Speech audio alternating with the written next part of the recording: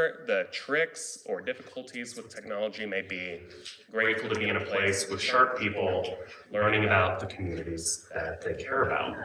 The Juanita Brooks Utah History Conference honors Utah, Nevada, and Arizona historian Juanita Brooks' legacy. It builds upon her scholarship by highlighting themes and topics from her research that are now being built upon by new generations of scholars.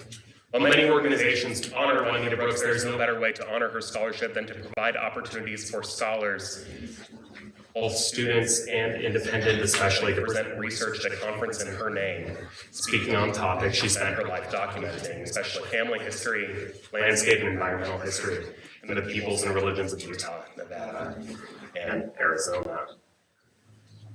Before continuing, I want to take a moment to thank the sponsors of the Juanita Brooks Conference. First and foremost, Utah Tech University, who has given us facilities and the ability to gather here. Grateful to the Church History Library of the Church of Jesus Christ of Latter-day Saints, who I like to think that Juanita is smiling somewhere thinking about her own access to the institution and now proudly supports students and scholars working to further her legacy. The University of Utah's Mormon Studies Program and the Smith Pettit Foundation. Please join me in thanking our sponsors.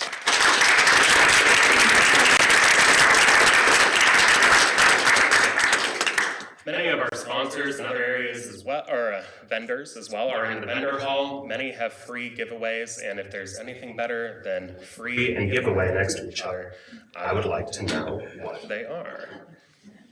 Juanita Brooks is one of Utah's foremost historians. She fearlessly chronicled many of southern Utah's most fraught histories, including the Mountain Meadows Massacre, settler and indigenous relations, family and biographical studies, and plural marriage. Modern historians constantly consult and rely upon Brooks's work, but often their references are buried in footnotes. This conference is to make sure that the footnotes come alive. Through learning about Brooks's life and building on her scholarship, we hope to build knowledge of and respect for those who keep and make local histories, to state, regional, and national histories, to those who seek to better understand the connection of rhetoric and violence, and how Utah's many communities have worked with and against each other to build pluralistic and peaceful societies. I also want to take a moment to thank Stephen Lee and John Wolf of Utah Tech University, who have championed this conference. And want to take a moment to say that if you or someone you love would like to donate to the conference or sponsor it in some capacity, please speak to me. I'm glad to talk to you about options. We had originally planned on having 2 awards right now, but because of the live stream, we'll be doing that after lunch. Which I think actually brings me to the next point, which is that, spoilers, we are all working here on the assumption that we like each other. We are here under the assumption that we support each other, and we are here under the assumption that we are here to learn. Whether this is your first conference or your 50th conference, remember, what you do and say says far more about you than it does about the person to whose work you are responding. And in the ethics of Juanita Brooks, who both pushed against her community and fiercely loved her community, it's our responsibility to be a community that cares for each other. We have a great conference that's going to come, that's going to unfold over the next several hours. I want to thank you all for being here, and we're going to transition to our first panel. Welcome to the jungle.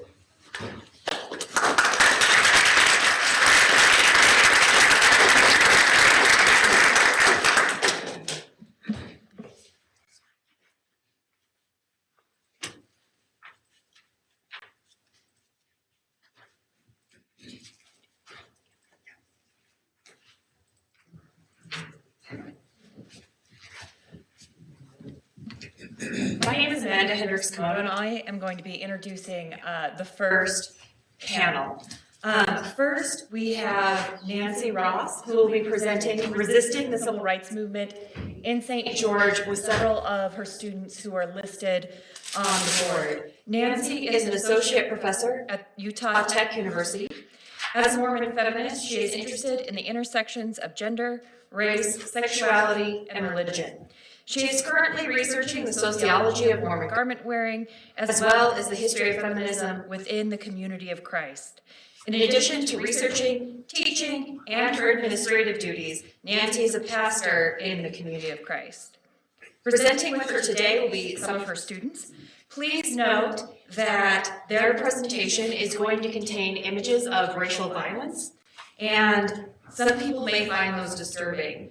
Please prioritize your mental health, and if you need to step out during the presentation to gather yourself, do so. After Nancy and her students finish presenting, we will have Noel McCormick on protecting the Southern settlement. Noel is an associate professor of art at Utah State University, Eastern, in Price, Utah. He received a BFA in illustration in 1993 and an MFA in drawing and painting in 1997, both from Utah State University. He received training under a number of well-respected artists in 2D media, including Bill Voss, Adrian von Suchuten, Gregory Schulte, and Christopher Terry. In addition to teaching courses in drawing, painting, design, and illustration, he is the director of Gallery East, the USUE Campus Gallery. His paintings and drawings have been exhibited in numerous statewide and regional competitions. Carmack was also honored to win Drawing Magazine's 2006 cover competition. His work was then featured in the February 2000 issue and reached nationwide viewership. And then rounding out the panel is Melvin C. Johnson, who will be presenting James G. Bleak, The Annals of the Southern Mission and the Opening of a Mormon Corridor in Settlements in Southern Utah. Melvin is an independent historian and retired college professor, writer, and speaker who pursues subjects dealing with the East Texas Milltown culture, the East Texas Hill Country before and during the Civil War, and the intersections of Mormonism and the history of the American West. His work won the Smith-Pettit West Book Award in 2007 for Polygamy on the Pedernales, Lyman White's Mormon Village in Antebellum, Texas, and the Greg Cofford Best Theological Article in 2017 for John Halley, Mormon Ulysses, his LDS mission to Iowa, and an eventual RLDS conversion. He lives in Salt Lake City and Tyler, Texas, with his wife, Hallie. Melvin is the author of The Life and Times of John Pierce Halley, a Mormon Ulysses of the American West. Please join me in welcoming them today.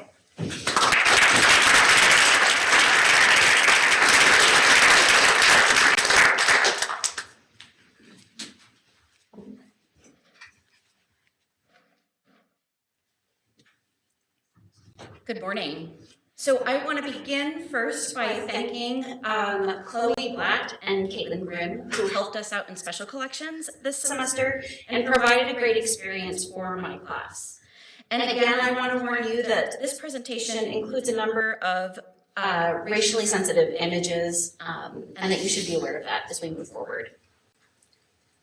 So at last year's Juanita Brooks Conference, I was led to think more about Juanita Brooks's career here at this institution. She worked as a professor in the English department and as the first dean of women from 1925 to 1933. And at that time, Dixie Junior College was financially supported by the Church of Jesus Christ of Latter-day Saints. That financial support ended in 1933, and Juanita's position was cut along with a number of programs. She returned to St. George and Dixie Junior College and resumed teaching in the early 1950s after her Mountain Meadows Massacre book was published. Human Resources here at Utah Tech University holds just a single record of her employment history. Her personnel data form from 1964, including her part-time teaching status. And it is from this later period of her career that she is remembered fondly by an older generation of alumni. Having taught at this institution for 17 years, I have been curious about the junior college that she returned to. Between 1950 and 1960, the population of this city grew from about 4,500 people to about 5,100 people. And one of the stories that the community tells itself is that the city and the people that have been part of the campus community were more sheltered than most, and that they lived in a bubble untouched, or at least less touched by the outside world. And yet, from this very place, Juanita Brooks wrote letters to scholars around the country and was aware of social trends and developments. This is all clear in her published writing, her correspondence, and the texts of various speeches that she gave. In 1968, she gave a speech to the local chapter of the American Association of University Women, where she encouraged the members to vote and be involved in political campaigns. And in this speech and others, she advocated for the social inclusion of marginalized groups, including Black people, long before the LDS Church lifted its priesthood and temple ban in 1978. Her letter to Cornell Robinson, the first Black student at Dixie Junior College, is more widely known and has been shared in social media. And in this letter, she welcomes him and invites him to come and visit her at her house. I've been curious about how her vocal support for civil rights did or did not align with the broader campus community and Utah more generally. And so I took my students in my race and racism class to special collections this semester to investigate the question, what did embracing or resisting civil rights look like at Dixie Junior College, 1950 to 1970? And the presentation that follows reflects the archival work taken on by our whole class and interpreted by myself and condensed by myself and four of my students, several of whom are here with me today. We found that there was some support for bringing and including international students of color to the campus community. We also observed that before this time frame, the campus community embraced a few Confederate symbols, but that in the early 1950s, as the civil rights movement was gaining momentum, the campus community invested more deeply in Confederate symbols and activities in the life of the college. This commitment to Confederate symbols signified a strong resistance to civil rights.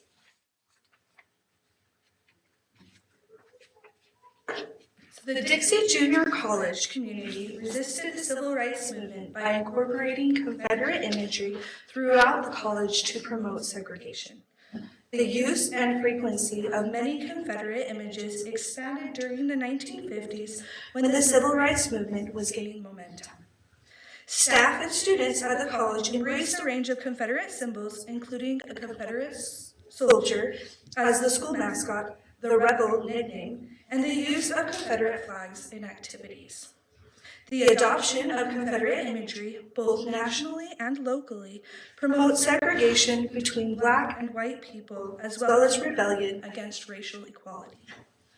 The college was founded in 1911, but college mascots have depicted Confederate symbols only since the 1950s.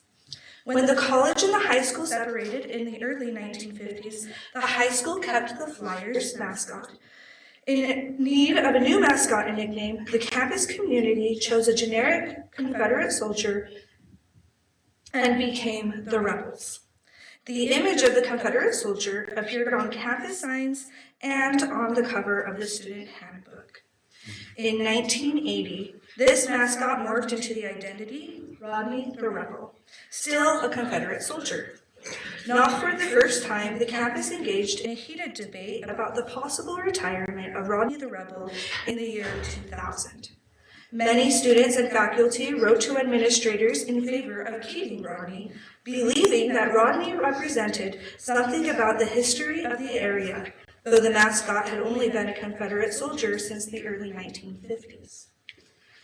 In 2005, college administrators named Reb the Red Hawk as the new mascot, but Rebel was still accepted as the nickname. College administrators only moved away from Rebel language in 2009 after continued public pressure and a newfound interest in moving away from Confederate imagery among students. One of the most common ways that the campus community incorporated Confederate imagery was the use of the Confederate flag. In 1966, just a year after the passing of the Voting Rights that prohibited racial discrimination in voting, the campus community changed the name of the yearbook from the Dixie to the Confederate. And this name remained until the yearbook ended in the early 1970s. Sociologist Ryan Talbert explained, The flag is, in both name and purpose, a rebel flag. Hence, to wave it signifies rebellion, illustrative of why many radical groups have chosen it as their emblem. Talbert emphasized that the Confederate flag gained popularity nationally because it symbolized rebellion against Black liberation and represented white supremacy. In the yearbooks from the founding of the college in 1911 until 1959, photos of campus activities do not include the Confederate flag. The first appearance of Confederate flags coincide with the beginning of student sit-ins to protest segregation and lunch counters in North Carolina. In the 1960 yearbook, the flag made its first appearance being lifted to show pride. The same yearbook included a photo of a Confederate flag in the background of students making a Confederate soldier snowman wearing a cadet hat. Another photo showed students receiving rebel awards in front of an American flag and a Confederate flag. From this point onward, Confederate flags were a staple of photos of school activities, college identity and pride, award giving, and even sports uniforms. The dance team, known as the Rebelettes, wore the Confederate flag on their uniforms. By the time this happens, Confederate images are solidly part of campus branding and identity. Confederate imagery at the college included slave auctions, where white students hired out their labor to raise money for student activities. In 1961, a yearbook photo showed 3 students smiling and washing a car with the caption of the photo reading, "Auctioned slaves had fun working for their masters." These fundraisers made light of the suffering of enslaved people. The Dixie Junior College community resisted civil rights by regularly including blackface in student activities. This reinforced a racial hierarchy at the college and in the community. Blackface minstrelsy began in the early 1830s. It was a form of entertainment where white performers would paint their faces black, wear shabby clothes, and mock African American cultures. Historian David Roediger described blackface minstrelsy as a way for white people to demonstrate their superiority. Blackface was a tool that created in the minds of an audience a new sense of whiteness by creating a new sense of blackness as intellectually inferior. This use of racial hierarchy as popular entertainment helped to legitimize and maintain racial segregation in society.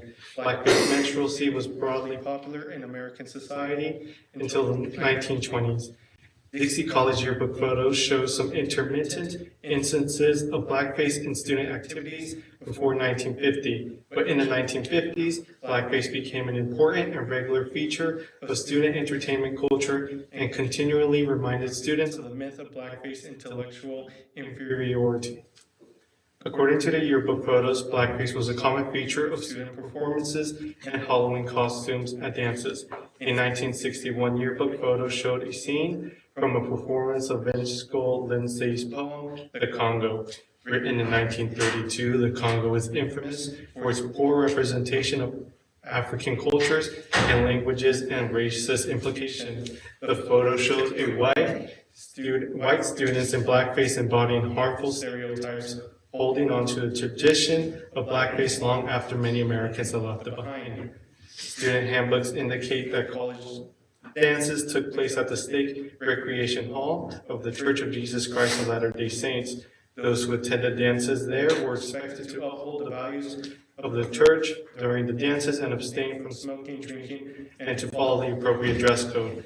Photos from Halloween dances at the State Recreation Hall show students in blackface having fun, not showing any signs of regret or trouble. It appears as though students, administrators, and local church people viewed blackface as being in alignment with their values in sacred spaces. Among the more alarming things that were found in special collections was evidence of a Ku Klux Klan student group in the early 1950s.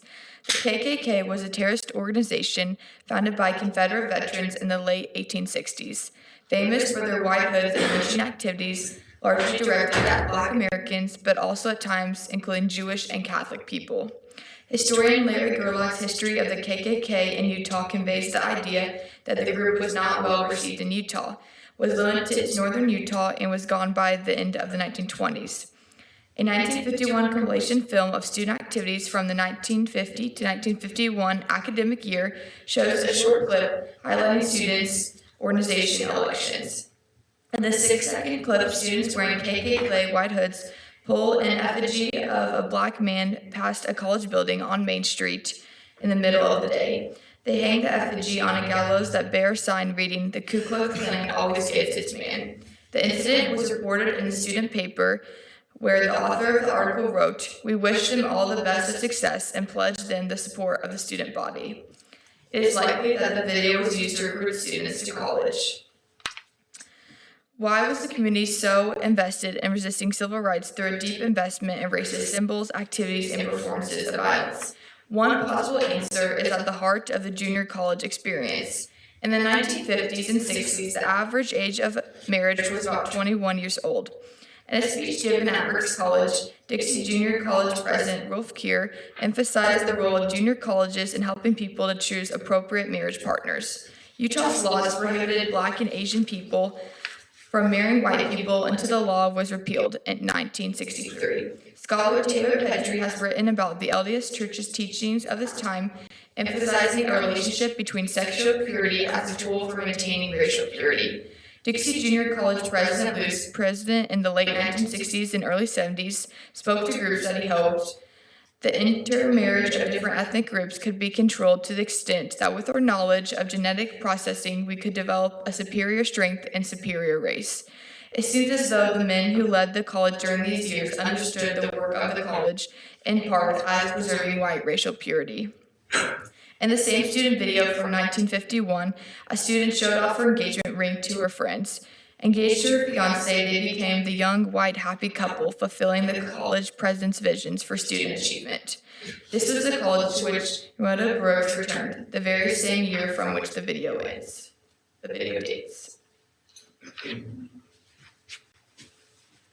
So this university changed its name from Dixie State University to Utah Tech University on July 1st, 2022. And in my 17 years living and teaching in the community, I'd seen numerous discussions about a possible name change. But only in the wake of the murder of George Floyd by police in May of 2020 did those discussions turn into serious consideration and action by university administrators. The final decision to change the name was in the hands of state legislators, who were persuaded by the argument that students with Dixie on their diplomas were more likely than others to be rejected from jobs, graduate school, and other opportunities. Heritage groups in the area continue to resist the name change with red and white flags that read Dixie, Forever Dixie, feeling that outsiders have brought a polluted meaning to this word that was never there. We've not yet had a real conversation about the context and meaning of Dixie at the university that was rooted in historical evidence and analysis. And my hope is that we can stop asking the question of if the name Dixie is racist, and hope for an answer that absolves the community. And instead, I hope that we can recognize that we had a deep investment in racist ideas, practices, and work, and instead work to divest from white supremacy. Thank you.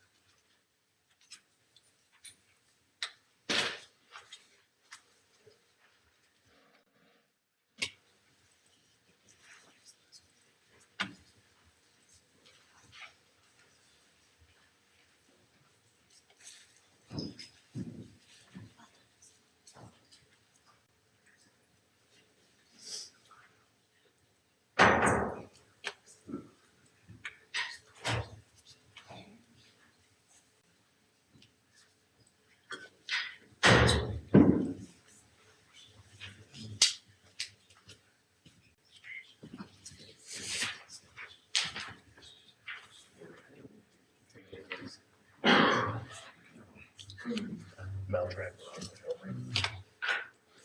There it is.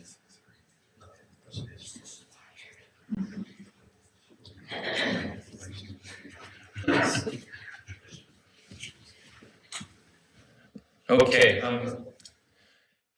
I'd like to step back from the 20th century to the 19th century and tell a story that took place during a time of great fear and hysteria.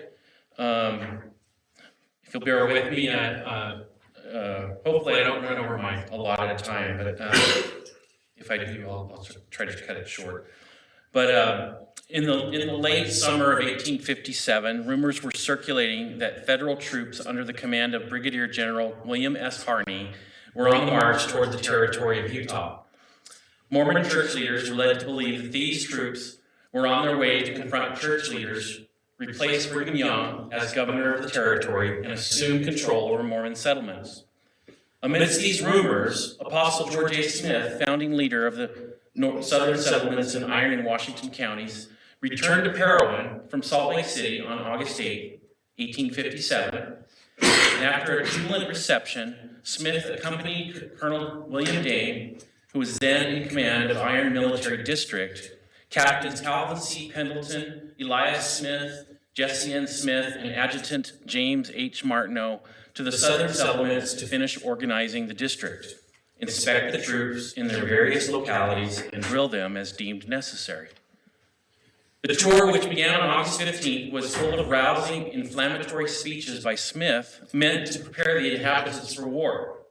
By the time Smith and his military escort had returned on August 22nd, the apostle had preached in all the settlements, urging the settlers to gather foodstuffs and prepare for a violent confrontation with the oncoming federal troops. On September 3rd, 1857, Colonel Dane received word that a force of cavalry, believed to have been detached from Harney's contingent, was making its way southward toward the eastern slopes of the Wasatch. Martineau reported that Brother Hawley had arrived from Salt Lake City on August 28th, quote, with information that President Brigham Young had caught some of the enemy spies in the city and had sent out 1,000 men to meet the Gentile army in the mountains, commanded by General William Kimball. The Paiute captain reportedly communicated the same intelligence to E. Ward and Sidney Burton, but they did not inform the authorities of it until after Hawley brought the same news. And once informed of this, it was thought that this detachment was seeking flanking entry into the southern regions of the territory, while the main body would enter the Salt Lake Valley on one of the roads from the east.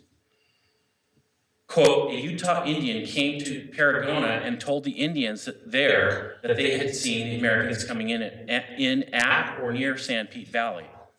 This was noted by James Martineau in the official Parowan State History.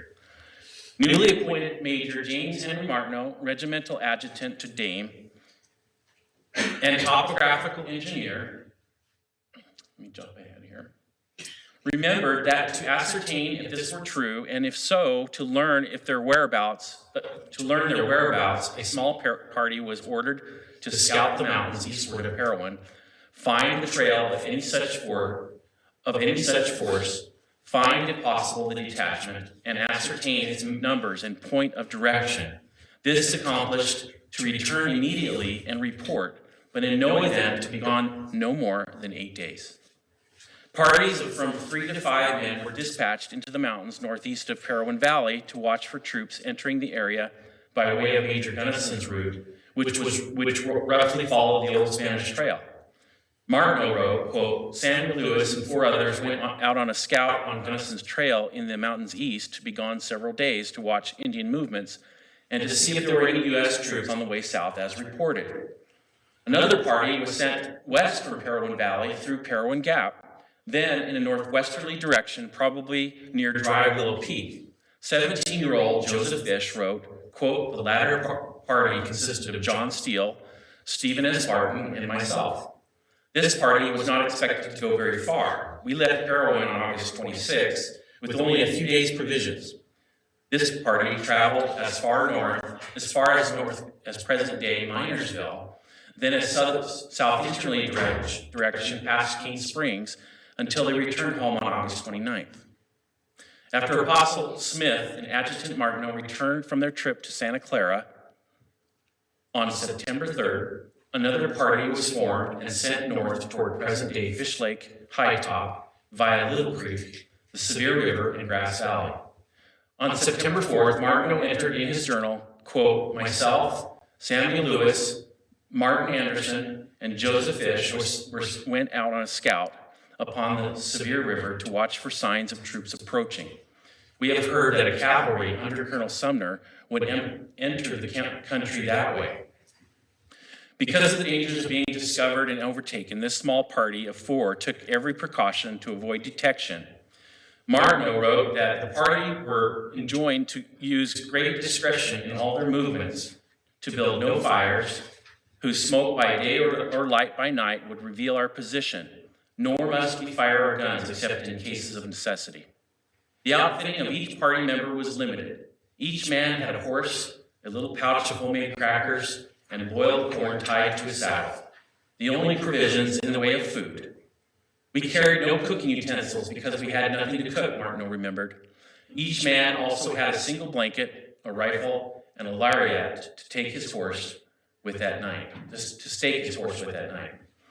In his report, dated September 20th, to Colonel Albert Carrington, Chief of Topographical Engineers of the Nauvoo Legion, Martineau wrote that they left Parowan, entering the mountains at Little Creek, to find Gunnison's Trail and explore the country northeast of this place.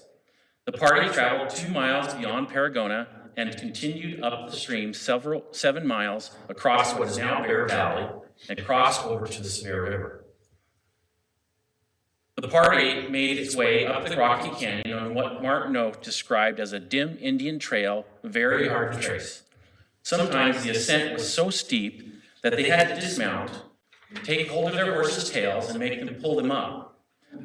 With the gentle trickle of the brook nearby and a distant howl of a coyote at night, the little scouting party slept shivering and wary in the dark under the stars.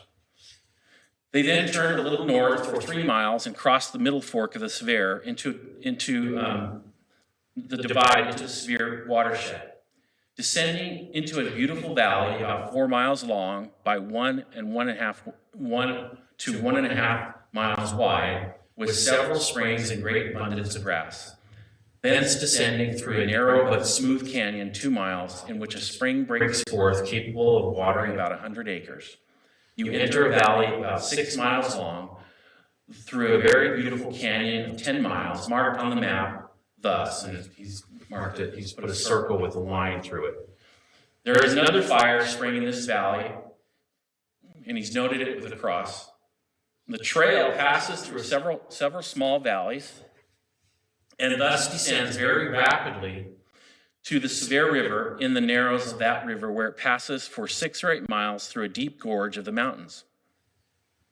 This is the hand-drawn map drawn into James Martineau's diary on September 20th. On that same day, he wrote a letter to Adjutant Carrington showing the map, and this is his report to the topographical engineer in the Nauvoo Legion, and he drew this map showing the route of the party, or the route taken by the party. He continues. He says, "Rising at daylight, shivering with cold, and too chilly to eat, we traveled on a few miles, by which time we had become warmed by the sun and pretty hungry," Martineau wrote. "So we stopped, let our horses graze, and eat our breakfast. Toward night, we reached the south fork of the Sevier, down which we went 8 miles and camped, having come 35 miles over hill and gulch, keeping all the while close watch for trail of man or beast. When the party reached the area northeast of present-day Circleville, near Kingston, where Kingston settlement is now, they entered Kingston Canyon and followed along the east fork of the Sevier River, or what Martineau labeled the middle fork of the Sevier, into Grass Valley. This canyon he described as having high granite mountains on each side, almost perpendicular, and the pass can easily be made almost impregnable. 10 miles above the mouth of the canyon, it opens out into a level bottom, covered in mowing grass for 10 or 11 miles. In some places, 1 or 2 miles wide, but generally about 1.5 miles. Martineau described entering this long valley, riding on September 6th, proceeding up it 14 miles in the mouth of a small stream coming in from the north, which I named Otter Creek, because of the many otters living in it. I killed one, and Sam Lewis one. The stream is about 20 feet wide and 20 inches deep, literally full of fish, chubs and suckers, very fat. We found many lying on the banks, partially eaten by the otters, and some they had just caught, which we, being the stronger party, ate. We proceeded up this stream 12 miles and camped on a small creek flowing from the west, which we called First Creek. 32 miles saw many antelopes and a mountain lion. The party continued up this valley along Otter Creek for 12 miles to Second Creek, then 6 miles farther to Third Creek. They then reached the west fork of Otter Creek, where there was a grove of tall cedars of about 5 or 6 acres. The party traveled to the head of what Martineau called Spring Branch, probably the convergence of Otter and Gooseberry Creeks, where they camped for the night. The following day, on September 8th, they traveled to the top of the divide, probably near present-day Fish Lake High Top. This is where Martineau wrote in his journal, went 10 miles farther to the top of the divide, saw Mount Nebo in the distance, to the northwest, many miles, also mountains east of Sanpete Valley. We dined at the head of Bear Creek, where we saw fresh bear tracks. Their provisions were diminished, and as we were ordered not to be gone more than 8 days, we reluctantly turned homeward again, where we arrived on Friday the 11th, all well. Although they had endured hardships along the way, they had arrived home without incident, but soon learned of the terrible events at Mountain Meadows. Martineau's party was not only unguarded and open to attack, but vulnerable to the natural elements. They did not encounter any oncoming troops, but endured exposure and the lack of food for the advantages of stealth. As Bill McKinnon observed, quote, "It was an arduous, cold, and lonely assignment, resembling Asa S. Pauley's to the northeast. Although theirs was a scout that proved unsuccessful in terms of turning up signs of approaching troops, it was an expedition that fortuitously, for Martineau, spared him almost certain involvement at Mountain Meadows. There, his regiment and commander, Colonel William H. Dame, played a disastrous part during his absence. As regimental adjutant, Martineau possessed qualified training to lead such a reconnoitre. He had already expanded his surveying experience as deputy Iron County surveyor under William Dame, but his observational and strategic skills came from military science training as a young soldier. At 19 years of age, Martineau enlisted in the general service to serve in the Mexican-American War. His training at Newport Barracks, Kentucky in 1848 included military tactics and clerkship. As a general service recruit, Martineau mastered tactics and made a lance corporal at the barracks. While in the permanent party at the post, he served as a clerk, filling out enlistment papers, payrolls, and other returns. His training and tactics would have included surveying, map-making, and reconnaissance. Martineau wrote, quote, I have been thus particular in the description of this region of country because it has never before been explored by whites, except perhaps mountaineers, and the distances and courses is estimated carefully, the latter verified at night by the stars. The whole distance we traveled from Heroin was 134 miles, and we were gone 8 days. The party scouted for just over a week, with very few rations and no heat from a campfire, but they completed their objective to watch for oncoming troops. In this little expedition, we had traveled nearly 300 miles, Martineau remembered, with not more than 8 pounds of food to the man, but youthful and strong, we were none the worse for it. We ascertained that no troops had passed and that the rumor was false. The days were pleasant, but the nights cold, and we suffered a little with no fire. The ground was white with frost every morning. Martineau's expertise in observation and evading detection was a reflection of his tactical training.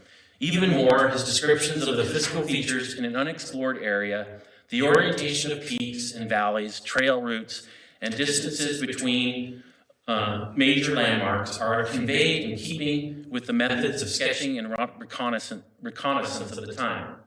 Martineau's drawings and map making follow the conventional methods of shading and sketching the topographical features of the landscape. The use of vertical lines to describe the inclinations or slopes of the topography was the preferred method of sketching and shading the features of the ground. His detailed report for the September 1857 scouting trip up the Sevier River was representative of the kind of reports that provide the territorial militia with geographical and topographical descriptions of unexplored lands. Martineau often accompanied his reports of scouting expeditions with maps and sketches of the routes traveled and notable features on the landscape.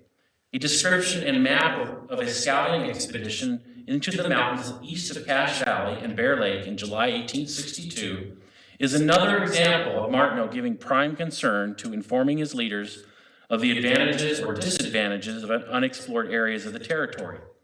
For the Sevier River Reconnaissance Report to Carrington, Martineau concluded by writing, quote, "Should nothing prevent, I hope to explore the country east of this and connecting these surveys with others made by numerous scouting parties, form a tolerably correct map of this military district."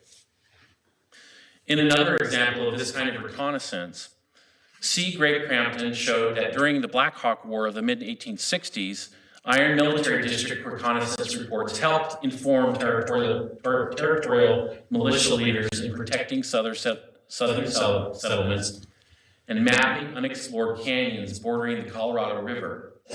In 1866, for example, Adjutant Franklin Woolley submitted a report and accompanying map of regions east of Canal, the headwaters of the Paria River, areas north of Pipe Spring and present-day Grand Staircase, Buckskin Mountain at the north end of the Kaibab Plateau, and Boulder Mountain on the Aquarius Plateau. Much like Martineau's report of September 1857, Woolley's report and map showed the passable trails, terrain, and important physical landmarks. The importance of these kinds of reconnaissance reports is explained by Great Basin geographer Richard Francavilla, who writes, quote, "The geographic information provided by the Mormons found its way back to Salt Lake City and into church headquarters. The result of this Mormon reconnaissance was that maps of the region developed more or less along two lines, those used by the Latter-day Saints and those used by civil authorities." Indeed, not more than 8 months after the massacre, Martineau was appointed to one of the two exploratory parties. His comprised of 60 men, tasked with reconnoitering the West Desert bordering Utah and Nevada to find a place of refuge from the invading federal troops.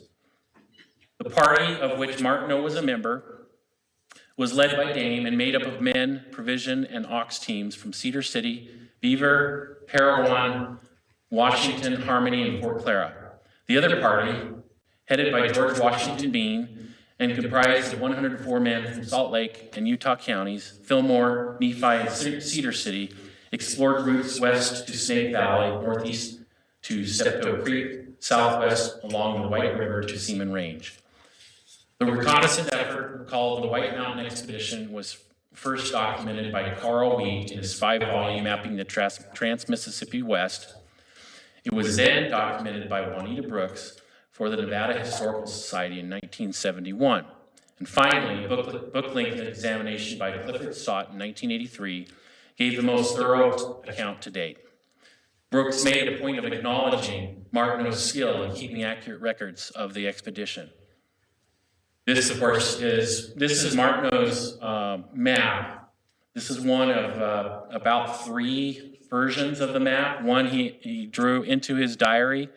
One he sent north to Brigham Young, and I think there's another one, there's at BYU. I'm not sure where they were sent, but probably to Albert Carrington again. Is that his writing to the right? Yes, this map is hand drawn by James Henry Martineau, and then the the writing to the right, and at the bottom is his hand as well. Carl Wheat, who included both Orson B. Adams' map of the area explored by Bean's company, along with Martineau's chart of the route taken by Dame's company, noted that, quote, altogether, they are an amazingly fine representation of the country. Martineau's scouting expedition into the Sevier River watershed in September 1857 was a significant episode in the Utah War narrative of 1857 to 58. His and other scouting parties were tasked with watching for oncoming federal troops, but also looking for potential places of refuge or routes of escape. The efforts to protect the settlements from being overtaken by federal authority was of supreme importance during this time of heightened fear of confrontation. Martineau's skills in reconnaissance and map-making was particularly helpful in gathering and documenting necessary geographical information in the southern parts of the territory. And this is another drawing, part of that White Mountain expedition. This is a drawing of the Meadow Valley camp, and this is from June of 1858, detailing how they had laid out the Meadow Valley camp in case the Saints had to make a move and escape the troops coming. I just want to special thanks to the state archives and various archives that have provided the service and the scanning of documents for me. Thank you.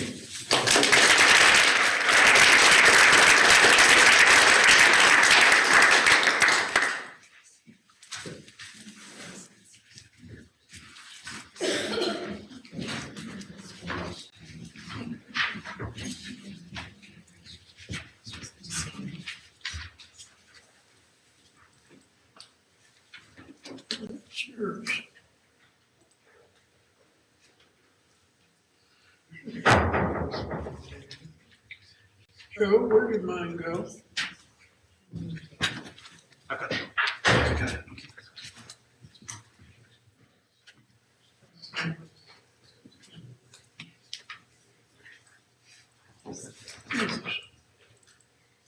That'll work, thank you. In the military, we used to have traditions, lots of traditions. We were a tradition people. We had a lot of evangelicals in our paratroop unit. And they would used to say, hurrah, wings, or something like that. I think it's appropriate that today we say, hurrah, Juanita Brooks, for what she has done and what she has brought to our area. I met her several times. I didn't know her. Her first cousin and I were much closer. She is my mentor.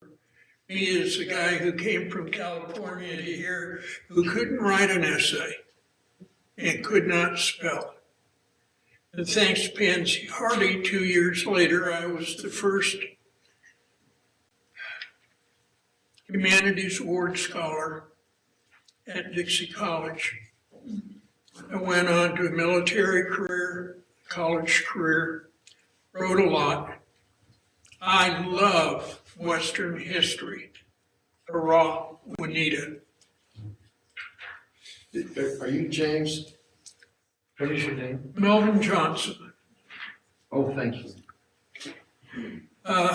My two major books are Polygamy on the Pedernales, if you're from Texas, and The Life and Times of John Pierce Hawley, whose people were part of the founders up at Pine Valley. What I want to talk about is the Annals of the Southern Mission. 2,020 unlined and lined pages that I transcribed into 1,400 pages, exactly the way it was written. And it covers 50 years of the founding of St. George until after 1900. You know the names like Erastus Snow, George A. Smith, and the other leaders of the community. But the man at the center of it all was James Godson Blake, not B-L-E-A-K. Blake is how it was pronounced. Noel's book, 2 volumes on James Henry Martineau's writings, absolutely essential primary work. He wrote on everything just like you saw in the maps and the journals for over 50 years, from 1850 to 1900, from southern Idaho to northern Arizona, and I think he had a short time in Mexico as well. The other documents that you need to use if you're in research of southern Utah history is James G. Blake's The Annals.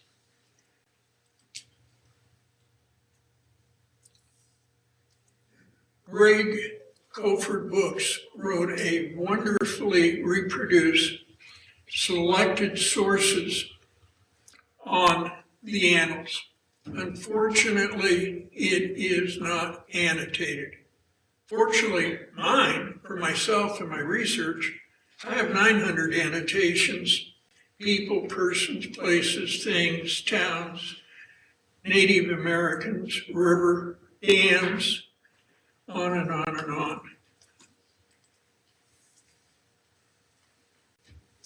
The upper right picture, he looks like Charles Darwin, doesn't he? With those sleepy eyes. He was a decent poet, too. He's born in England. Early life, married a woman named Elizabeth Moore. I don't think she took well to plural marriage many years later. They joined the Church of Jesus Christ of Latter-day Saints in 1851, and he was the president, think of this, of the Whitechapel, James the Ripper, Jack the Ripper territory in East London. It was rough. He was branch president there for 3 years till they emigrated to Utah Territory. He survived with his entire family, the Martin Handcart Company trek in that autumn and early winter. In 1861, he is called and set apart, the only historian ever done by the church, as the historian of the Southern Utah Mission when it is sent down to open St. George. Other wives, Caroline, Blanche Gosnow, Jane Priscilla Thompson, Irene Thompson, and they had almost 30 children. Jane was, according to family folklore, his favorite wife.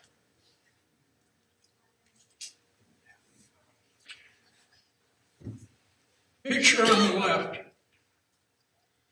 is what I lived when I came here in 1970 for the 2 years until I went up to Utah State.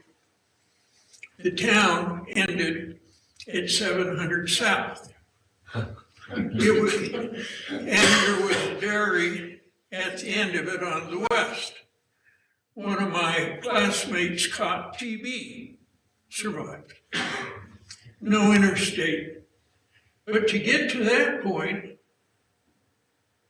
they had to erect and build. And he recorded every step of the way. Temple Association minutes, temple dedication of 14 pages, and on and on and on. That's the Dixie and the St. George I remember. He's a counselor to the bishop of the Third Ward, charge of education, Third Ward schoolhouse. He was a tithing clerk for the mission, backyard, stables beyond that, storehouses, member of the state council, city postmaster until Mr. Bim took over. And he was at the center of everything. He faced some challenges with plural marriage, not from the government, but from his wives. Two of them disappeared, and what happened to them, I don't know. 1909, he retires. He becomes patriarch of the state and dies in 1918. James Henry Martineau is about a decade older and has the same broad career of 50 to 60 years writing about everything. His title is wonderful: For the Church and the Kingdom. And that's all these two men carried about. They were looking inside out. They were not worried about compromise with the outer world. They were LDS high priests. They wrote, they recorded, they tell you everything about the lives they saw. I'll read this. The annals are more than just a transcript of Blake's records, persons, places, events, etc. I have annotated wherever possible. His writings are not complete on matters of frontier Dixie, but Blake worked more diligently to inform and describe rather than interpret or narrate for the reader. Let your historians interpret for you, for the actual happenings on the ground day by day. Read Martineau, read Blake. My annotations depend on primary and secondary documents, first-hand anecdotal experiences, journals, diaries, memories, traditions, and stories. If you read it, look up Nephi's Twist. It's an engineering feat up the highway beyond Ventura, which was beautiful, which was Ashton before that, of how he managed to get wagons down the cliff, across the bottom, back up the cliff. And they dug a trail around that. Do not assume that Blake's recordings are free of agenda and emotional reaction. Neither are ours today. Thus, you need to judge him where he is at, not where you think he should be. And the more than 2,000 pages are in the Church History Library in Salt Lake City, and you can get them all online. Of course, you got to be able to read cursive. The man who becomes pretty and parallel, the older he becomes. He watched over the communities of Dixie. He and the other leaders visited the ones that are gone now, Shoal Creek, Grafton, others. Steve Snow, former church historian librarian, many of you know him, told me a story about his grandmother, who was James Blake's granddaughter. When he got older, his mind began slipping. So the young girl was assigned to watch over Grandpa. She'd follow him all around town. They'd stop at the drugstore and she'd get a drink or whatever. But whenever he made a break for the stables to settle a house and go visit the settlements, she'd run for her grandparents. When you can get a transcript that's searchable, search for the things you're interested in. Dixie pops up only 71 times, which is interesting. in a 50-year period. Prayer circles, though, pop up 41 times. On this day, President Snow, Erastus, suggested that a prayer circle be established for high counselors, bishops, and their counselors. And on 13 May 1866, in the upper room on the east end, the first prayer circle in St. George was held.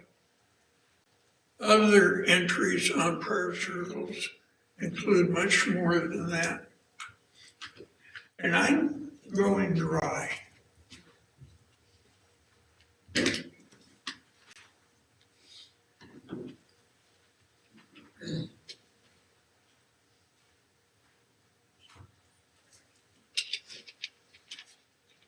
This is perhaps the thing that excited me the most. The Temple Association, and believe me, Blake and the priesthood and the sisters and the kids all had their associations. And Blake writes them all down. All down. The one I liked the best after this is when I found out in 1877 that you ladies in the Relief Society were considered adult enough by then, trained enough by then by the priesthood to let your secretary treasurers in each Relief Society in the ward handle your money. Men were no longer appointed as Relief Society secretary treasurers. That is so LDS. But this one is great. On dedication day, President Wilford Woodruff, the first president of the temple, called upon the members of the association to join themselves together for the purpose of founding and maintaining a place of worship and a school of science. Stop. A place for worship, for religious activities, endowment sealings, baptisms for the dead, but also to establish a school of arts and sciences. The Temple School of Arts and Sciences. That is so LDS. Religion and education together. And they did. For the teaching of sound learning and scientific knowledge. Said school to include departments devoted to theology, astronomy, mathematics, history, language, laws, natural sciences. Building of the temple. The school later becomes Dixie Academy, Dixie College, Dixie Junior College, Dixie State College, Dixie State University, and finally this incredible campus in town, UTU.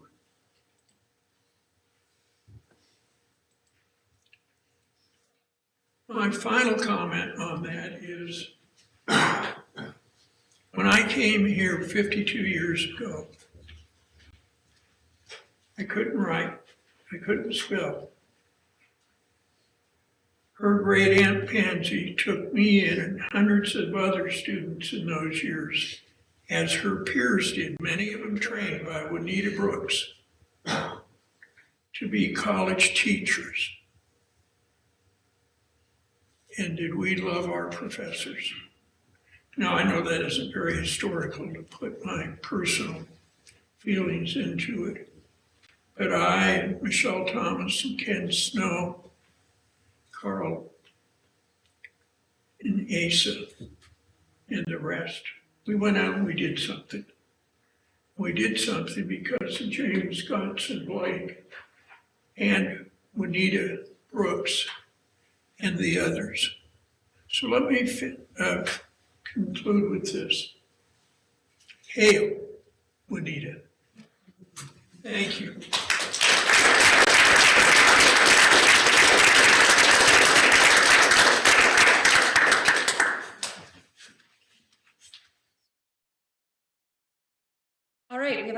have 15 minutes for questions. I think it would be easiest if you can, to come up and answer them from the mic for the live stream. But it's also okay, to sit if you need to for whatever reason. So what questions do we have for the presenters today?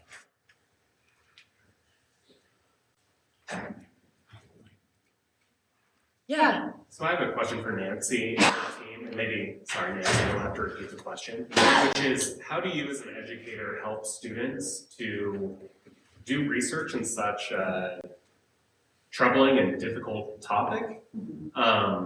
Giving them the resources both to understand what's going on, but also not get discouraged by how awful the things they're looking at are. Sure, does this work? Oh, never mind. Should I go?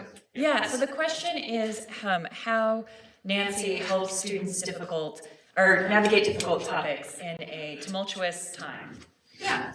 So one of the things, so we did a lot of prep work before we went to special collections, including one of the things we did was we made a timeline of like what we could find from secondary literature on race and racism in Utah and issues of race. So we kind of, before we went to special collections, we had some kind of framework for what we might expect. And we had done a lot of like classroom discussion, and we had read a variety of like historical sources and talking about contemporary issues with regard to race and racism. And I really wanted to take students to special collections because it was one thing to kind of talk about things in the abstract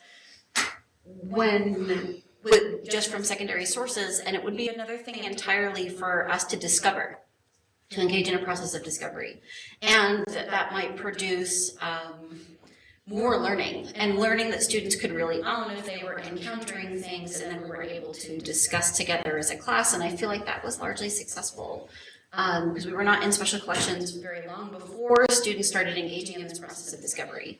Really about 20 minutes in to our first class session in the library, and there was just a lot of stuff that people were turning up. And I think that that's kind of produced more learning and a kind of a greater sense of ownership over learning, which is it's one thing for me to kind of stand up in front of a classroom and talk to people, and it was another thing entirely to kind of trust in the process of research and to kind of bring students into a space where they could encounter material on their own, while we were also having discussions about that. So we kind of checked in with each other a lot. We kind of kept a big class notes document, and we tried to make sure that we were like sharing and listening and considering. And so we tried to go about this in a fairly thoughtful way, offering some preparation for students for the content that they were going to be seeing, but also just to engage in a lot of conversation around that. Yeah. I'd like to do a follow-up question, if I may, Professor. My ancestors have been here since 1861, so they were probably doing the good, the bad, and the ugly, right? Yeah. But I also, as I look at those clips, and I have come here all of my life, I'm from Salt Lake, but I have come here all of my life and I am stunned by that. And for 30 years I have done diversity work, including just completing diversity work for the Washington State Attorney General's office. So the question that I ask you is, what pictures, what experiences are your students having now that people 30, 40 years ago will look at and go, oh my goodness, I can't believe that is happening, because racism is alive and well in our country. So in your discussions with your students, how are you helping them leave a legacy of more inclusion rather than this generation's perpetuation of the horrible things we've seen? I mean, one of Do you the, want to restate just because we needed to go to the live stream? yes, so if you can, broadly speaking, the question is about how might we in a classroom now prepare our students for the future and for contemporary discussions and for future discussions to address the diversity, equity, and inclusion challenges that exist and that will exist. And so so the choice to bring students here to present, to engage in taking my students to special collections was really, my goal was to kind of create a transformative experience. You know, we could learn some things about race and racism, we could learn some facts and principles from like history and psychology and sociology. My department is an interdisciplinary department.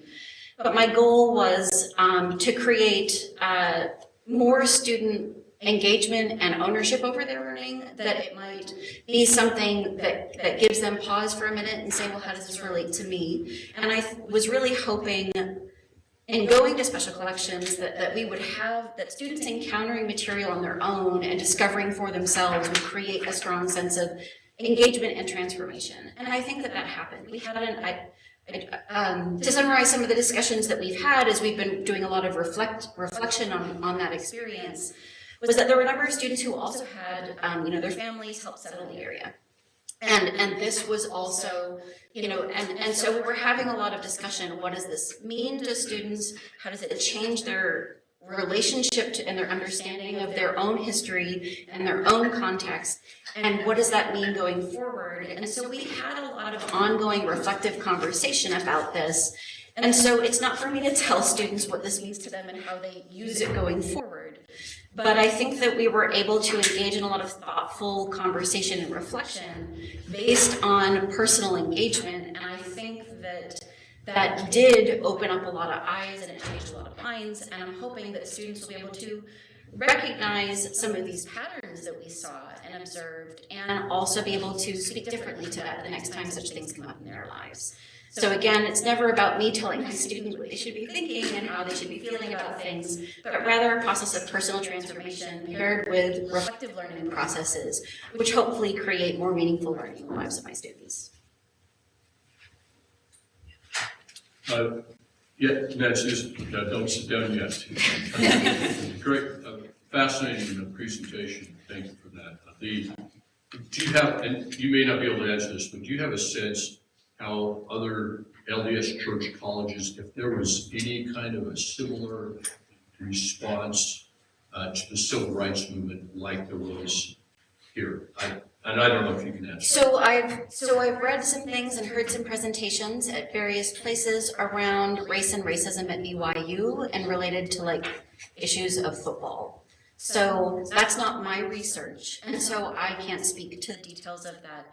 But the sense that I get is that, so one of our college presidents, one of the, where he's kind of talking about, creating a more pure race and a superior race, that's a talk that he gave when he was the Dixie Junior College president to Rick's College. So I'm gonna guess, probably yes.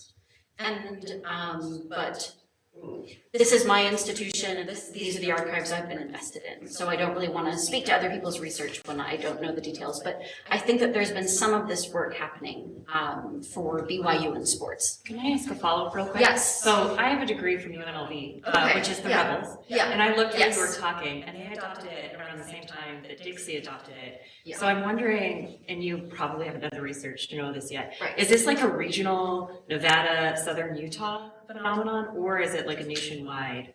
So broadly speaking, the movement to resist civil rights is often referenced by the name massive resistance. Yeah. And it is kind of, I think probably expressed in different regions in different ways. But here in our pocket of the Southwest, and of course there are historical links between like Las Vegas and being part of that Mormon corridor, and and having also kind of being founded as a polygamous colony, and so I imagine that it would also have similar thoughts and feelings and similar motivations as for around the kind of language that was adopted during that time. But that is not something I have investigated, but I did know that they had been rebels, And still are. yeah, and are they still? They still, Okay. yes. Okay, so that's probably a separate but related story to this one. Let's take a couple more, and then we should get some questions for some of the other presenters.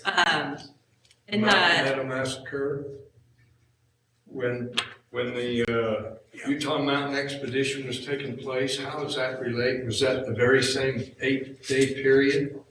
1857. Mel, can you walk to the mic, just for the live stream? Did it take place during that 8-day period, the expedition, or was that totally different period? That's of time? different, yeah, different Yeah. period. That was the following summer, when they went out to the West Desert. The point to make here is when I was talking about Martineau and Blake not being free of their own, they were for the church and the kingdom. And in the annals, you will find very, very little about Mountain Meadows, how it happened. It was their fault. Martineau is pretty much the same way. They look at the development of this from their inclusive LDS viewpoint. They would have said the Fancher Baker wagon train were intruders. And they probably say we should let them go through. But concerning everything else that happened to us, and this is part of the persecution complex, our people have developed over almost 200 years. They probably deserved it, would have been their attitude. You agree with that? Yeah. In this, the salmon colored shirt, orangey shirt, go ahead. I want to go back to the civil rights. Are you leaving space for pushback against what is going on? For example, right now in Cedar City, in the school district, they're addressing moving back to the Redmond from the Reds. So are you leaving space for that pushback as these movements go forward? So as she's walking up, the question is about whether or not they're leaving space for pushback, and Cedar City recently voted down the red man mascot from this area, so correct me if that's not quite right. And now there's a movement by the school board to bring it back. Yes, Yes. yes, that is my understanding of the situation. Thank you. So my interest is in this institution in particular, though I think these are other important conversations that are related to this conversation. I hope, this particular experience and presentation with my students in special collections, I see as part of a bigger project to investigate, the name change and what the name change means or can mean in this community, and I hope to involve some other colleagues in such projects. And so I am interested particularly in this place where I've been for the last 17 years, and my husband grew up here. And so I am very much interested in the local of this, but I'm also very aware of these other conversations that are happening that are related to this one. And that this is something, that we are struggling with clearly as a region, nationally and as a region. But it means maybe something different, or it has a particular local flavor. As a retired teacher and historian and journalist, I just want to say that these 3 presentations were a tribute to education. And when you look at other people, if you've always been taught something else, then you're not even aware that you're prejudiced. And, people in St. George, the rebels, that was a great thing, and the Confederate flag and Dixie Cotton Mission, and, but you can't be so forcefully judgmental of those people because they were seeing it in a different light. There were hardly any blacks that anybody came in contact with. And I think that the fact that we're questioning these things is a great tribute to the human race. And as old as I am, I've seen that change. and the concern of people and not calling people the other. And you've seen that in the church, you've seen that in the community, and certainly in my teaching career in Richfield, Utah, I exposed my students to literature that talked about different groups, and they were changed because of that. And so education can do great, and the man who learned to spell, learned to write, I mean, you owe that to people who are teachers and seminars like this. And so I'll get off my soapbox, but anyway, that's what I want to say, okay? We have 60 seconds left, so a very short question. To repeat that, oh, go ahead, yeah. Sorry, once again, the same topic. I just wondered, when you were doing your research, Nancy, with the students, if you had found any records from minority students at that time period. So if they had anything to say about their experience moving here. Because, like she mentioned, a lot of the people here were part of a culture that maybe didn't recognize it as a problem, but just saw it as something, part of their culture or enjoyable or whatever. But someone coming from a different culture, say the black student that Juanita Brooks invited, did they have anything to say? Did they write anything to be found? So the university collections don't record a lot of that for this campus. There were, in some of the secondary literature we saw comments on from black students from other campuses. The one kind of more student-oriented record we have is a memo of an angry phone call from a mother of a black student in 1993 whose room was bombed by the KKK. So she was very upset in that memo. So that's what we have. Our university collections doesn't center the lives of underrepresented people.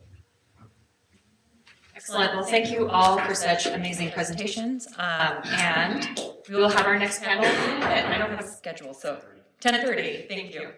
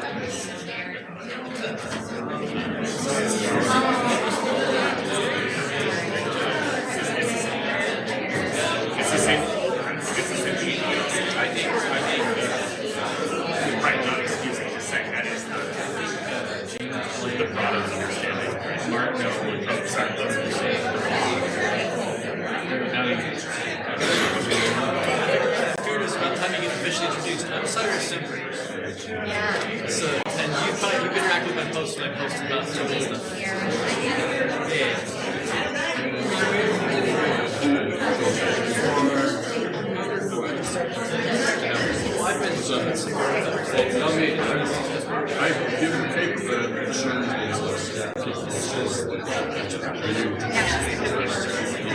oh, yeah, we're the next. Okay, I didn't know your name. So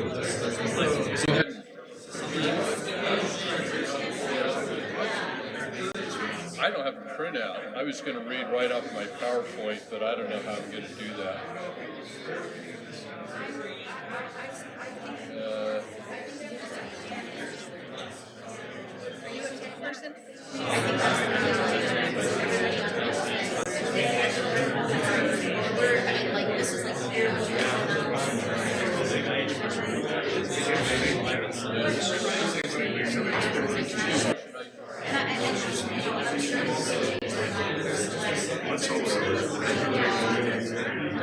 Oh, there's somebody who's.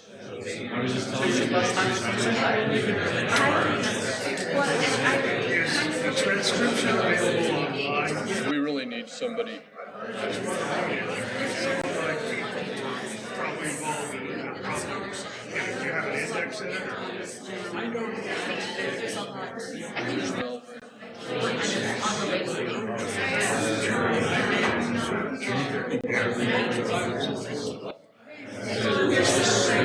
Yeah. Oh, this is a much bigger story.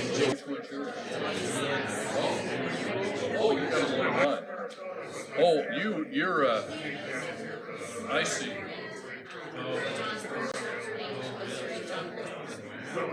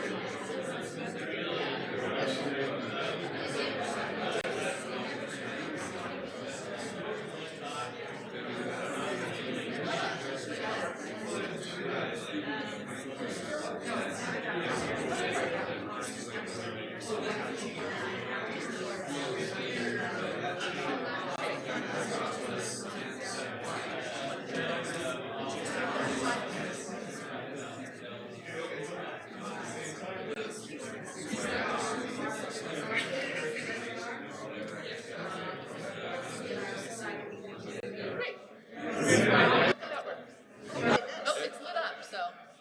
And then, I need to figure out how to pull mine up. I don't know where it's at. Well, I sent it to Joe. Oh, he probably has. Yeah. Yeah, I think so. But you don't know how to. You're not sure. No, I haven't been doing the time. Let me get If you see him, send him over. Well, yeah,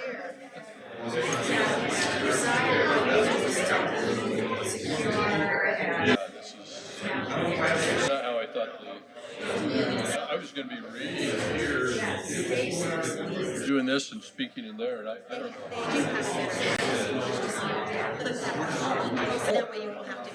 Oh, okay, I was going to have my wife come up and.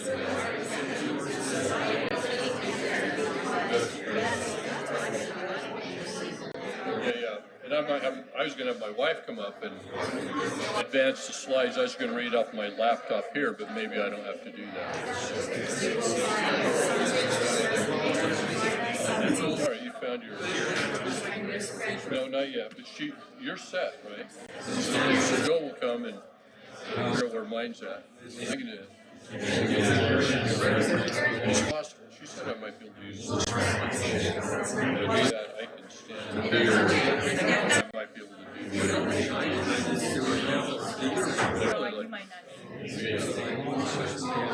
I really wish that. Go like.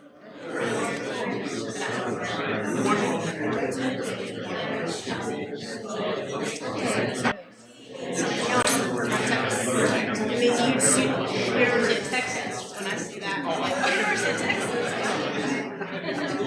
University of Tennessee. Well, I'm gonna go get the rest of it. That Joe guy showed up? Are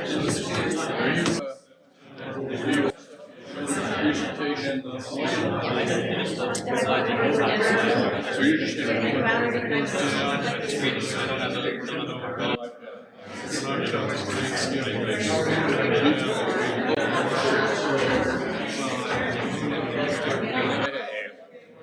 Did you need to update it? I want to, no, I don't. I just want to make sure.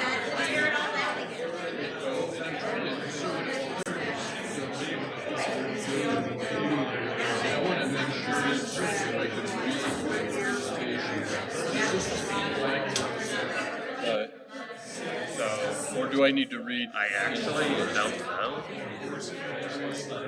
I'm just worried. I have to read mine out. I might be able to read out. But I don't have a paper. Everybody else has had a paper. Mic check, mic check. I briefly taught, I got a job. So this is far more sensitive than you would think. So actually standing here, you're just fine. All right. Okay, so here's the presentation. Did you want to put your mini prop right here? I want to, well, let me click on this. I want to make that a little bigger so I can see that better. That's what I'm reading. The problem is, well, let me. It's got to go into presentation mode, right? Right. Or it should. But I'm not the next presenter, so I don't want to. No, but I want to make sure that it. There Okay. we go. Is that better? Yeah. Is that big enough? Yes. If it was over here, I wouldn't be looking that way, giving my presentation. But I don't know if there's an easy way to switch that around. And I do have my laptop, so my wife can come up and advance the slides, and I can stand here with my laptop. I appreciate. Do you have a presentation or a PowerPoint to put up? He's Okay. just. What? Sorry. They. Okay. Thank you. Sorry. Yeah. This way more important. Good.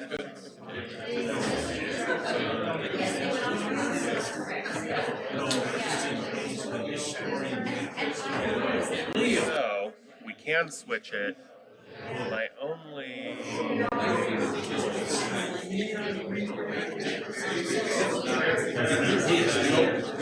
And I might. So BYU allows you to switch which is dominant, and this one does not. I'm gonna grab Christina real quick, and I'll just see if we can switch. If not, I don't know. If not, we'll work it out. Yeah. Okay. Thank you.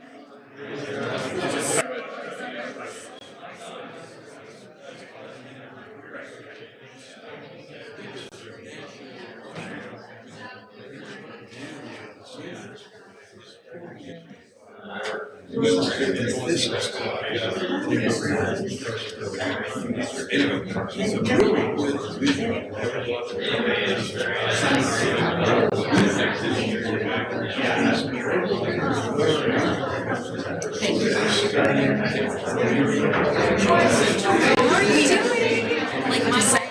Thank you. You two ready to go? I feel pretty good.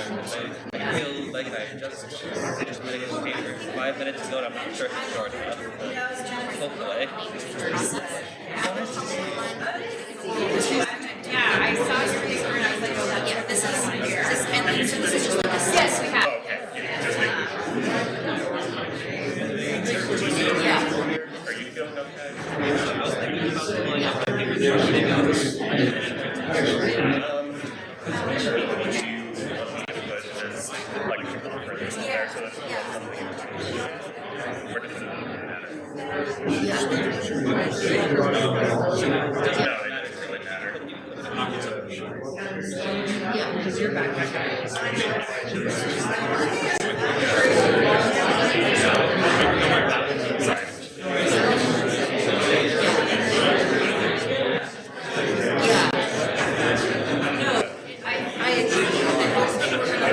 Okay, so you're comfortable here. And again, you don't need to eat the mic. Like, so people can hear me right here. I'm here, move it as you like. Like. Ben Park, can you hear me in the back? Ben Park. Ben Park. Because I'm Oh no. Like, it's actually that I don't think that it's a super. I had to clap again. So, like, okay. There it is.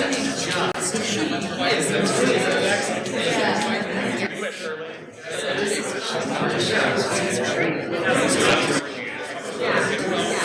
my gosh,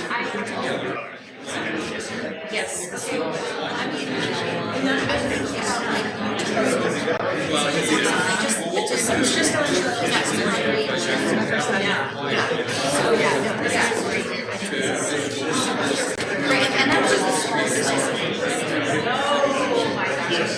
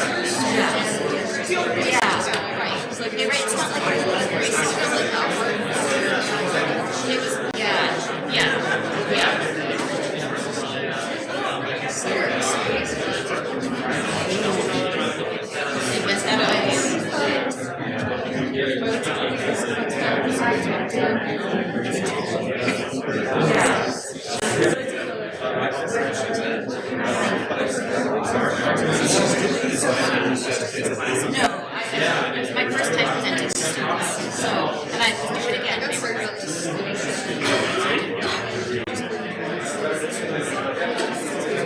All right. Is the mic going currently? Can anyone hear the microphone beyond my dulcet tones just projecting? Yeah, me either. This is the issue.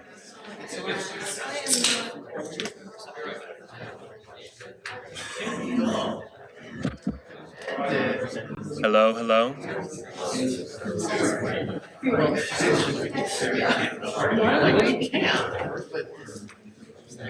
Hello. Is this coming back on at all? No. Oh, wait. Maybe. Maybe. I think it is. Oh, okay. All right. Welcome, everyone, to the second session here at the Juanita Brooks Utah History Conference. The theme of this panel is on family. Yeah, I know people are being really rude and talking. Some folks are probably really embarrassed right now, but we're just waiting for them to stop talking so we can start the panel. The microphone's here. Should be going. You can't hear back there. While I am waiting on my mic to start working again, let's have everyone sit down. Okay, so my name is Joseph Stewart, and again, I will project until we can get the mic back on. For some reason it turned off. But glad to welcome you to the second session on family. Our first presenter is Makoto Hunter, who is a historian of the long 19th century in America, and her research presently focuses on how the federal regulation of sexuality and anti-polygamy and anti-prostitution laws serve to police and limit the sexual privacy and bodily autonomy of women who are plural wives and sex workers. She has written, presented, or taught on religion and U.S. history, women in the American West, white supremacy and 20th century Confederate nostalgia, memory and landscape in the Latter-day Saint movement, and a relationship of plurality in American romance literature. Claire Barris has published in the journal Mormon History, John Whitmer Historical Association Journal, and has a chapter on the plural marriage revelations of Joseph Smith and the forthcoming Secret Covenants, New Insights on Early Mormon Polygamy. Claire also manages the daily digest Today in Mormon History at todayinmormonhistory.com. Shirley Draper was born and raised in what is now known as Short Creek. She has a Bachelor of Social Work and a Master of Public Administration, and she participated in the rebirth of her hometown, including facilitating the election of the first female mayor in 2017, opening a community health clinic in 2019, serving on the board of the UEP Trust and Short Creek Community Center, and part of the Collective Impact Project with the goal of making Short Creek a blue zone to improve health for all residents. She is employed as Director of Operations for Cherished Families, a social service nonprofit, which offers crime victim and wraparound services for people from polygamous backgrounds who need stability. She specializes in bridging the population with mainstream society and provides education for outside service providers and government agencies to facilitate cultural competence in dealing with fundamentalist community members. She also serves on several state and civic committees. I'll present in that order. Makoto Hunter, you have the floor.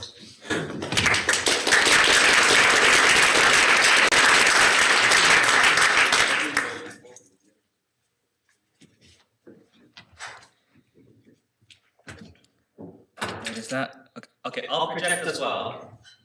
The year was 1881 in Beaver, Utah, and Johnny Murdoch, son of Latter-day Saint State President John R. Murdoch, was confident that Ida Hunt was the girl for him. How could she not be?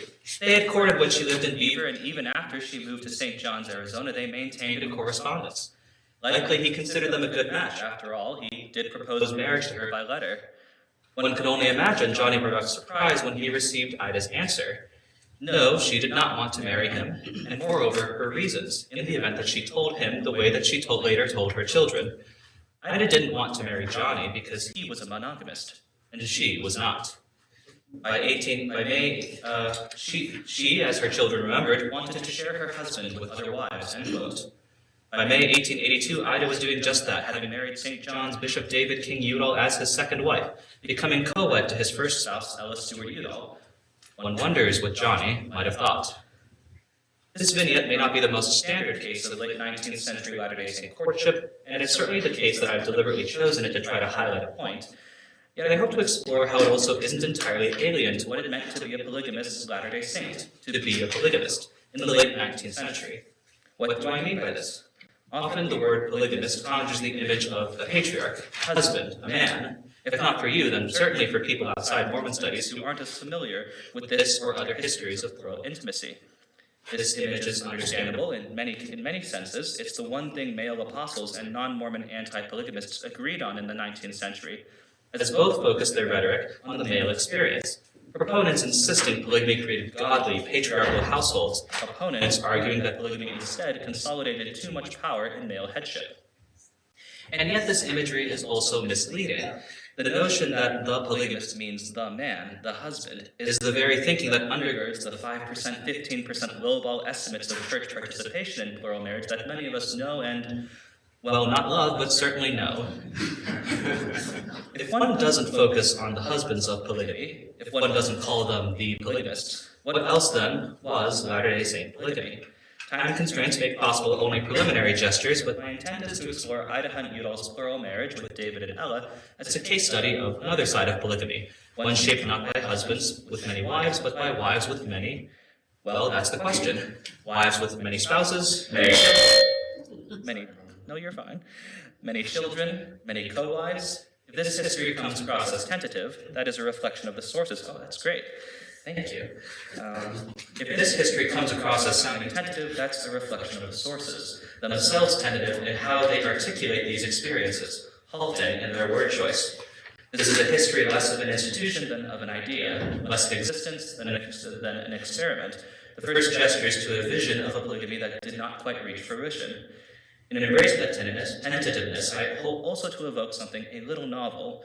Most of you are well aware, I'm sure, that I'm hardly the first person to call for attention to the experience of women in plural marriage. There is a long and wonderful historiography of that. Yet much existing prior study, while certainly insightful and informative, relies either explicitly or implicitly on relationship tropes that I think presume more than is necessary.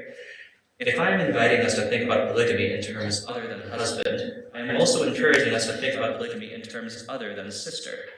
The Udall's wedding, child-rearing, and post-manifesto lives, if we have time to get to that, show an uncertainly shaped polygamy, one defined less by husbands than by unnamed relationships with co-wives and with non-biological children. And because of these relationships being unnamed, they were the relationship that were much more vulnerable to the effects of federal prosecution and ecclesiastical monogamous pressure. So let's get into it. As aforementioned, if anti-polygamists and high-level Latter-day Saint ecclesiastical leaders agreed on anything, it was that polygamy was a male experience. White Protestants and other anti-polygamists considered the practice a patriarchal form of family, which encouraged male debauchery, while Latter-day Saint apostles insisted that polygamy channeled male sexuality into marriage, and that empowering fatherhood made for orderly homes. However, neither national criticisms nor sermons from church hierarchy fully explain the Udall's entrance into plural marriage. Far from being a domineering predator as anti-polygamists imagined, or an authoritative patriarch as apostles envisioned, David Udall was initially, of the three, perhaps the least comfortable with polygamy. While the church promised sacred blessings for plural marriage, David's childhood as the son of polygamous parents was distressing, which he attributed to tension between co-wives in the family. Although I'm personally skeptical of David's implication that his father did not have anything to do with the marital discord, his perception that co-wives were a major factor in the marriage experience is analytically relevant. David himself only softened toward polygamy after marrying Ella in 1875. Ella had also grown up in a plural household, but while polygamy had been trying to David, she had found it a blessing. After her mother died in a fire, Ella and her surviving siblings were taken in by their late mother's co-wife. Moved by being loved as a daughter by effectively a second mother, Ella's belief that polygamy was, according to David, quote, a natural reaction to her happy home life, end quote. Through Ella's reassurance, David became open to plurality. As for Ida Hunt, unlike David and Ella, she did not grow up in a polygamous family, and before meeting David and Ella, she had, as aforementioned, been seriously courting another man, Johnny Murdoch. However, during the move from Beaver, Utah to Snowflake, Arizona in 1881, Ida had a chance encounter with Emma and Augusta Smith, co-wives married to Jesse N. Smith. As they traveled together to Snowflake, Ida noticed what the family later called a spiritual quality in Emma and Augusta's relationship, a, quote, unselfish devotion, end quote, that she admired. The more that Ida thought about Emma and Augusta, the more that she wanted what they had. And so by the time Johnny Murdoch proposed to Ida later that year, as aforementioned, her thoughts about marriage had changed. Ida, quote, wanted to share her husband with other wives, end quote, and so she broke up with Johnny. And by the end of that same year, Ida met and courted David and Ella Udall. Though each of the Udalls have their own idiosyncrasies, a through line emerges. American Protestants, Latter-day Saint apostles, both focused the national discourse about polygamy on men as libertines, as patriarchs, as husbands. But for David, Ella, and Ida, women as agents shaped their attitudes toward polygamy. Plural marriage, as they seem to envision it, meant relationships between women. This through line persisted through their courtship and marriage. David eventually proposed to Ida in the winter of 1881, but before saying either yes or no, she sought Ella's input, writing a letter to her while out of town to ask for permission to marry David, which I now quote. I cannot allow another day to pass by without writing you to ascertain if possible your true feelings upon the possibility or probability of my becoming at some future day a member of your, that's to say, Ella's, family. I cannot allow the matter to go farther without first having received some assurance of your willingness to such a step being taken. During my stay at St. John's, I learned to love you as like a sister, and the very thought that I may have been the cause of bringing unhappiness to you has troubled me day and night. May the Lord bless you and help you to decide, your true friend. End quote. Now, lest this be read too utopically, Ella's less than eager reply must be considered as well. She wrote back to Ida, quote, I feel as I have from the beginning, that if it is the Lord's will, I am perfectly willing to try to endure it. My feelings are such that I can write but briefly on this subject. With kind regard to all, I remain your friend, end quote. So let's be clear, this was not exactly what we in the 21st century would call enthusiastic consent. We should be careful to not imagine that the Latter-day Saint path was a polyamorous paradise, that it wasn't. That's not where I'm trying to go with this. What I'm instead trying to explore is the extent to which plural marriage relationships like the Udalls can or cannot be considered quote-unquote straight or heterosexual. I'm thinking of the poet Adrian Rich's article, Compulsory Heterosexuality and Lesbian Existence, this challenge to the presumption that we often tend to have that the past is straight somehow. Wondering whether or not plural wives may have been queer in some way, whether or not polygamy is somehow different from heterosexual monogamy, this is not necessarily novel, but the question is often reduced to whether or not same-sex eroticism was present, or it's limited to considering the parallel rhetoric of anti-polygamy and homophobia while still insisting the marriages are ultimately different. Such observations are helpful, and this sphere of scholarship is generative, but this conception collapses queerness, or simply not straightness, into sexuality, obscuring the practice of polygamy's departures from the normative structures of heterosexual monogamy and its implied or mandated family forms. In other words, when my title speaks of getting away from the polygamist, what I mean is that although David proposed, Ida only accepted after verifying with Ella. The relationship between the two would-be co-wives was the prerequisite to and the linchpin for their polygamy, hardly a model of monogamy, nor of the heterosexuality that 19th century monogamy implied. There were other plural Latter-day Saint families who similarly characterized polygamy as a decision involving wives. Fellow Arizona Latter-day Saint Lucy Flake broached the subject with her husband William by asking him, quote, who are we going to marry, end quote. Horace's plural wife Ellen Nellie White told a journalist, quote, "If a husband and wife agree that another woman shall be taken into the family and she agrees, do you think it wrong or anybody's business to interfere?" End quote. After Ida, Ella, and David together decided to be married, they all three, plus David and Ella's 2-year-old daughter Pearl, traveled to the St. George Temple for the marriage, held in May 1882. Indeed, David and Ida needed Ella to be there with them because she was indispensable to the ceremony. Plural marriage ordinance practiced by Latter-day Saints involved the groom, plural bride, and the groom's first wife, placing the hand of the intended wife in the hand of her husband and linking hands with him and remaining standing together as the marriage is performed. Ella did not merely watch David marry Ida, rather all three participated in a marriage that involved them together. No wonder then that after the wedding, although David calling Ida his wife did prompt her, quote, heart to flutter with a strange new happiness, end quote, as she describes in her diary, the two of them did not actually spend the wedding night together. Instead, Ida spent the night talking with Ella, her new co-wife. And in her diary, Ida wrote about how Ella, quote, mentioned for the first time our relationship to each other, and we talked long and earnestly of our hopes and desires for the future, both feeling much happier for the same, end quote. That evening, Ida dreamed not about her future with David, but about her future with Ella. And this accorded with Ida's desire for the feminine relationship she had witnessed between co-wives Emma and Augusta the year prior. Consider also the way Ida's language differs between the letter she sent seeking Ella's consent and the diary that she wrote on her wedding night. In the letter, Ida wrote that she, quote, loved Ella like a sister, end quote, and called herself a, quote, true friend, appending names to their relationship that placed it outside of marriage, the familial sister, the non-marital friend. In the diary, however, Ida wrote not of their sisterhood or friendship, but instead of an unnamed relationship, one that Ella broached with her for, quote, the first time, end quote. This emphasis on novelty indicates Ida's sense the marriage had introduced something new to their dynamic. Ida had before said she loved Ella like a sister, and observers and historians have often used sisterhood to describe plural wives' affections, yet Ida and Ella were not sisters.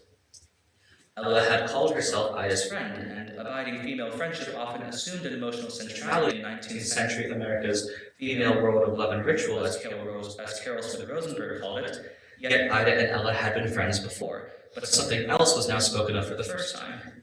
To the extent that Ida's primary emotions were directed toward other women, regardless of their sexual practices, perhaps their affection was lesbian-like, borrowing Judith M. Bennett's terminology. Yet, whatever we might call it, though Ella and Ida could not name their relationship the way David could so easily call Ida wife, they still felt they did have a relationship within the family's plural marriage.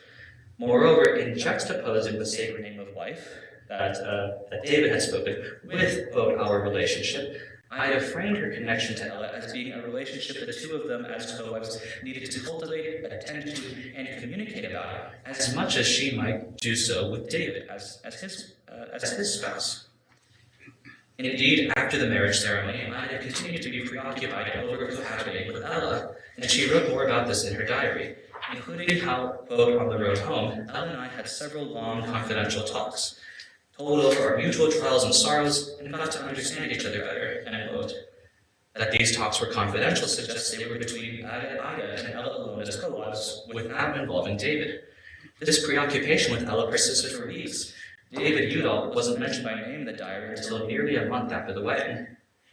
And a few months later, when Ella went into labor while David was out of town, instead, Ida was the one who was with Ella for the birth of her second daughter, named Irma. Ida wrote that at 2:00 a.m., a little wee daughter was born. It was the first time I had ever been present on such an occasion, and being the child of my husband, it seemed that this little stranger had a claim on my heart no other child had ever had, end quote. As on her wedding day, it was easier for Ida to name her relationship to David, the relationship that had the English word husband to append to it. But just as David had slept in another room on their wedding night, so too Irma's birth happened without David being present at all, or indeed any men, since the others present were midwife Elizabeth Gibbons, neighbor Olive McFate, and Ella's daughter Pearl. For the Udalls, being a polygamist meant accompanying, relating to, and interacting with women. It was an unnamed form of family, one that strained against the limited monogamous language Ida could access. It was long confidential talks about a relationship Ida did not have a name for, but treasured nevertheless. Perhaps Ida felt she could begin to taste the devotion between co-wives she witnessed in Emma and Augusta, and had yearned for it ever since, being there in the company of fellow Latter-day Saint sisters, for the birth of Ella's daughter, perhaps even of their daughter. According to David Udall's memoir, Ida grew to consider the family's children, whether born of her or Ella, as their mutual daughters and sons.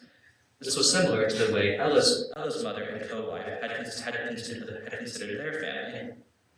In David's words, Ida's, quote, love for all the children recognized no apparent difference between her own and Ella's, end quote. A poem that Ida wrote for Irma, the infant born that day in David's absence and Ida's presence, bears that out. Quote, how vividly I do remember the 16th day of sweet September, 15 years ago this morn, when a daughter to our house was born, end quote. Like her diary, and I only have time for one stanza, but I promise there are several more stanzas that further this theme. Like her diary, Ida's poem includes David, but by describing his absence. Meanwhile, Ida places herself within the family. Irma was born to our house. Locating herself within Irma's parental relationships, despite lacking language to fully do so, Ida's diary and poetry highlight the borders of what Shelley M. Hart calls monomaternalism, or quote, the ideological assumption that a child can have only one real mother. The manifestation of how heteronormative power can countenance polymaternal families and practices of childbearing, end quote.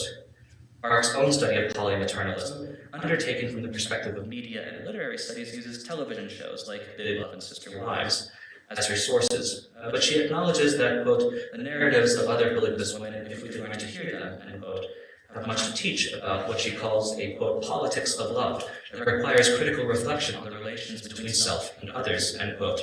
We certainly can learn to hear these narratives. They exist, as in Ida Hunt Udall's diary, and not just in history, in our present. Since you are attending this conference for Utah history, you probably already well know the history of anti-polygamy prosecutions of the 1880s, so I won't go into all of that. This history is often understood as an institutional clash between church and state, or as the family history of scrappy polygamous husbands and the girl wives on the run. In my last minute or so, in my brief retelling, I wish to focus on how anti-polygamy affected the unnamed relationship of Ida and Ella's co-wife connection. In response to the Edmunds Act, to the anti-polygamy prosecutions, Latter-day Saint families tried to keep their plural marriages secret from non-Mormons. As a result, they performed monogamy in public despite trying to live polygamy. And when that didn't work, plural wives often went into hiding to avoid being subpoenaed as witnesses against their husbands, something that Ida also did starting in 1884, even though, quote, her heart sank at the thought of leaving home with Ella helpless in bed and no one we could depend on to take my place, end quote, as she wrote in her diary. As wrenching as separation was, and as frightening as the threats of incarceration and prosecution were, by pressing Ida to go into hiding, anti-polygamy ended up teaching the Udalls, through the threat of legal discipline, to not only pretend to be monogamous in public, as they had done while Ida lived with them, but to also behave monogamously within the private intimacy of their family. The threat of prosecution and subpoenas forced Ida to make a choice: go into hiding to protect David, who could be prosecuted, or stay at St. John's to help Ella, who was still sick after her birth. By making protecting David and caring for Ida mutually exclusive, the Edmunds Act and the federal marshals forced Ida to choose one instead of both, effectively breaking down the polygamous marriage into an imitation of multiple monogamous ones. Rather than live as the marriage of Ida and Ella and David, they lived as the marriages of Ella and David and Ida and David. A family of polygamists became instead of the two families of one polygamist, of the polygamist. And this continues even after the manifesto, which for Ida, we may imagine, could have felt like a slap in the face. Even though in some sense polygamy continues after the manifesto with secret marriages and secret rendezvous, the focus on polygamous husbands interacting with plural wives occludes the way in which the other side of polygamy, the co-wife connections, ends up being heavily disrupted. Gone is cohabitation for many families, not all, some continue to cohabit, but there's a decline in cohabitation. The Udall stop cohabiting, for instance, and this results in a different family form. We go from families of polygamists to multiple families of the polygamist. So to close, discretion and respectability for the Udalls and for the church meant keeping Ida and plural wives like her on the outskirts of the families, sometimes included and sometimes not. In the 19th century, Ida as a plural wife had been the architect of her family's polygamy. In the 20th century, she instead became a footnote to her husband's life. She slipped out of the family's public story, just as polygamy slipped out from the church's aspire to public face. Thank you.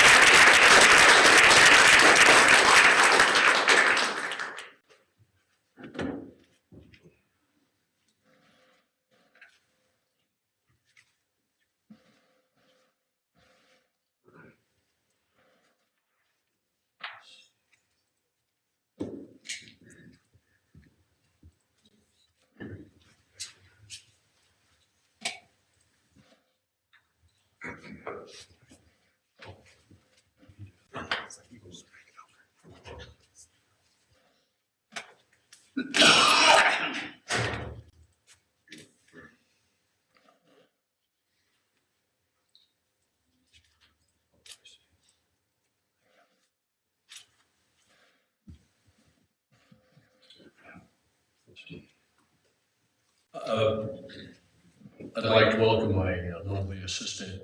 My wife's going to help me, so I'm not facing the wall reading this. I'm going to read it off my laptop. So I want to ask, before I start, how many of you women consider yourself to be lawless women? Yes. Okay, we have some in the audience here, so. Definitely Shirley. Definitely Shirley. Okay. There we go. All right. Well, then you may enjoy this a little bit more than so. Okay. Not long after his death, a book used for record keeping by Heber C. Kimball was found by his family. It contained records of such items received when crossing the plains, such as baptismal and ordinance dates, genealogical information, etc. But towards the end of the book, an important discovery was made titled H.C. Kimball's Memorandum. It was used by Heber C. Kimball to record a series of revelations received between 1852 and 1864. Referred to as the Memorandum Book, his son noted, quote, "After father died, we found in a blank book where there was jotted down some of the things the Lord had told him." Heber C. Kimball was an early convert to the church, becoming a member of the original Quorum of the 12 and eventually a member of the First Presidency as a counselor to his good friend Brigham Young. He was a charismatic person, seeing his first vision at the age of 9 and reporting visions, revelations, signs in the heavens, and other spiritual manifestations throughout his life. Most of the 21 revelatory items in the Memorandum Book were prophetic in nature, giving predictions of future events.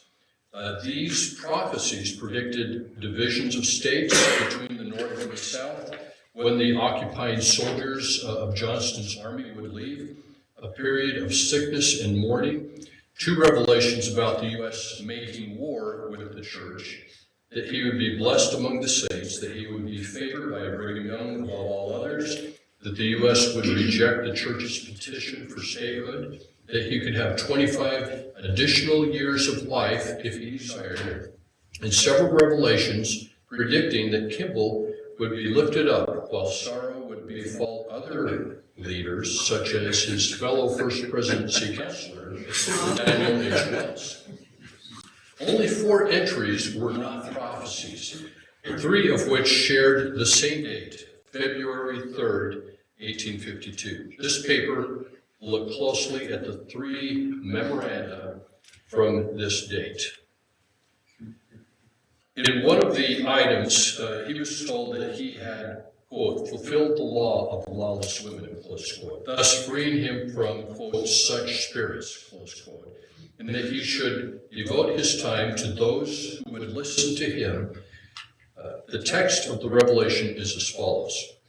My son Heber, thou shalt devote his entire time to the cause of God and to the Church of Jesus Christ of Latter-day Saints, and he shall not be under the law of lawless women anymore.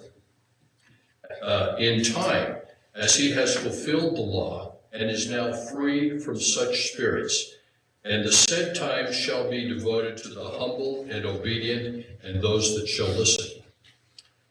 3 entries bearing the same date appear to be 3 attempts by Kimball to correctly articulate his revelation. For the purposes of this presentation, I'll refer to the first 2 words of each of the 3 versions to identify which version we're discussing. We'll call this one the My Son version. This cryptic revelation is steeped in esoteric language, obscuring its meaning. The curious revelation raises a number of questions. Who were the lawless women? What law had Kimball fulfilled? What or who were the spirits? How was he free from these spirits? Light can be shed on these questions by looking at the context of this revelation, related documents, dating, and mid-19th century Mormon theology. The second item of the same date is short, in faded pencil, and says simply, Mr. K shall devote his entire time. We'll call this one the Mr. K version. Note that after addressing Kimball, the Mr. K and My Son versions both state that, quote, he shall devote his entire time, close quote, making it clear that these are both attempts to write the same revelation. For reasons unknown, this version was aborted partway through the first sentence. Evidence suggests that this short version was the first draft. The date was corrected from 1862, you can see that up there, to 1852. All the other versions had the correct date. Kimball was addressed tersely as Mr. K, while subsequent versions were more polished and had additional context. And imagine if you finally get that revelation you receive, you're waiting for it, and they address you as Mr. or Mrs. by your first initial. It's kind of an interesting address in Revelation. The third item with the same date also discusses lawless women and shares the text with the first 2 items. The Revelation begins differently with the Spirit said that I should instead of my son Heber he shall or Mr. K shall. We'll call this one the Spirit version. The Spirit version continues in Heber's voice, while the other 2 are in the voice of the Lord. This version also contains the most text, adding additional conceptual text where the My Son version ends. While the My Son version is entirely in the voice of the Lord, the Spirit version begins in Heber's voice, but changes from his voice to the Lord's voice shortly after the additional text is added. The additional text also contains information that helps better understand what the revelation is about. Quote, those that shall listen, quote, to my counsel shall have faith in my counsel, and shall listen to his law, for he is my servant, and I will stand by him, and those that will not build him up shall not prosper. I mean, those of his house shall not prosper, and peace shall not be with them, and they shall see sorrow except they repent. The additional text in the My Spirit version provides clues as to who the lawless women are. The phrase, those of his house, indicates that these problems occurred within his household.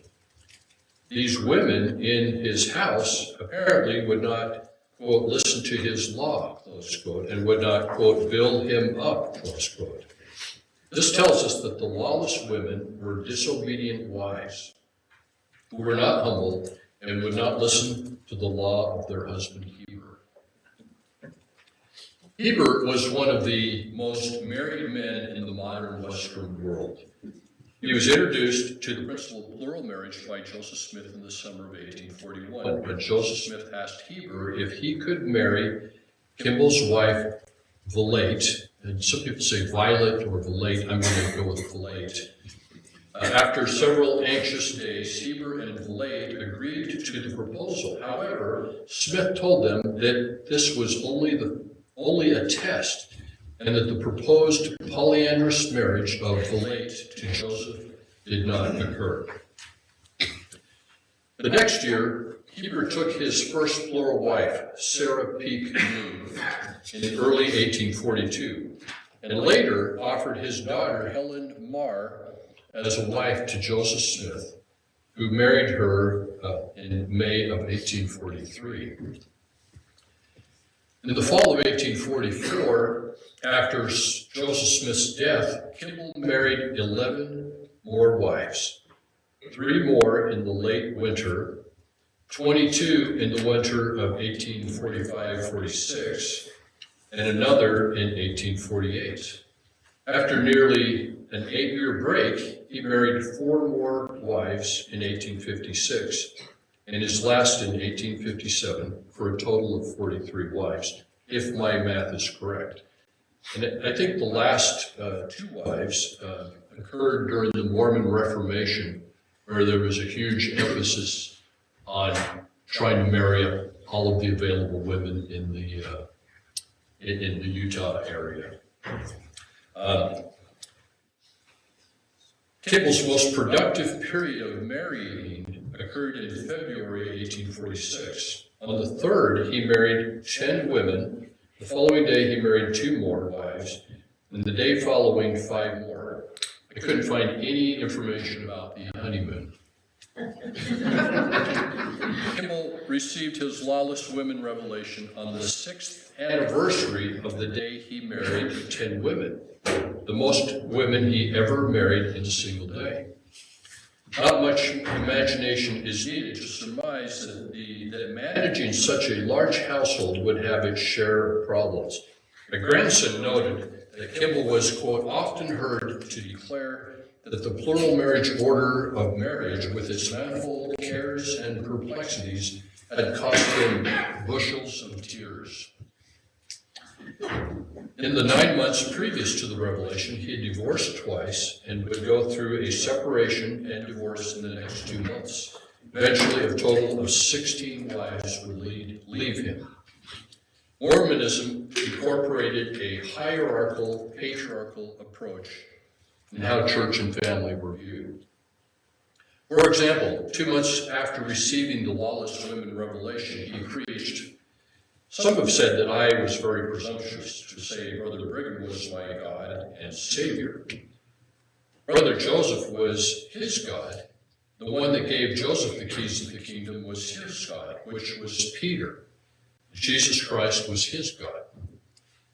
This hierarchical model extended into the home. For example, referring to Jesus' statement, "If you love me, keep my commandments," Kimball said, "If you love brothers Brigham, Heber, Jedediah, and the 12, Jedediah was in the first presidency at that time, Jedediah Grant, please to keep our commandments that are given to you from day to day, as you will be blessed and exalted.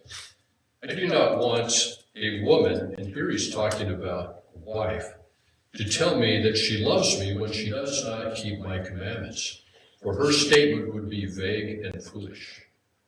The statement assumes a hierarchical priority where church members are obedient to the commandments of church leaders and wives are obedient to the commandments of their husbands. It was presumed that Kimball's wives would receive exaltation through his priesthood, while he in turn would be saved by Brigham Young, who in turn would be saved by Joseph Smith, etc., etc. Another time, Kimball spoke of the importance of hierarchical roles in maintaining happiness, hinting at some of his own marital strife. Quote, "Now suppose my wives and children would take the same course to please me and be subject to me as I am to Brother Brigham. Would there be any sorrow or confusion or broils? No, there would be no sorrow. There would be no blues in my family. I am never blue when I do Brother Brigham's will. But when I do not do it, I begin to grow blue.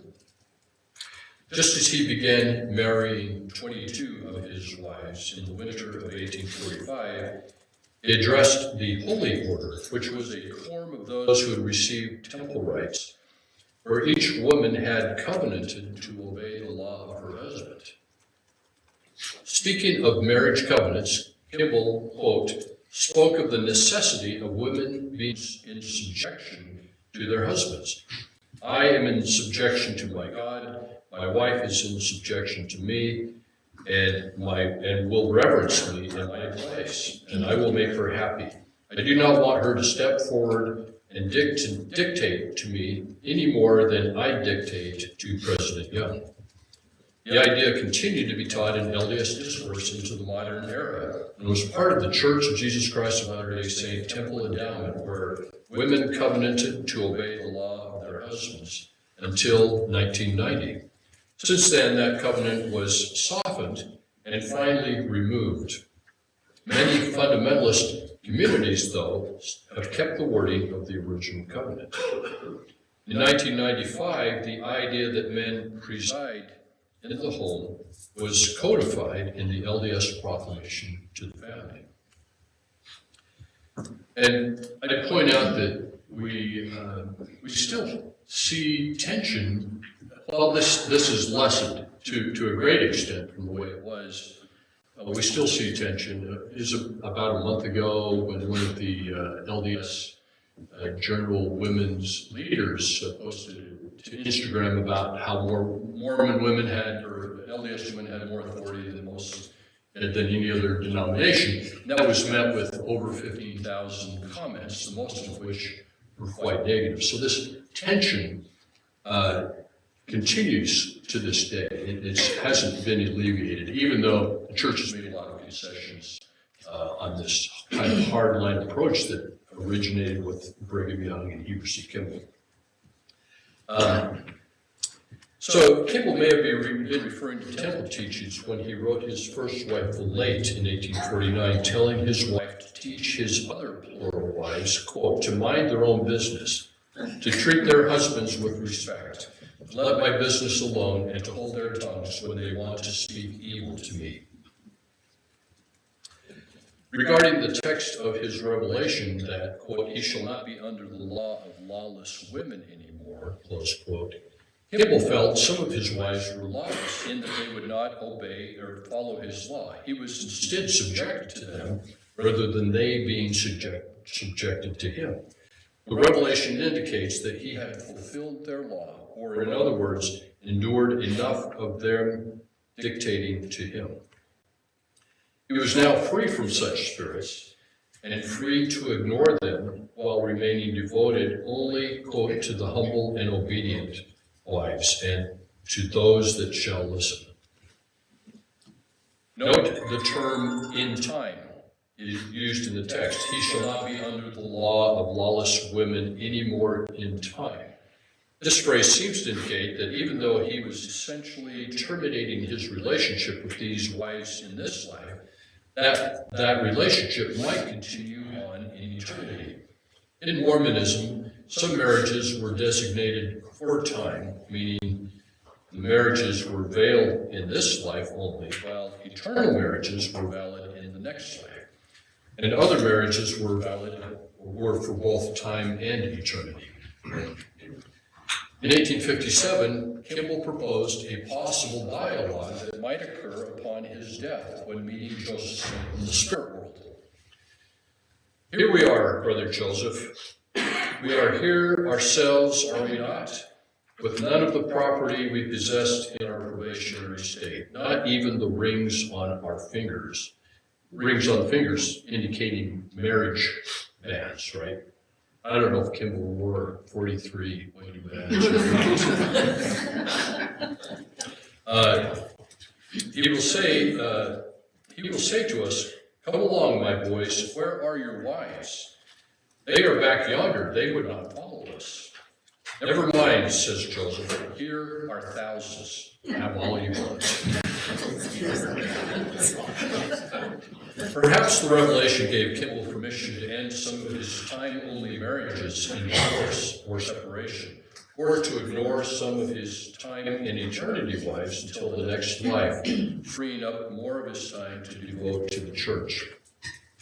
We can see this revelation taking form to the various versions. The earliest attempt at dictating revelation was aborted partway through the first sentence. His relationship with the Lord is formal and distant, as he is addressed as Mr. K. And in the Wise Son version, it is likely the next version of the revelation. It is written cryptically and metaphorically, with his wives referred to as spirits rather than wives. In this version, Kimball is addressed warmly by the Lord as my son. The final, the Spirit version, is the longest of the three. The voice is that of Kimball, who says the Spirit had told him the Spirit had told him these things. Note that all three have approximately the same text, stating that he should devote his entire time to the church. With some variation, the first sentence of the Spirit version follows the content of the My Son version. However, there is additional text where the My Son version ends. Here, the voice shifts back to the first-person voice of the Lord. The text was apparently added to explain the preceding cryptic text. One of the memorandum prophecies, plus a number of other prophecies, were given through, quote, the quote, Lord rod, close quote, a rod through which Kimball had received revelations. Kimball had received a 3.5-foot rod from Joseph Smith in 1842, through which he had received at least 10 revelations. His son noted, quote, anything that was his right to know, all he had to do was to kneel down with the rod in his hand, and that sometimes the Lord would answer his question before he had time to ask them, close quote. While it is not stated, it is possible that Kimball had used his divining rod to receive the lawless women revelation. The memorandum book is a treasure trove, providing a look at over a dozen of the personal prophecies and revelations of a member of the First Presidency. Of all of the revelations in his memorandum book, Kimball put more effort into developing the lawless women revelation than any other. With 3 versions, we get a glimpse of his process of articulating and refining revelation. It may be that Kimball felt moved to pen this revelation as he pondered the anniversary of his wedding to 10 wives in the Nauvoo Temple 6 years earlier, with the corresponding difficulties that had ensued. He found happiness by strictly following Brigham Young, as if Young were his God. Kimball felt that his wives would find happiness through strict obedience to him.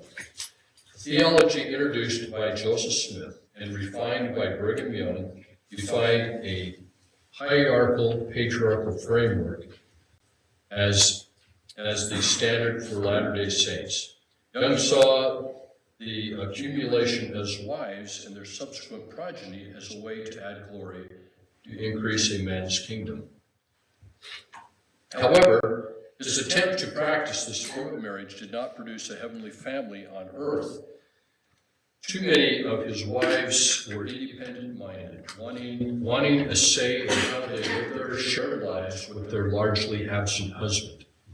12 years earlier, Kimball's faith had been severely tried when Joseph Smith asked for Belay's hand in marriage. But eventually, Heber embraced the principle of plural marriage, practicing it with a vengeance. Now he was severely tried again, this time with the practical implementation of large-scale polygamy. He sought God's blessing to avoid the sorrow and anguish he felt in his complex family life. The revelation giving him divine permission to ignore all but his compliant wives. According to the revelation, he wrote, God allowed him to turn his back on his independent-minded wives with the prediction that sorrow would befall the lawless women of his family. Thank you.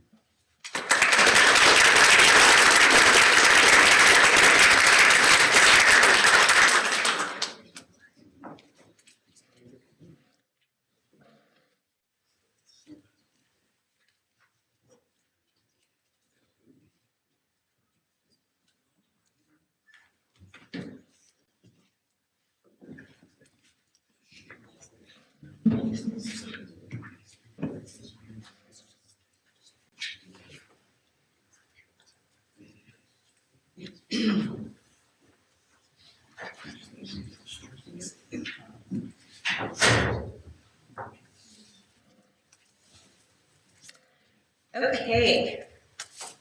So I don't normally read when I do this, but because I'm presenting a paper that I wrote, you'll have to indulge me. I am Shirley Draper. I was born and raised in polygamy, practiced polygamy as an adult. So I'm going to talk about my experiences. Maybe. Yes. I'm going to talk about my experiences in polygamy and in mainstream society. When my dad died a few years ago, I was charged with writing his eulogy. It reflected at length on how his childhood experiences shaped his worldview and his opportunities. You see, my dad had the misfortune to be born into what society has deemed a deviant society. He was born of goodly parents who practiced polygamy. Their goodly parents had two, and theirs back from about 180 years now. But this status didn't mean that they were inherently evil, except in the eyes of the world.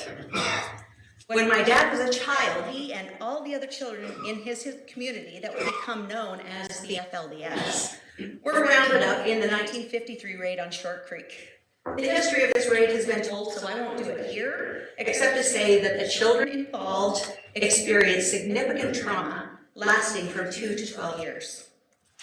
I will, however, draw attention to the CDC Kaiser ACE study, which demonstrates the very poor life outcomes of children who suffer adverse childhood experiences, also known as ACEs, in their youth. These outcomes include increased risk for poor health, including diabetes, heart disease, stroke, and cancer, poor educational attainment, poverty, incarceration, and a host of other bad outcomes. And I'm on this medication that makes my mouth dry, so bear with me.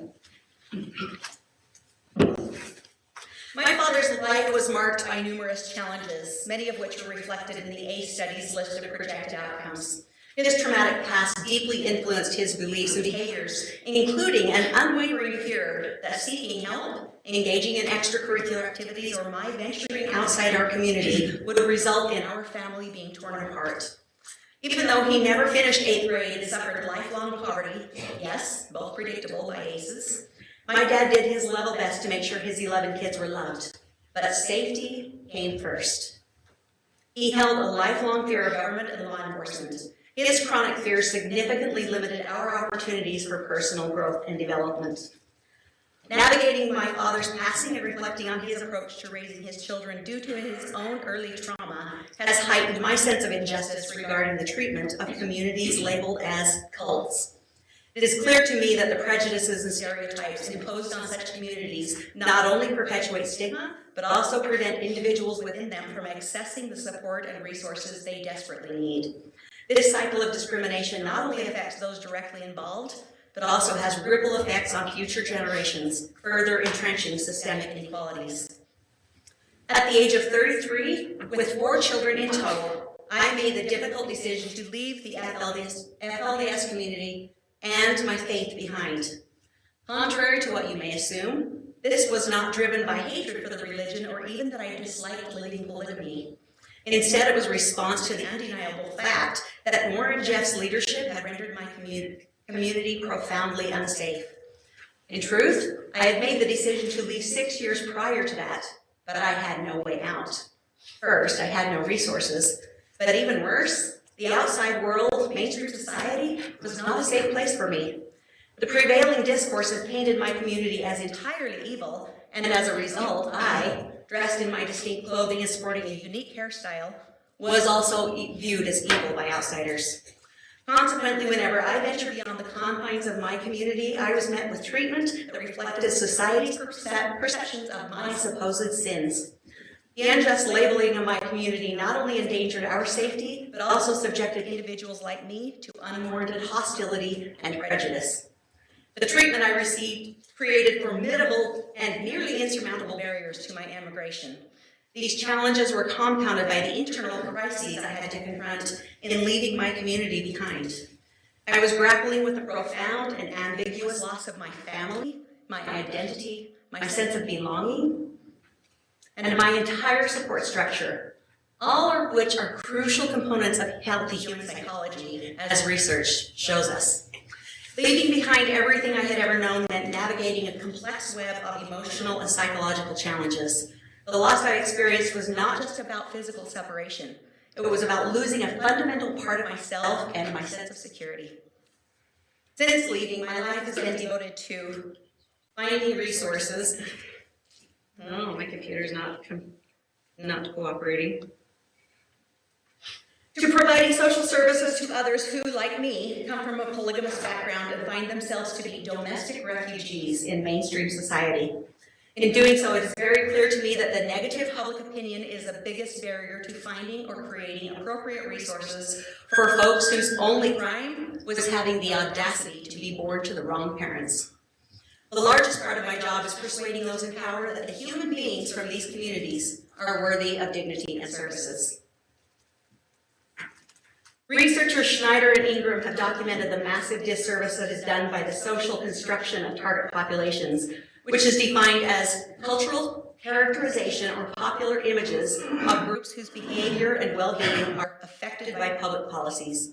These characterizations are normative and evaluative, portraying groups in positive or negative terms through symbolic language, metaphors, and stories. Again, our keynote last night addressed how we define things through those metaphors and images. You can see by the chart that the narrative of pathology then impacts legislative behavior and ensuing policy, as well as social programs and delivery, driving people underground and continuing the vicious cycle. It is difficult to overstate the destructive impact that the negative language, metaphors, and stories have on the so-called deviant communities and strata of society. As is true with most stigmatized communities, fundamentalist Mormons have been driven underground and muzzled by the overwhelmingly negative and prejudicial attitudes toward them. The destructive discourse that feeds and informs their treatment is largely based on external, misinformed assumptions about the motivations and beliefs behind the practices, symbols, rituals, events, and activities of these communities. When those from dominant cultures misinterpret and exaggerate the realities of marginalized communities, they inflict a terrible social cost. This skewed narrative dehumanizes entire groups, paving the way for their mistreatment and suffering. Criminalizing the religion or practices of low-status communities further isolates these groups. Mainstream voices with the luxury of a platform to discuss their assessment become the sole source of information, regardless of its veracity. Consequently, those who are most opposed to the religion and the most motivated to cultural destruction are elevated as the only authorities, suppressing the voices of those who actually know and understand these communities. Media reports about my hometown frustrate me. I have read various news reports, books, watched documentaries and movies in which events are more or less represented, but the meaning and the motivation and the reasoning that are assigned to the events are almost always distorted. It reminds me of imperialist studies done on barbaric societies in centuries past, where events are reported but interpreted through the gaze of dominant society, instead of understanding the events in their unique cultural perspective. As Dr. Mackley Kipp mentioned last night, folklore is created by using images and symbols to make points and meaning. I will add that this is the same process that is done to them externally as well and used for ill. By the way, none of the stories on the screen are accurate. But because the people discussed have been sidelined and silenced, they don't get to challenge those lies. And if you're coming with us to Short Creek tomorrow, you'll get to hear more about that.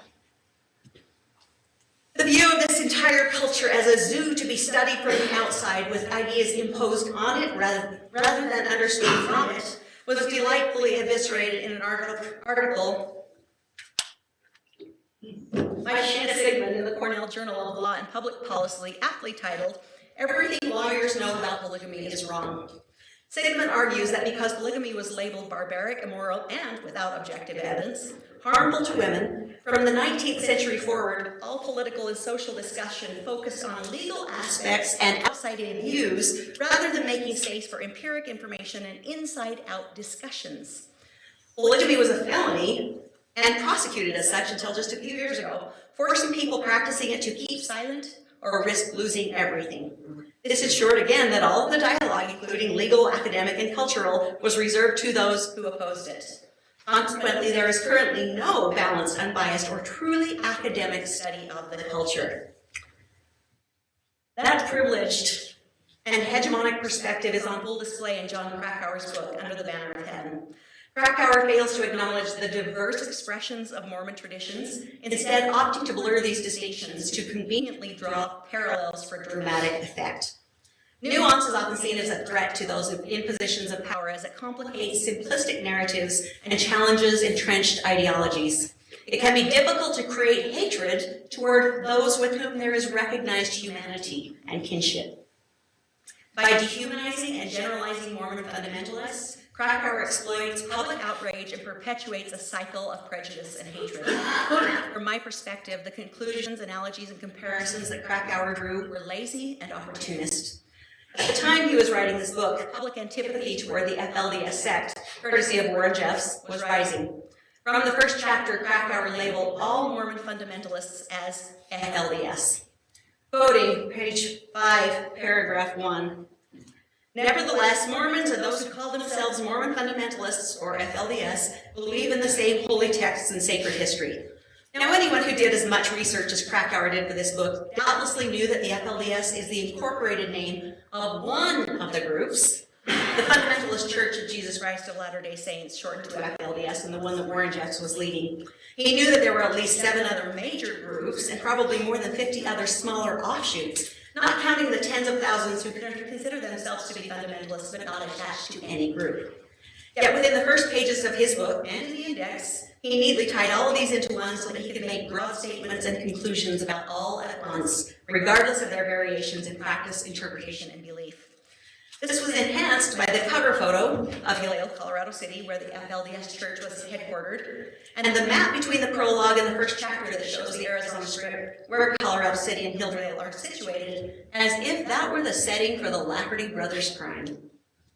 The School of the Prophets, the group to which the murderous Lafferty brothers belonged, was a very small, disorganized, and shifting collective. They were not as well known, and public sentiment could not be aroused just at the mention of their name. It appears to me that the effort to tie the Laffertys to the FLDS, a much more recognized name, was calculated to exploit mainstream hostility toward the FLDS, to make the Lafferty story more sensational, and to further demonize the FLDS by adding ritualistic murder to the charges and assumptions leveled at that group. In more than a few times, Krakauer mentioned the Laffertys and the residents of Colorado City, including, in the same breath, although the residents of Colorado City, myself included at the time, had literally never heard of the Lafferty brothers until everyone else did. Far from being violent, our community, prior to Warren Jeffs' reign, had eschewed gun ownership or really any aggression. But Krakauer inextricably tied the murderous extremism of these men to everyone in my community worked. By the time I needed to break free, I was also viewed as a murderer. This criticism is not intended to minimize the harms that were done by Warren Jeffs or anyone in Mormon fundamentalism. It is intended instead to call out the harmful, counterproductive, and self-perpetuating loop that is created by the interpolation and misconstruction of events and beliefs of underrepresented groups like the FLDS. Michael Hogg's work on uncertainty identity theory suggests that social isolation and fear of the unknown can lead to increased group cohesion in high-demand, low-status groups like the FLDS. Hogg points out that inflexibility in dogma and cult-like behaviors within a powerless and unpopular group are often a reflection of its members' feelings of uncertainty about the world, the individual's place and identity within society. He postulates that for members, identification with a group that has rigid ideologies resolves those uncertainties and encourages a stronger bond with the group, even though it has low social status. Hogg's theory really illuminates the tragic situation within my community. Mistreated outside the community, members understandably clung to the familiar inside the community and became increasingly vulnerable to Jeff's manipulation and escalating demands. This likely explains why they endured his mounting cruelty, even as it reached unthinkable extremes. This is directly attributable to those mischaracterizations in the media and works like Crack Hours.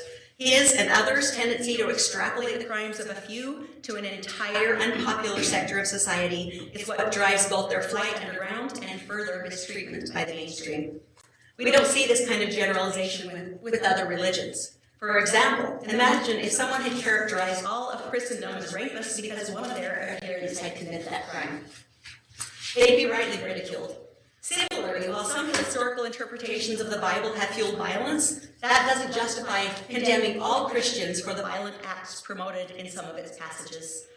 Fortunately, the legal system, unlike media portrayals, recognizes this distinction, charging individuals for their actions, not for their faith or their religious texts.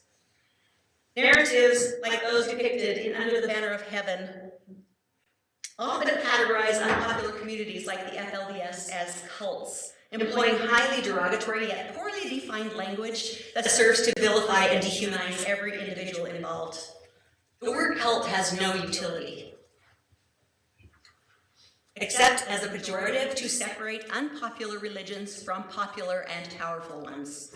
It is a sweeping condemnation which fails to differentiate between the bad actors and those born into such structures, victims of exploitation and the most vulnerable members. All are unfairly lumped together. To paraphrase Dr. Mathley Kipp again, he wrote that world into being. When street-level bureaucrats adopt the prejudicial view, they feel justified in denying essential services to individuals from these communities. This cycle of discrimination significantly contributes to the perpetuation of dire outcomes, including limited access to education, income, and opportunities, thereby deepening the cycle of deprivation and significantly limiting chances for a better life. Some academics are beginning to push back against the acceptability of this practice. They point out that a religion's conduct, safety, and validity of claims mean nothing when it comes to determining who gets slapped with the cult smear. Only the length of the membership rolls and the political, economic, and social influence count. The application of this term is prejudice in practice. The vast canyon of meaning that people imagine exists between cults and religions is not there. It is a fabrication of sloppy thinking. And when people hear the word cult, discussions end before any study has even begun. In an age where racism, homophobia, and sexism are rightly condemned and rejected in reputable publications, it's imperative to also challenge the acceptance of xenophobic and prejudicial narratives. While some works may garner public acclaim, it is a separate matter when journalists, researchers, or academic associations legitimize them as credible examinations of specific populations or as reliable references. Given the well-documented and demonstrated harm caused by such a discourse, it's irresponsible to perpetuate this vicious cycle. It is time to acknowledge and dismantle the damaging effects of these narratives, rather than advancing them. It's imperative to move beyond dehumanizing stereotypes and take a multi-paradigmatic understanding of relegated groups like this religious minority. A more academic, objective, and pragmatic approach is needed. By doing so, we can counteract the discrimination that widens the gap between low-status group and mainstream society, and perhaps even bridge those divides.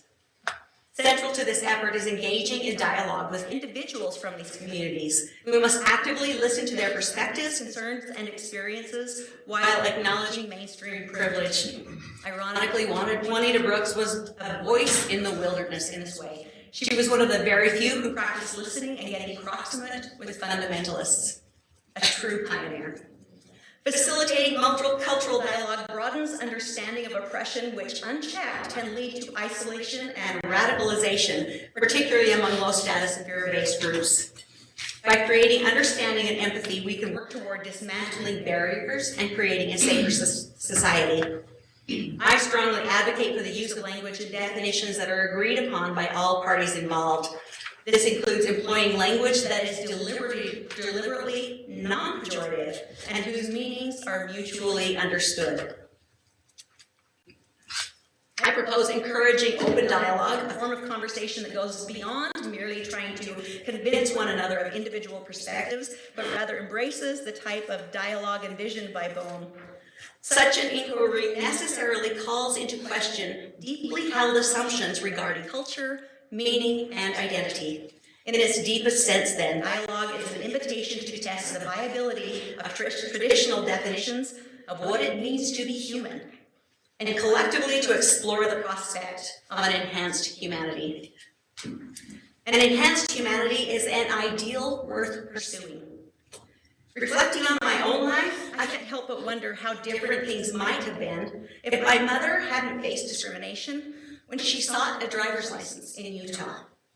The callous remark from a state employee, "Frankly, we just don't want you here," pushed my mother, who was on the path to leaving Warren Jeff's group, back into his control out of fear and insecurity. Tragically, this decision deprived her of proper medical care, ultimately leading to her untimely death from a treatable illness. This is personal to me. When works that propagate baseless accusations and demonize entire communities are permitted to shape public policy and perpetuate prejudice, it inevitably leads to disempowerment and suffering among individuals within these communities. Let's do better. Let us collectively commit to challenging harmful, misleading narratives, to fostering understanding and advocating for policies that promote inclusivity and justice. By doing so, we can create a world where every individual is treated with dignity and respect, where prejudice no longer dictates the trajectory of people's lives, and where the vulnerable have access to justice. Thank you.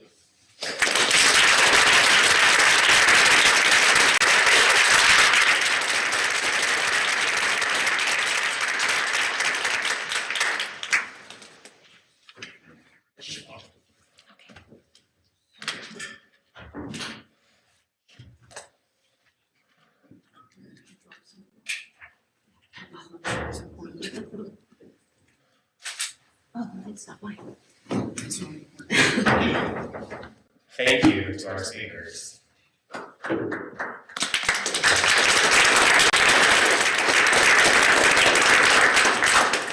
If some of you need to leave before noon, you're welcome to, but I think that it's worth going until noon to have time to digest and to talk. Would just say for speakers, please repeat the questions that are given so that those on the live stream can hear them. And for those who are asking questions, so please ask in the form of a question. So, with that in mind, where should we start? Yes, Ben. Makoto, everyone, great presentation. Makoto, I'm wondering when you're describing this kind of female-led family, despite the allegedly patriarchal structure, it reminds me of discussions of religious communities in general in the 19th century, right? Where they're talking about this patriarchal sphere, but it's often the women in the pews who are actually driving the work. Do you think that there's a connection there that these families are often actually learning from their local religious spaces how to frame, this patriarchal rhetoric and a matriarchal reality?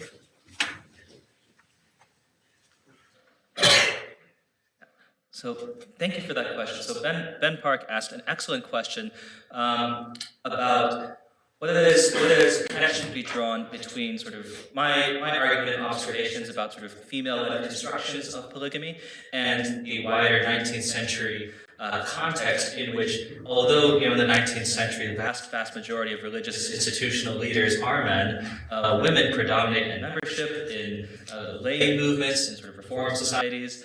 That is embarrassingly a connection I had not really put into words before or thought of. That's really thoughtful. I think that is a really good way to frame and understand this, to connect it to that wider context, the way in which for all the rhetoric of leadership, whether in Congress or church or in other denominations, it's women who are on the ground and are creating polygamy, and I would add, are also creating anti-polygamy. That's an important thing to be keeping in mind as well. Congress projects this discourse of male patriarchalism, anti-democracy, but anti-polygamy societies and newspapers are run by women who bring more attention to their more women-centered concerns about actual questions of welfare, which are still rooted in a lot of distortions, but really change the conversation. That's a long way of saying yes. I think you're right. Other questions? Please, Craig. I have a question for Claire on what is the reasoning that the revelation for Heber C. Kimball, like there were the three, that it lacked the specificity in the first place. Like, here are my grievances. Here's what they are. Here's who they are. Like, why in the first place were those things not? That's a great question. Can you repeat the question? Yeah, oh, yes. Why was the one of the versions of the revelation very cryptic and unspecific instead of laying out exactly what was going on? And that's a good question, something I pondered. And it seems that, and certainly we can deduce that later on he reflects on that people are going to read this and have no idea. I wonder if he's in some kind of a poetic mode of like, I want to write this in very symbolic and esoteric language that maybe resonated particularly to himself in this kind of different language that spoke at maybe a higher level or maybe a greater spiritual plane in his mind. But later he realized nobody's going to understand what this says. I need to add some sentences on the end to try to at least give people enough clues so they can figure out what the heck I'm talking about. Dr. Asher, also for Claire, do you think Heber C. Kimball's attempt to articulate this revelation are idiosyncratic to Heber C. Kimball, or do you think they shed any light on Joseph Smith and Brigham Young, the way they articulated their revelation? So the question is, how does Kimball's revelation, this one in particular, compare with Joseph Smith and other revelations? And this, from what I can tell, Mark, and if I'm not quite answering the question you asked, as far as I can tell, this seems to be the most esoteric revelation that I've run across. Now, Joseph Smith seems to sometimes some of his stuff is approaching that maybe at a higher level with more symbolism and so forth. We can think of the Book of Revelations, for example, right, which is very esoteric sounding. You read that, you have no idea what's going on other than it's bad. A lot of bad stuff's going on. And so this, if you were to rank these from very plain text to very esoteric sounding, I would put this at the high end of the scale. And I think you could rank, it'd be interesting to go and rank Revelations by on this kind of scale. Does that answer what you're asking? Maybe not. I shouldn't have asked you that question. Yeah, so maybe have follow up afterwards. Is that all right? Or back, please. I have a question for Shirley. I know you kind of talked about the mainstream society, but what exactly was the main difference about how you specifically grew up and then your experience though with mainstream society? Okay, so the question was, what were the biggest differences between the way I was raised in fundamentalism and mainstream society? Very briefly, I will say the clothing. It's a little bit frustrating to me that, that the fundamentalists are so demonized because of their practices that they're overt about. But when I joined mainstream society, and I was so excited because I'd always heard how evil they were because women were equal or ruling over, and so I was going to join my place in this egalitarian society where women were equal with men, and it was going to be fabulous. And to my extreme dismay, I found out that mainstream is literally the same. It's just a lot more covert, which honestly makes it more insidious. There's patriarchy, there's, the expectation that women will be subservient. All of the things that the fundamentalists get called out for are fully practiced in mainstream society, not just in Mormon mainstream society. This is capitalism, it's baked in. Sexism is baked into our society. And so, for me, it's position, heal thyself kind of thing. Question? Yeah. So just a moment, because we had other folks who had their hands raised. Did you have a question, sir? Yeah, my question is to Claire. Of the 53 wives which is a lot, that Kimball had, how many wives this period did he actually have a household or live with, maybe multiple locations? That is something I have not looked at. Yes, thank you. It was asked, how many wives did Heber C. Kimball actually live with in the same household? And I don't know the answer, and I hope to uncover more of that question as I pursue this further. There's a question here, and then we'll work our way over into the back. Here as well. Yeah, so please go ahead, and then we're going to work our way over, just so folks know. My hearing's not good, I'm 83. But I'm trying to understand, did you leave the LDS because of Warren? Because obviously he's one of the most wickedest men that's ever lived on the earth.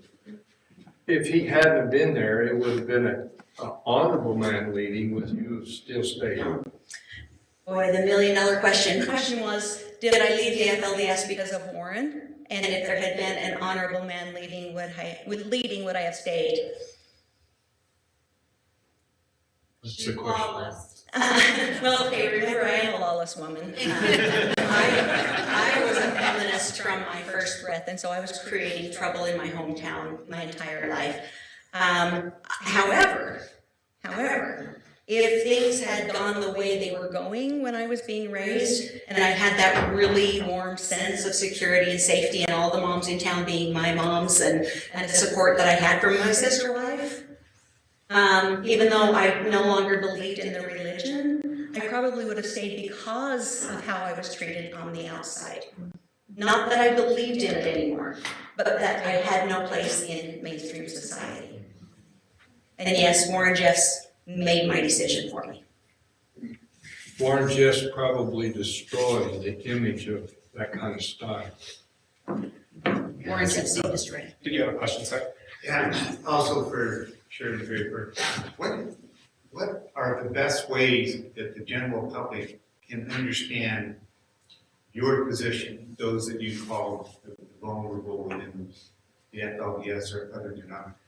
Because it's hard to get that voice, because we'll hear about the leaders, but not so much about the people.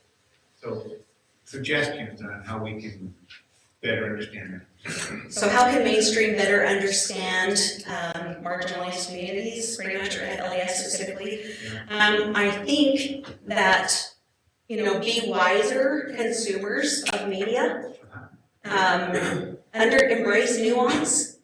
It's not fun, and it's not a 15-second thing to just say, it's possibly true about one person, but probably not all the other people. It just understand nuance, understand humanity, that within every society there's a cross sector, and there's probably some really amazing people and probably some really bad people, and there's a lot of people in between. I think even knowing that, everything you see and hear, everything you hear on television, that you have to be able to say, they're giving a soundbite, it's probably not true of everyone.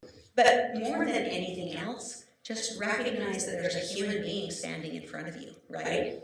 Regardless of what they believe, regardless of anything, they're a human being and they deserve dignity. And then be willing to help dismantle the narratives out there. When you hear people saying, those people, like, they evade taxes so they don't finish their houses, it's okay to say, that's probably not true. There's more to learn. It's okay for you to be allies in that way. Question. Do you have children? Sorry. Could you please? In marriage? Sir, sorry, just to try to get more questions in the purple. Here in the middle. Yes, please. Sorry. A question for Claire. I couldn't help but kind of, do you draw a parallel between Heber C. Kimball's, this lawless women revelation, and Joseph Smith, I think it's Doctrine and Covenants 132, I may have that number wrong, in which Joseph Smith succeeded in quieting his wife, at least for the time. Was he trying to quiet his wife through the same mechanism that Joseph Smith did, in your opinion? Right, that's a great question, and yes, D&C 132 is the correct revelation, and in the latter half of the revelation seems to be in two sections, is the way I read it anyway. In the latter half is addressed to Emma, and it is basically saying, you got to get in line, or else. And so Heber C. Kimball, that could have been some inspiration to him. I mean, that's something that we can't say for sure, but he certainly has that example that he can draw on and go, hey, Joseph told his that Emma needed to get in line, and so my lawless wives also need to get in line. That's a good observation that I hadn't thought of. And we have time for these last three questions. So Barbara, and then back to here, just in terms of time, please. Barbara. Shirley, I'm sorry about your mother, and that she wasn't able to get the help she needed because of that discrimination. My daughter and I were dressed in pioneer clothing at the conference center. We were crossing the street to get a drink, and people yelled and screamed at us from cars. So I felt for 5 minutes what that was like. My question is, I come to Southern Utah all the time because of my work, and I often see young girls, in the dress and the hair, and I just ignore them. But what, for those of us who want to reach out, do you recommend we say hello? How are you? What would you recommend so that people can understand that we're not bad, or we're not going to hate them or discriminate against them?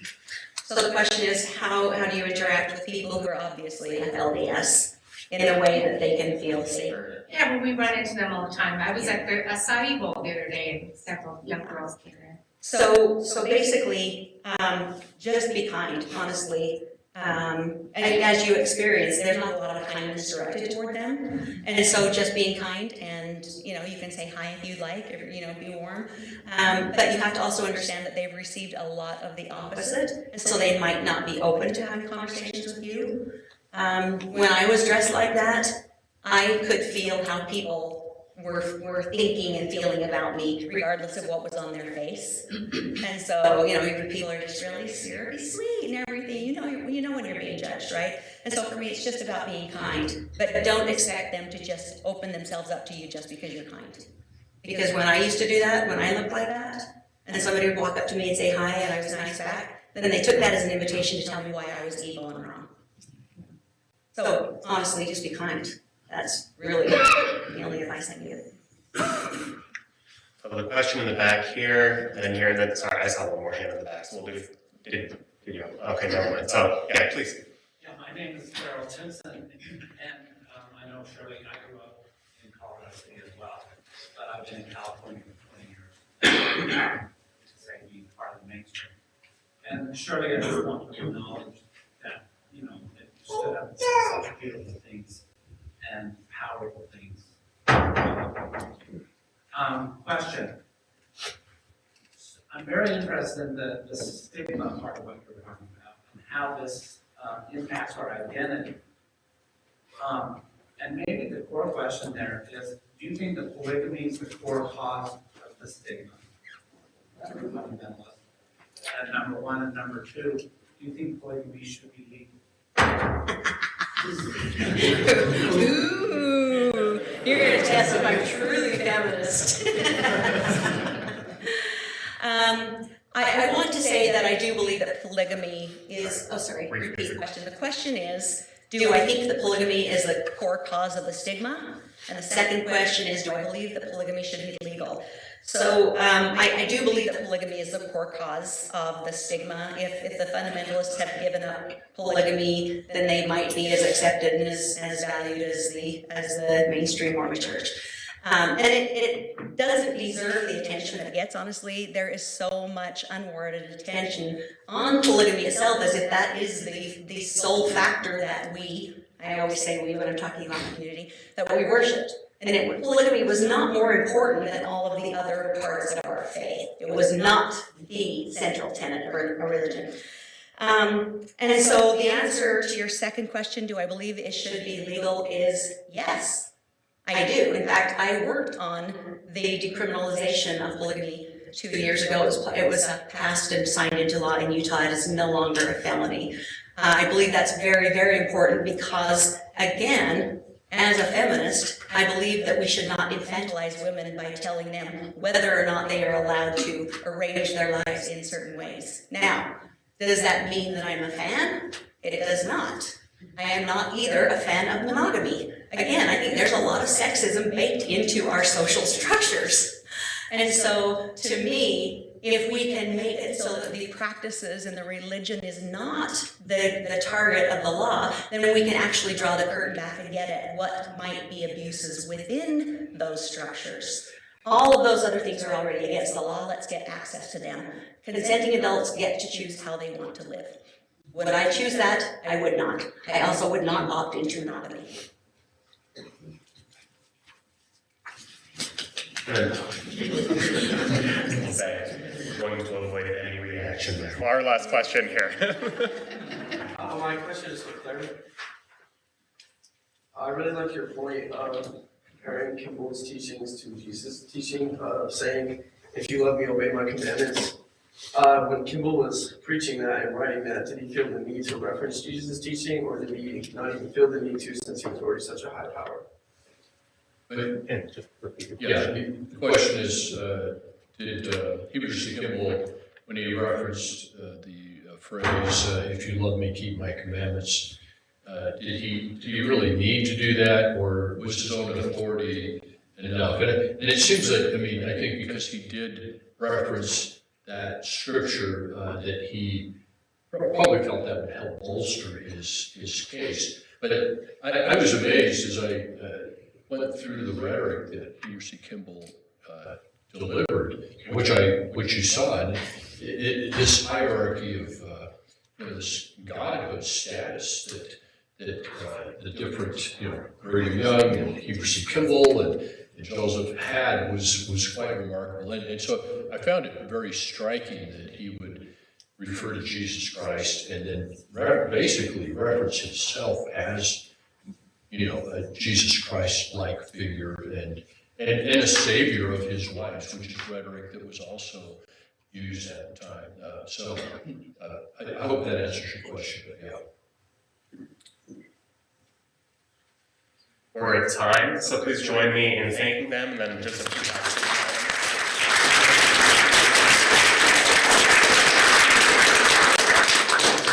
Remember, we'll be back at 1:15, where we'll also be presenting awards. So please be here to help support our student award winners. Appreciate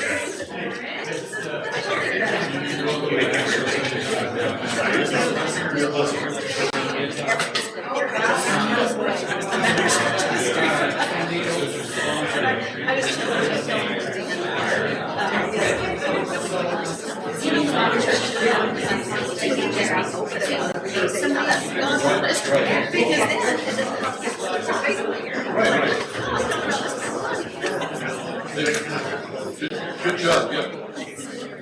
Very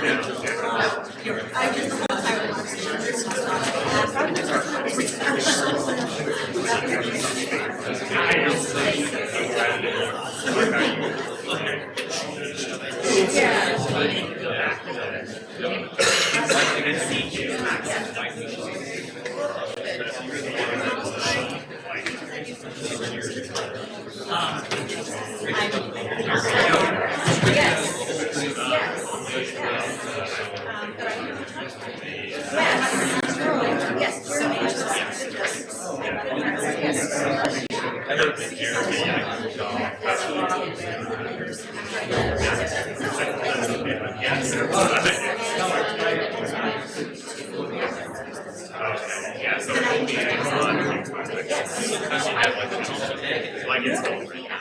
So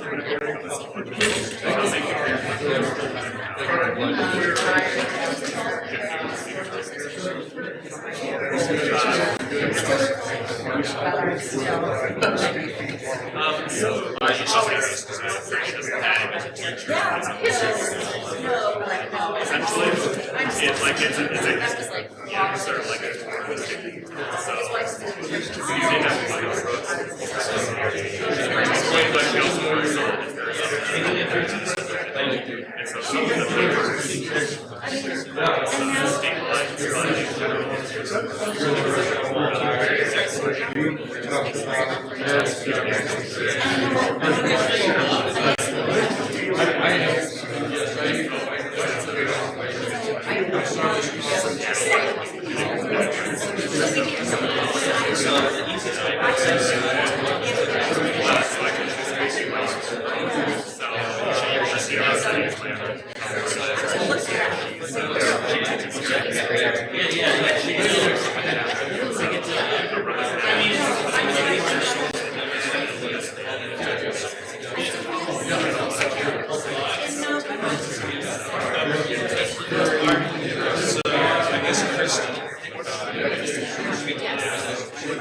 as long as they're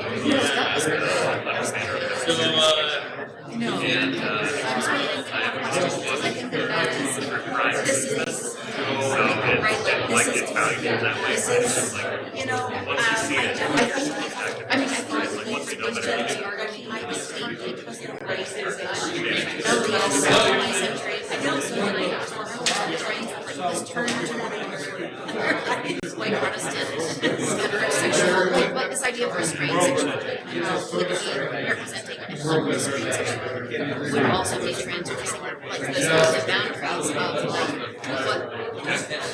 right like these different kinds of like right like whether they were sexual or not. There's a different kind of relationship. so kind of conduct research and like that. Yes.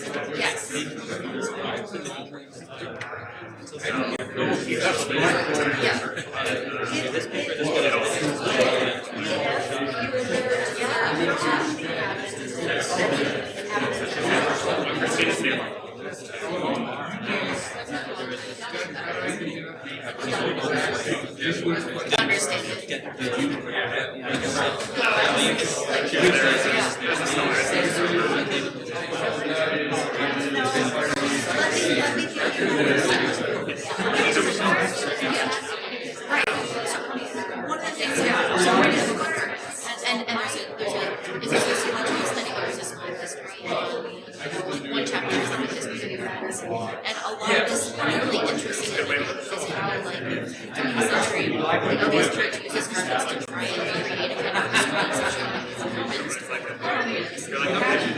but that's like also not understanding how there's a strange kind of unrestrained sexuality, not that was like the power image of it, but how that absolutely transgresses like which is something white prostitutes right, like, but I love this, right, I love this, like, queer form of trying to make is actually evidence for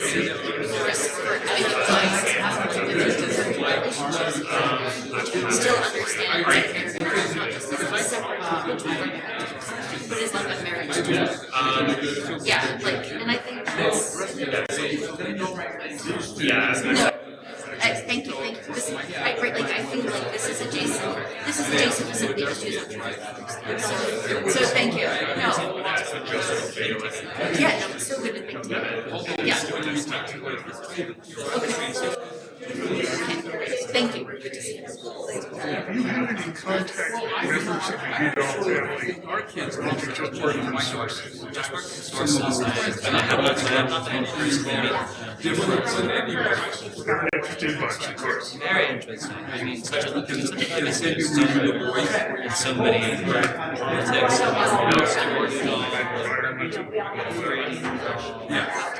And then there's potential stories about the fashion or outrageous stuff up there.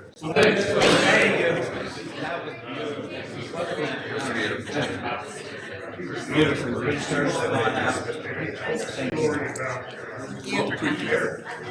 It's amazing. Are you coming back this afternoon? No. I don't have to go now. I'm gonna go buy a book and then I'm gonna go back. Okay, go do that, and then I'm gonna come find you. Oh. Hello, good to see you. Good to see you. I forgot your name. Nice. Danielle. Yeah. Yes. My best friend. This is my sister. Oh, okay. All right, yeah. I've met you at parties. I know, that's why I said, right, there's the third, fourth. Oh, okay, but I can see you're one more family. Well, I am. You told me this is I'm a conference hopping. Yeah. Questions are you outlined? You know, go on the thing. We are. Okay, we'll see you there. Hey. Thank you. I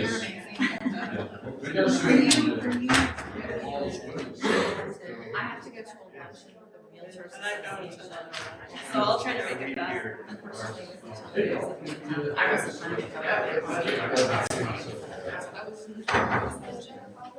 You guys. I don't. I would love you too. Well, we're gonna go tomorrow. Yes. Do you wanna ride with us? Okay, because she and Matt and Darren are gonna ride bikes. So they can drive separate and then give us a ride together. So what time are you going to? We'll have to be there at 10. So leave at 9. Okay. Do you want to just come downtown and ride my car? And I'll just walk over to, Yes, just meet at your house. I'll drive my car because I'll have to put Darren's bike on it. So we'll take my car with the bike route. Matt, we have our. Okay.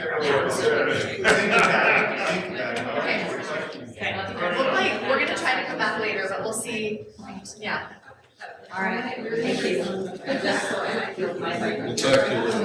Thank you for your presentation very much.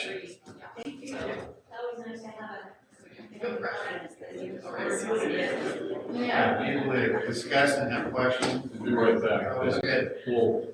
Fireplace.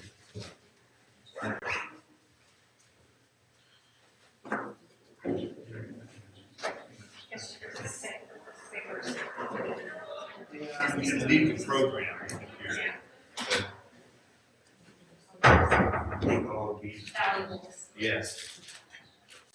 If somebody walks away with the program. Yeah, I can. Yes.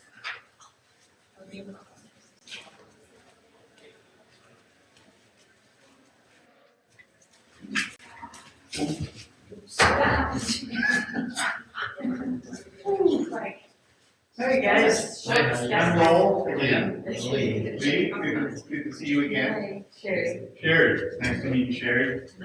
Rick's calling?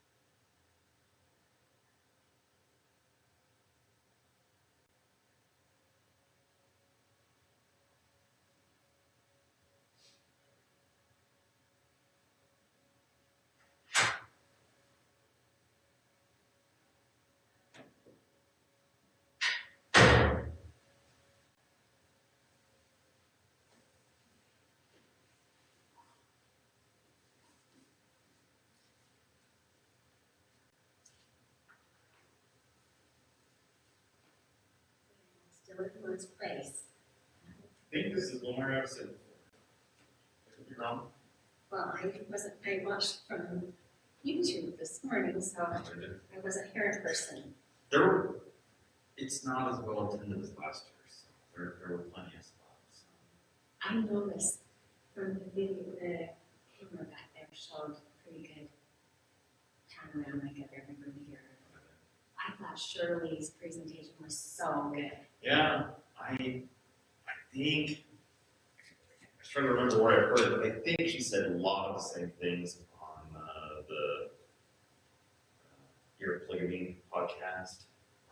In the last, I don't want to say the last 2 years, but I only listened to it probably about 6 months ago, but there were, not surprising, but there were a lot of things that she said there that was repeated here, but to see it in person. And she's right, you know. Well, I know her really well. I've just never seen her present on this. I am a social provost here at Utah Tech, and we go out to do a lot of service with students. And she shares something different with them. So this is the first time I've seen her do this. And I haven't seen her podcast, so. Yeah, well, it wasn't for her, she was just on someone else's podcast, but talking about this subject, again, it wasn't a one-for-one, it's very similar things, so. She's done. I appreciated how she took Krakauer to task, I never thought about it quite the way she put it today. The humanizing piece, it was, I thought she did really good. I don't think Krakauer, I mean, he's more of a writer than a historian, if that makes sense. Oh, okay. And she really pointed out how he kind of, why never phrase, manipulated some things to get a bigger, more responsible Yeah, And I understand why he would do that. I'm not saying it's horrible, but I just think some people hold that up as like the holy grail of it's still the most popular Mormon history book, you know, in modern days. You know? I've not read it. No? And I did see her bring it up, but I haven't. I'm not familiar with it. Everybody down there is. His name's Crack House. Pardon? Crack House. Krakow, I think it's Kracw.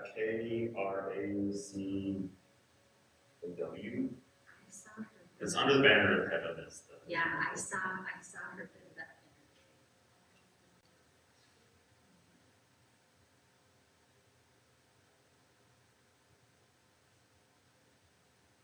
Yeah, I live in Cedar City, and a lot of the I don't know what to call them, refugees from Warren Jeffs are now living, you know, there. Yeah. My neighbors to the north is some variant of that because they wear the clothing. That's all I really know. I've talked a few times, but I haven't asked them to feed this religion. But it is interesting to how people react to them. Like I've been in stores with people with dirty looks. These are people just trying to like live in this crazy world where their leader's nuts, you know? Yeah, for sure. And I just, it is kind of heartbreaking to see how they're treated. Well, I think it's slowly changing, but it's taking a long time for people to humanize them, but surely has done significant work in that space. Here in the region. I would say people that are listening to those conversations, yes. The problem is, in my estimation, that the average public in Utah, especially in southern Utah, isn't listening to those conversations. Quite a few at the university are. Well, that's a very small world. Right, I'm for talking sure. about all the other people. But it used to be noted. And Yeah, that's it used to be very isolated, like she said, where even the city leaders and media and all that didn't do anything. And so there's a lot more openness now with the community and at least leadership and the university than it was even 10 years ago. So that all helps. It's certainly not as open with just the common neighborhoods in town, but there's been significant movement and partnering with both Shirley and Juanita, just at the mayor and within our community, beyond the university.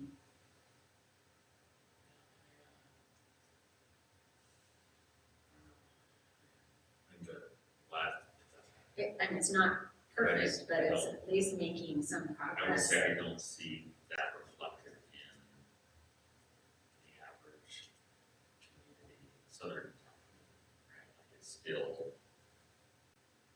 again, I mean, she didn't say it correctly this way, but she certainly alluded to the Mormon sees the FLDS, sees children as a threat to their faith, and so they react as their enemies. And so, yes, I think I would say the ex-Mormon community is more aware of those conversations. I hear that talk about it a lot, especially in the last 4 or 5 years, a lot more about how we need to be inclusive and understanding and not just demonizing them. But to the average, yes, they still see them. They're not hearing from the pulpit, they're not hearing from their leaders that they need to be kind and accepting and understanding of these people.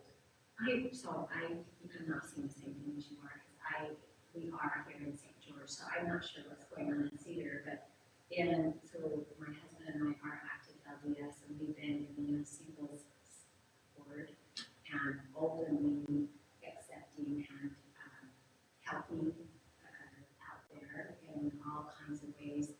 And then even when I'm hearing it's not frequent, but it is a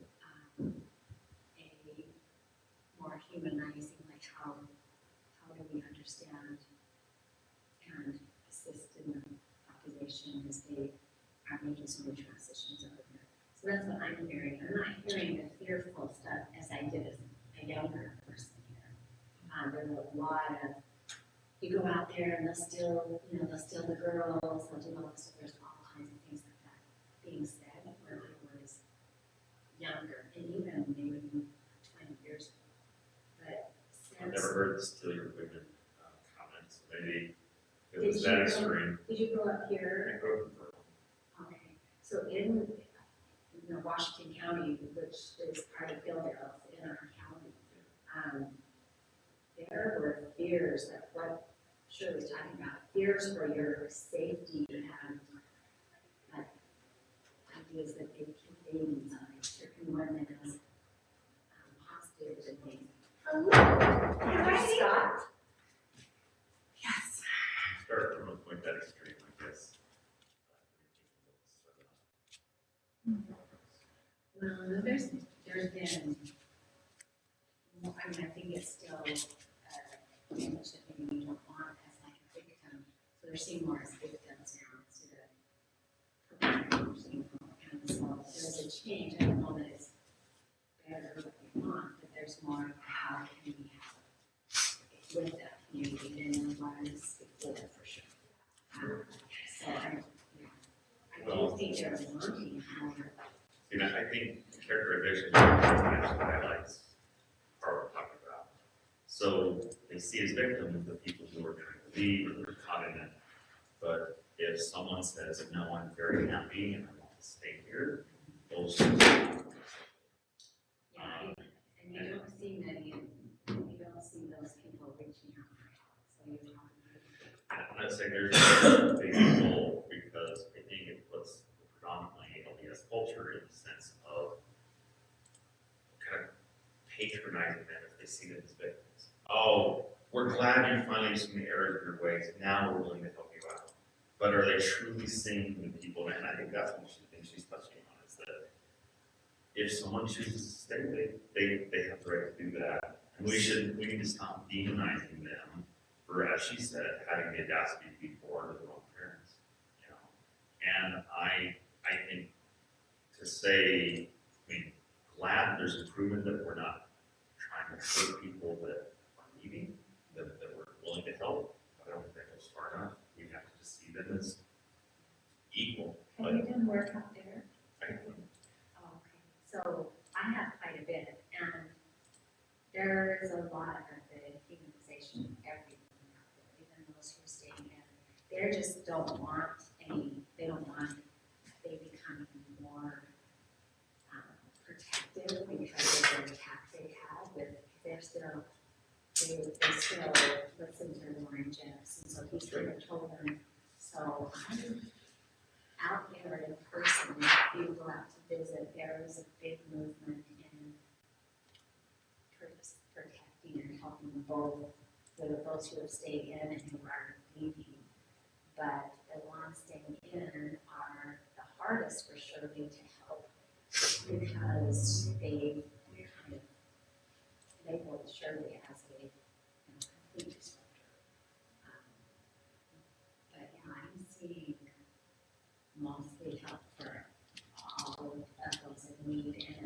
willingness of coming in and asking what it is they need, not necessarily what others think they need.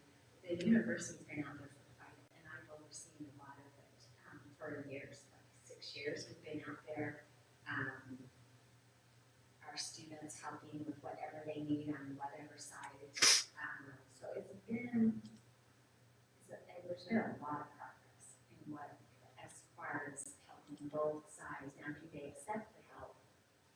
Some are really compounded in, and you should never impose help on one who doesn't want it.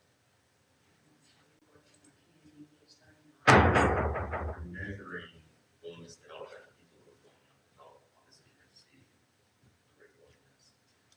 They don't have it. Hard data backing up. I guess if we did a poll amongst average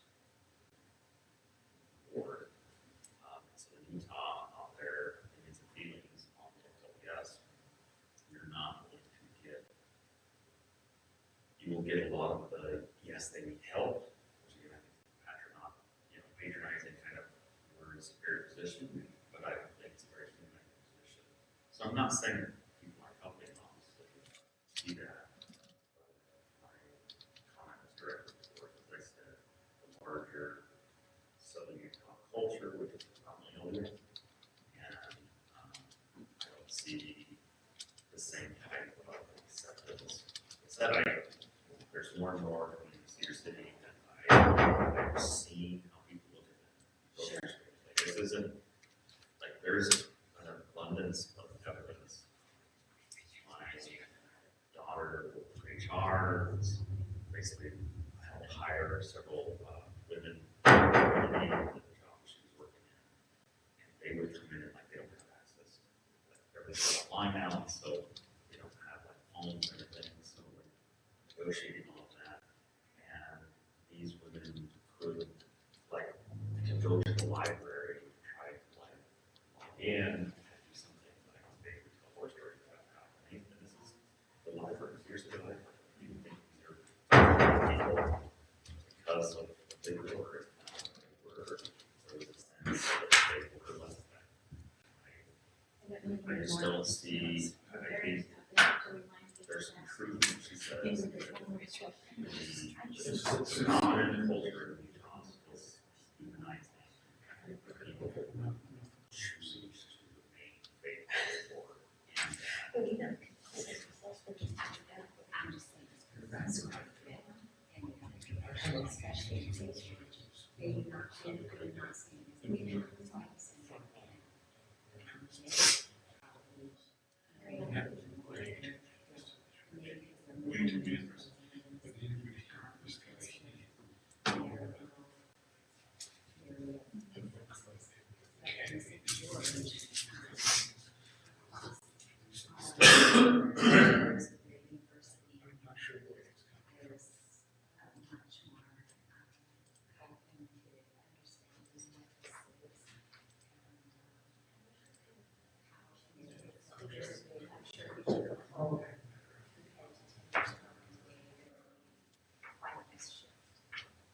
I would say even, yes, it's more common now.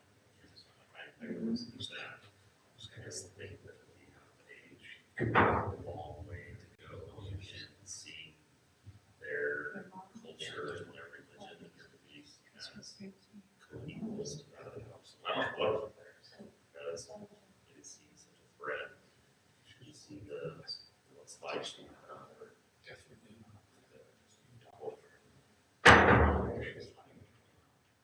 I don't usually accept that. It's not my.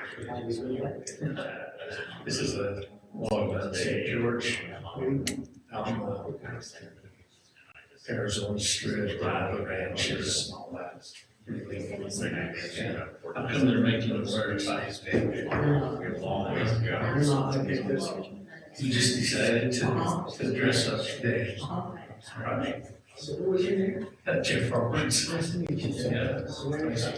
I'm from central Utah, out in the boonies, so you'd probably get lost there. So over the hill from, I live over the hill from Burrito. So you know where that's at. Oh, okay. As a reported to your 7th grade Utah Studies teacher, she may take back your age. So race, didn't believe in the public school system. Okay. She made message right now, class mistake. Yeah. She never even went to middle school and high school? Holy cow, how did you survive? I did.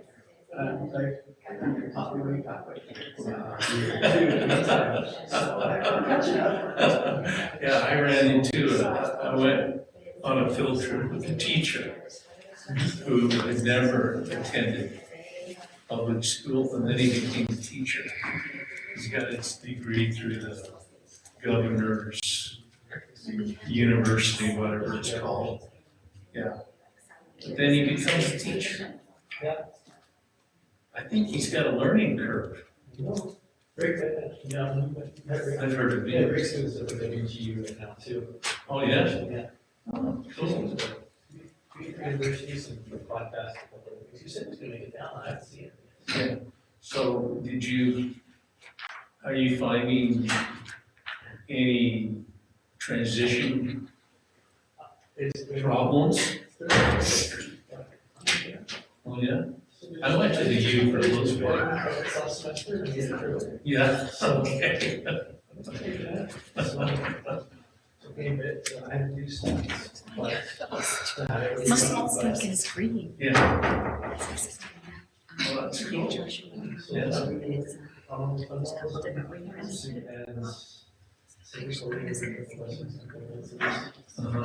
Just really quickly.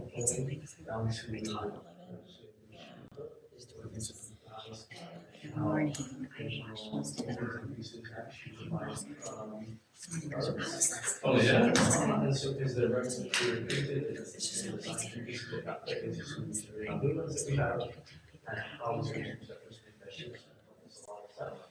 so we saw there are 2 pieces of Wow.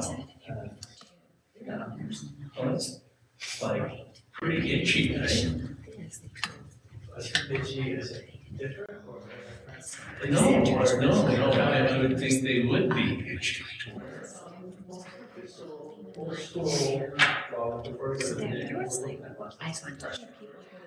No, but the early, so was it? I'm not even reading. So what's that? You don't know what it is? I've heard It's a of little bit better, similar to cotton. wool. No. Oh, it's a woolen thing. It's woven, but it's not. Oh, okay. So we're going to try to say very well. He based that off of the mission of St. Peter and there's some questions from that. A lot of people should point out a version of Christ Creek curriculums, but it's held with also treated flowers and that. How that started. So there's some differences there. So you don't know what Muslim is made from? This is not cotton flax. This was. Half some of that. Because Muslims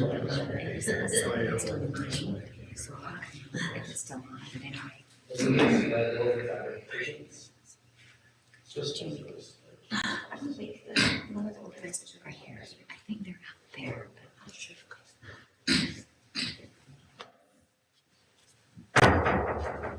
The nice thing about that for is that it is limited for folks.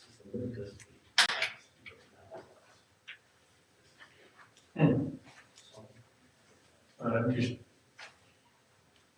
wondering how they manufacture to start when they got to initially. Solid huge. Yeah. And wool was a big thing that we could because. Hold on. Makes sense. The Supreme was trying to establish Supremes at the time, we didn't like the cycle skirts. And so the buckets go over and the repeats over one. Yeah, the other dresses. This is kind of backside, it kind of fell, didn't it? Yeah, it did. It fall pretty good.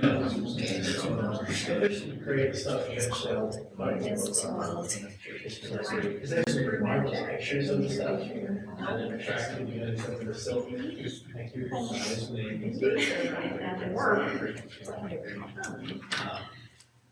Oh, they weren't? No, there's arsenic dye. Oh, Yeah. serious? Okay. No, so a lot of it, What ward did they start that? Colors for soldiers. They had, what ward did they first come out with military spec garments? Oh, for morals. Yeah. Or is that something we haven't looked into? And more so, they're on final issue, separate markings beyond the dates. Oh, really? They had to do it themselves? So they had to take a little pass and a lot of that, remove it, when they get to the launch, so they're going to Oh, interesting.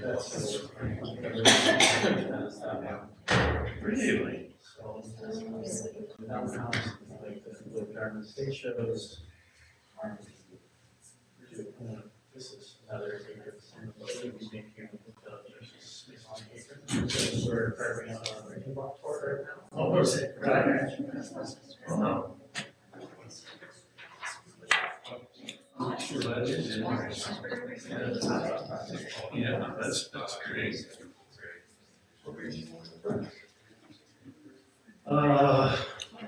Lifetime history. Yeah. I do archaeology.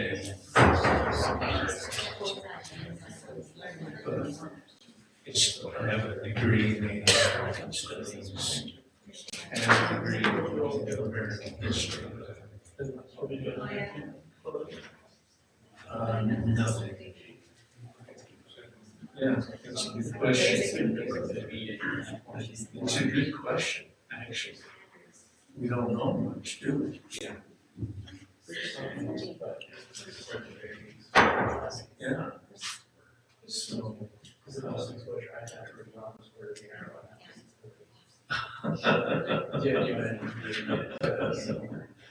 Yeah, so you went through the scouting program. That's awesome. Yeah. Yeah.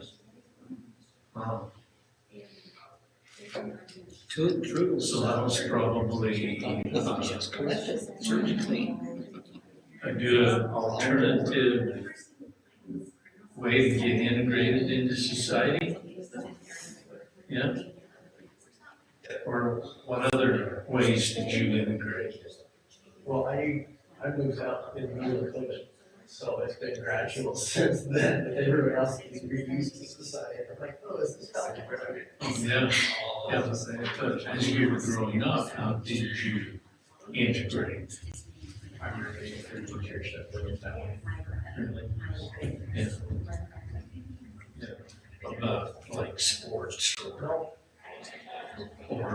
riding your horse at a rodeo. We would bet on things like you could ride some chickens. Yeah. But no, like rodeo stuff. So how isolated was your family? We were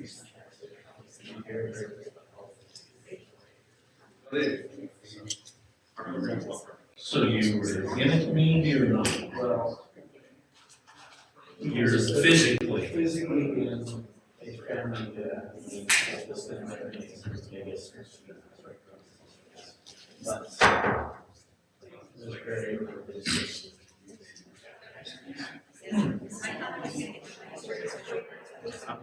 But you're in the physical structure of the city. Yes, but it's not used like that.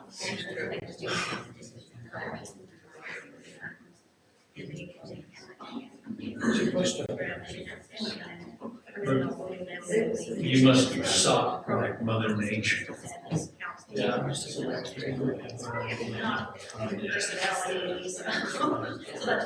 Even on your own, you can stand it.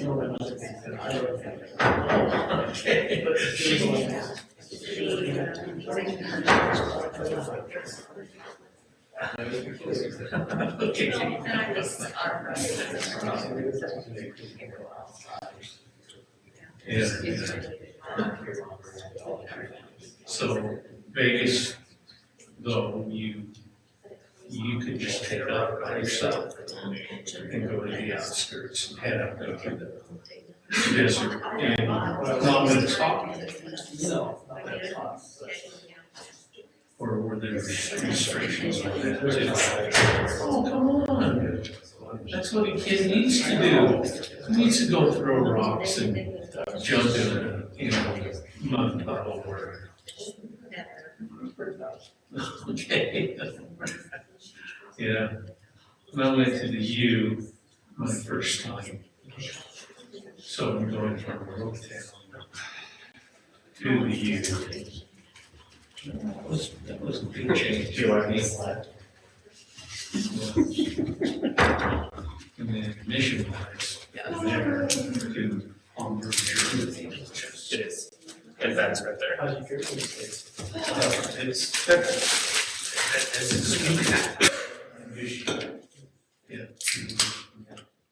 But there you take the subway and pop up. I mean, you have no concept of the city, what you do in different places, so. Just here. And then going from this town I just remember going home and just read the food and the coffee. culture leader. Hey, mic on this time. Sorry, didn't mean to terrify everybody. Look at it in there. I just want to introduce myself. I've heard of nice thing for being here. Yes, so it's just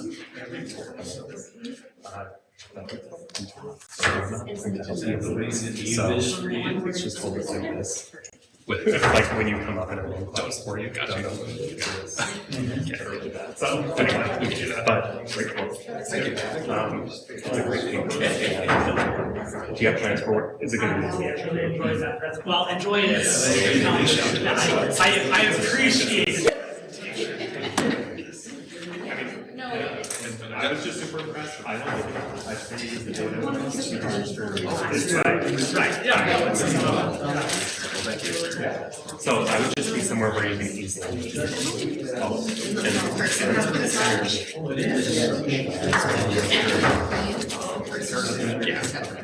Yeah. I just want to make sure that somebody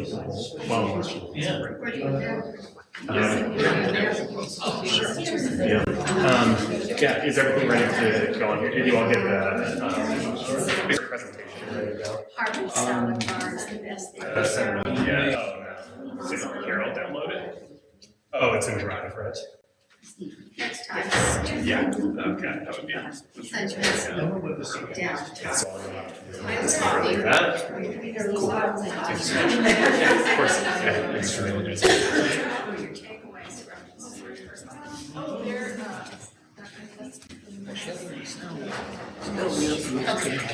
Yeah, I was like, I was gonna say, yeah, when you.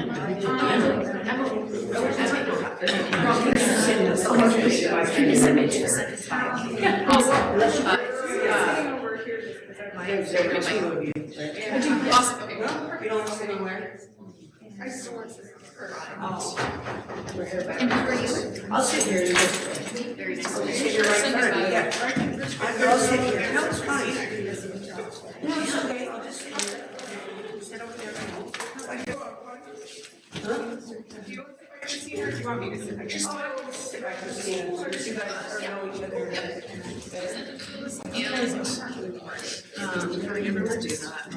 Christina makes me feel Somebody wish you reminded me much. Just kidding. The other way around. Not mad at it. So are you the? That is what a weird that comes up. Yeah, that's What I should cool. have done is Okay. look where there's an out. Right there. I knew it was gonna be. I realized that.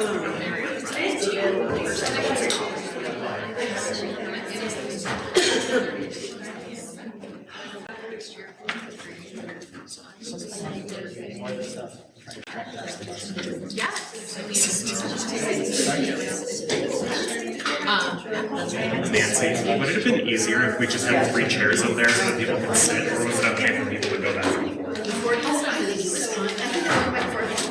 And my class, we just spoke once, and that was better. Brian. I just want to make sure, as a presenter, it wasn't. Brian did a lot of stuff. About. Well, we just had. I was kind of the impression why I was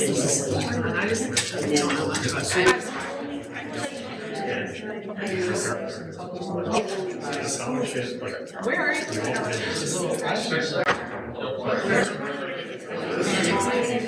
It's kind of important to know.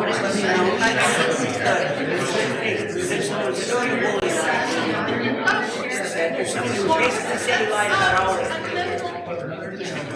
Right.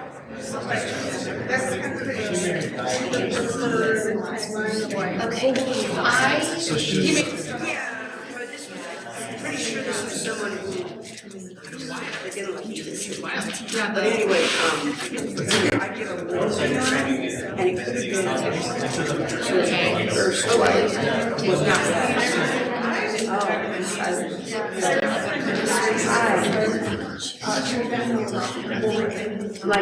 Like for John. And so when I look at this thing, it looks like, I mean, there's no way to tell. Huh? No, I don't mean Lauren. I mean, John had 3 wives in this first one, and then he was married to B.H. This is absolutely John. And then he married a little, like someone who temple work with, and he just put her in another house. And then, yeah, so when I looked at the dates of everything, very carefully.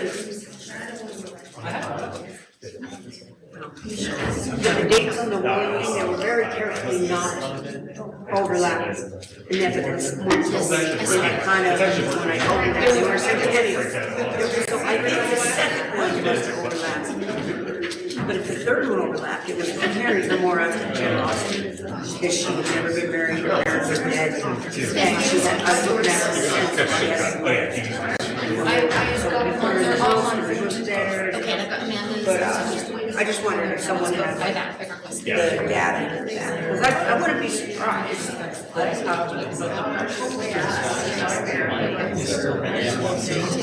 Because for some reason she can keep all of those figures. Right, yeah. Yeah, no, but thanks for letting me know. I never know because there's so many things. You know, you never know who's got a special one. Yeah. I was really. I'm Corey, by the way, I really want to.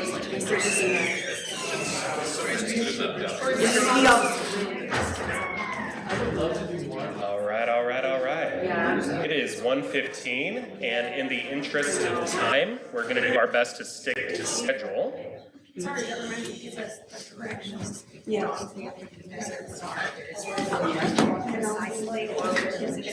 This is for tomorrow. It should be in the GPs. All have so much knows how to get there, talk about it at the end of the day. Okay. So again, welcome back. We've had 2 fantastic panels so far, and today, Christina, the streaming is working, correct? Are you looking on your laptop right now? I can look. Looking right, it is working. Hooray. Well, that's where I'm at. But we are thrilled this year due to the support of our sponsors to be able to grant 2 awards to graduate students working on Utah history. The first is named for Dean L. May, the Dean L. May Award in Utah History. Dean was a historian of Utah, the University of Utah, for many years.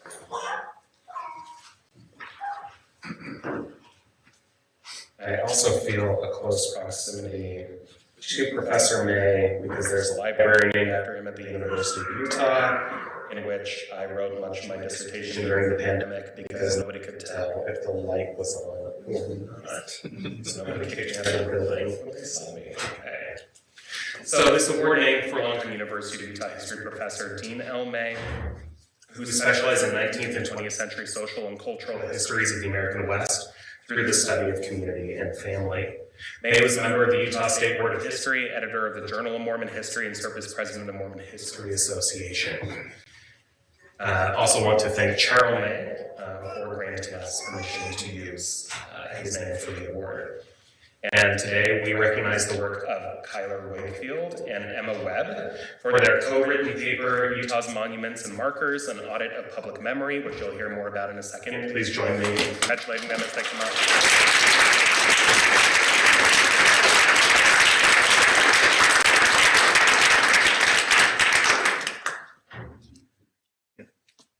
Sorry, you all can wave and sit down. I won't make you cream too much.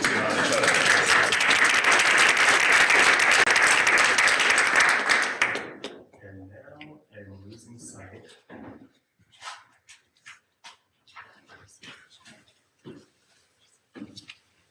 We'll be awarding our second paper a little bit later. So please forgive me for a little bit haphazard nature of this, but I want to make sure that everyone gets the recognition they deserve. And I'm going to turn the time now to Nancy Ross, who will moderate our third paper.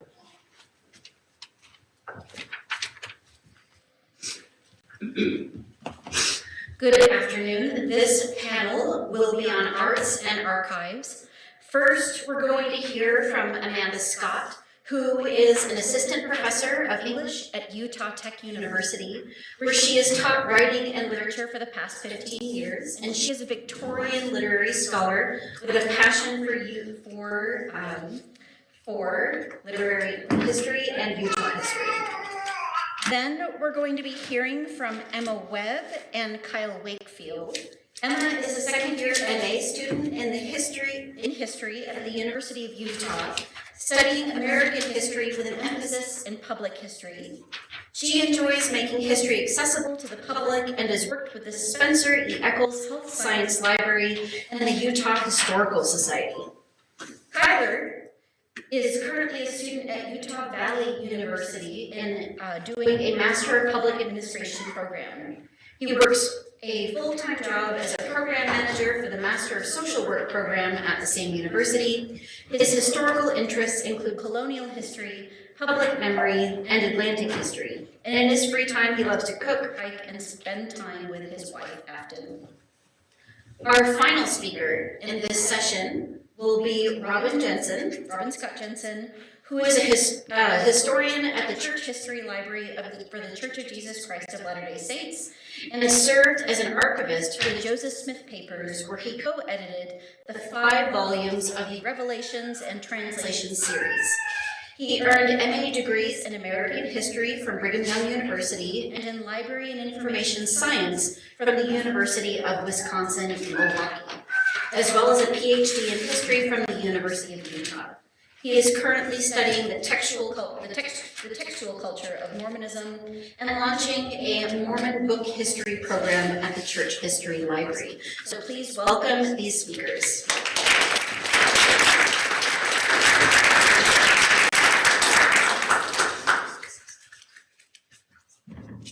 Good afternoon.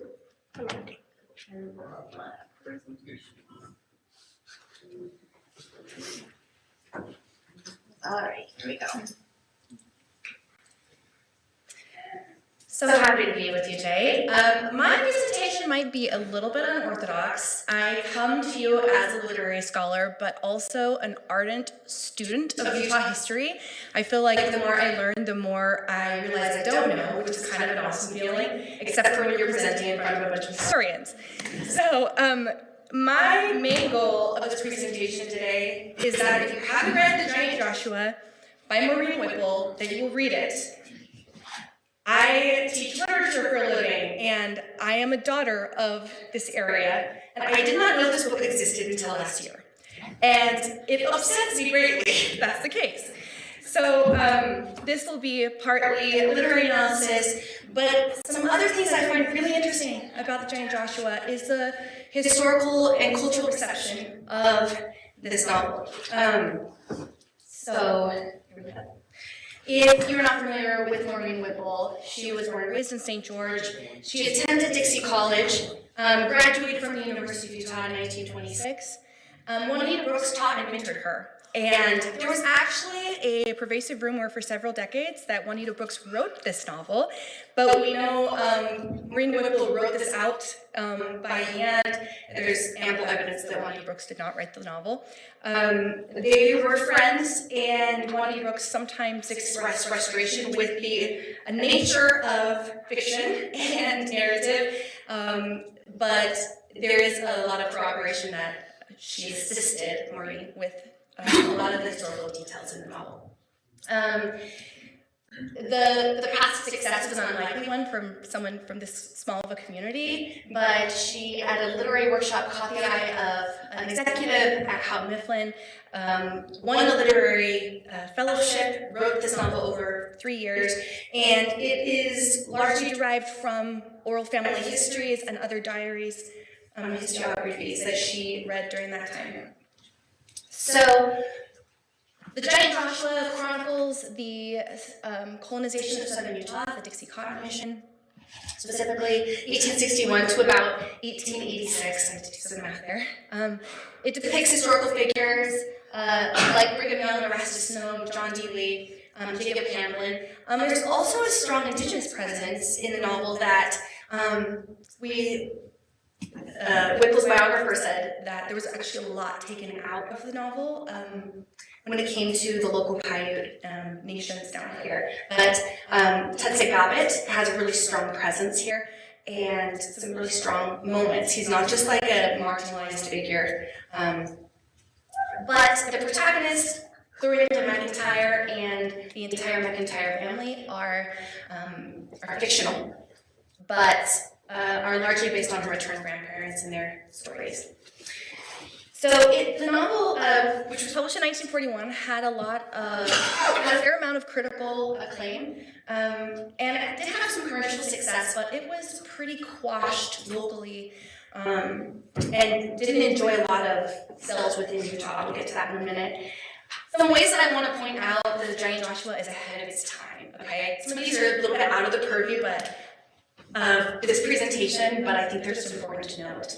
In the preface, a quote that I adore, the assertion that she has that early church members were human beings by birth and only saints by adoption. When I read that, I was like, oh my gosh, that's so perfect.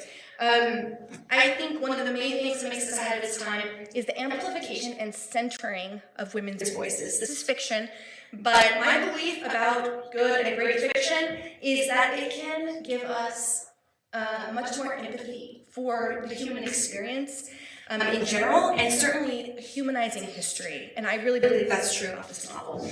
There's also a strong subversion to settler colonialism, which I was not expecting, and would certainly like to explore more. There's a theological emphasis on brotherly love and sort of more universalist ideas that do, some literary scholars have compared the treatment of God here to sort of a more Emersonian version of it, much to the distaste of some scholars.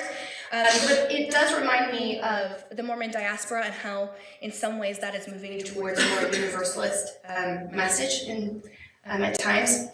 The lyrical depictions of southern Utah landscape, for someone that loves this area, I was so taken by it, and it's really beautiful. That doesn't necessarily make it ahead of its time, but I was just really glad someone was paying attention in the 1940s to this. And the narrative power of early Utah history.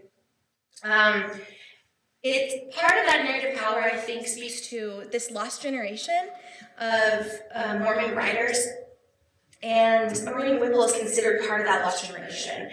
Sort of when the Mormon arts and letters should have been flourishing, there was in the culture struggle with the sort of nuance that came from these stories. And some scholars have talked about how it's kind of been, it was quashed or it wasn't really upheld by the culture. And so in the last few decades, there have been efforts to do that, which I think is wonderful. The historical events in this novel, it just really shows the human toll of things like the construction of St. George Tabernacle, the United Order, the construction of the St. George Temple. And though John D. Lee doesn't come in proximity with the main characters a lot, there's kind of like these tangents that relay this building tension with that entire situation. The polygamy underground, which I honestly had not thought about this part of Utah history as pertaining to southern Utah. It just hadn't crossed my mind. So that is really strongly humanized here. Okay, so the cultural reception we mentioned is being so interesting. So it's pretty clear to me why this didn't sell very much locally. And I mean, okay, it's 630 pages long. It's not a perfect novel, but it certainly does have, I think, some pretty incredible literary merit. Critics have compared The Giant Joshua to My Antonia by Willa Cather, or also Gone with the Wind is a common comparison.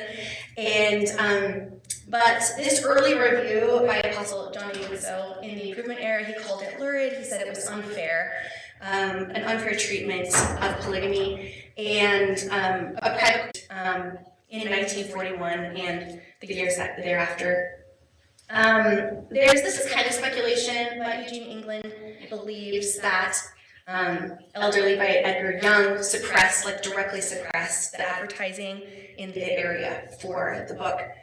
And Whipple kind of described herself in this liminal space. She wasn't able to push back and still remain in the Mormon community like Juanita Brooks did, and she didn't go so far as to consider herself like someone like Fawn Brody. And though she did have a friendship with both women, so she remained in the community, but pretty much felt ostracized for the rest of her life after the publication of this book. There was a lot of praise. In fact, critics outside of the area and outside of the faith thought it really made polygamy sympathetic. So it's interesting, the difference in perspective that way. And I love this picture. This is Ancestor Square. So this layered onto the current picture of Ancestor Square is the Big Hand. It was a diner where a lot of like cowboys passing through would come and dine. And the Giant Joshua sold there for decades. And Maureen Whipple did signings there. So tourists really liked it, or kind of unorthodox locals liked the book. Okay, and I think that Southern Utah was a really great sort of historical moment for the exploration that she has here on the pain and burden of polygamy. I was trying to figure out why it was so prominent, and there's this great study by Binion, about 20, 30 years old, where he talks about all the different reasons for why there was so much polygamy in Southern Utah.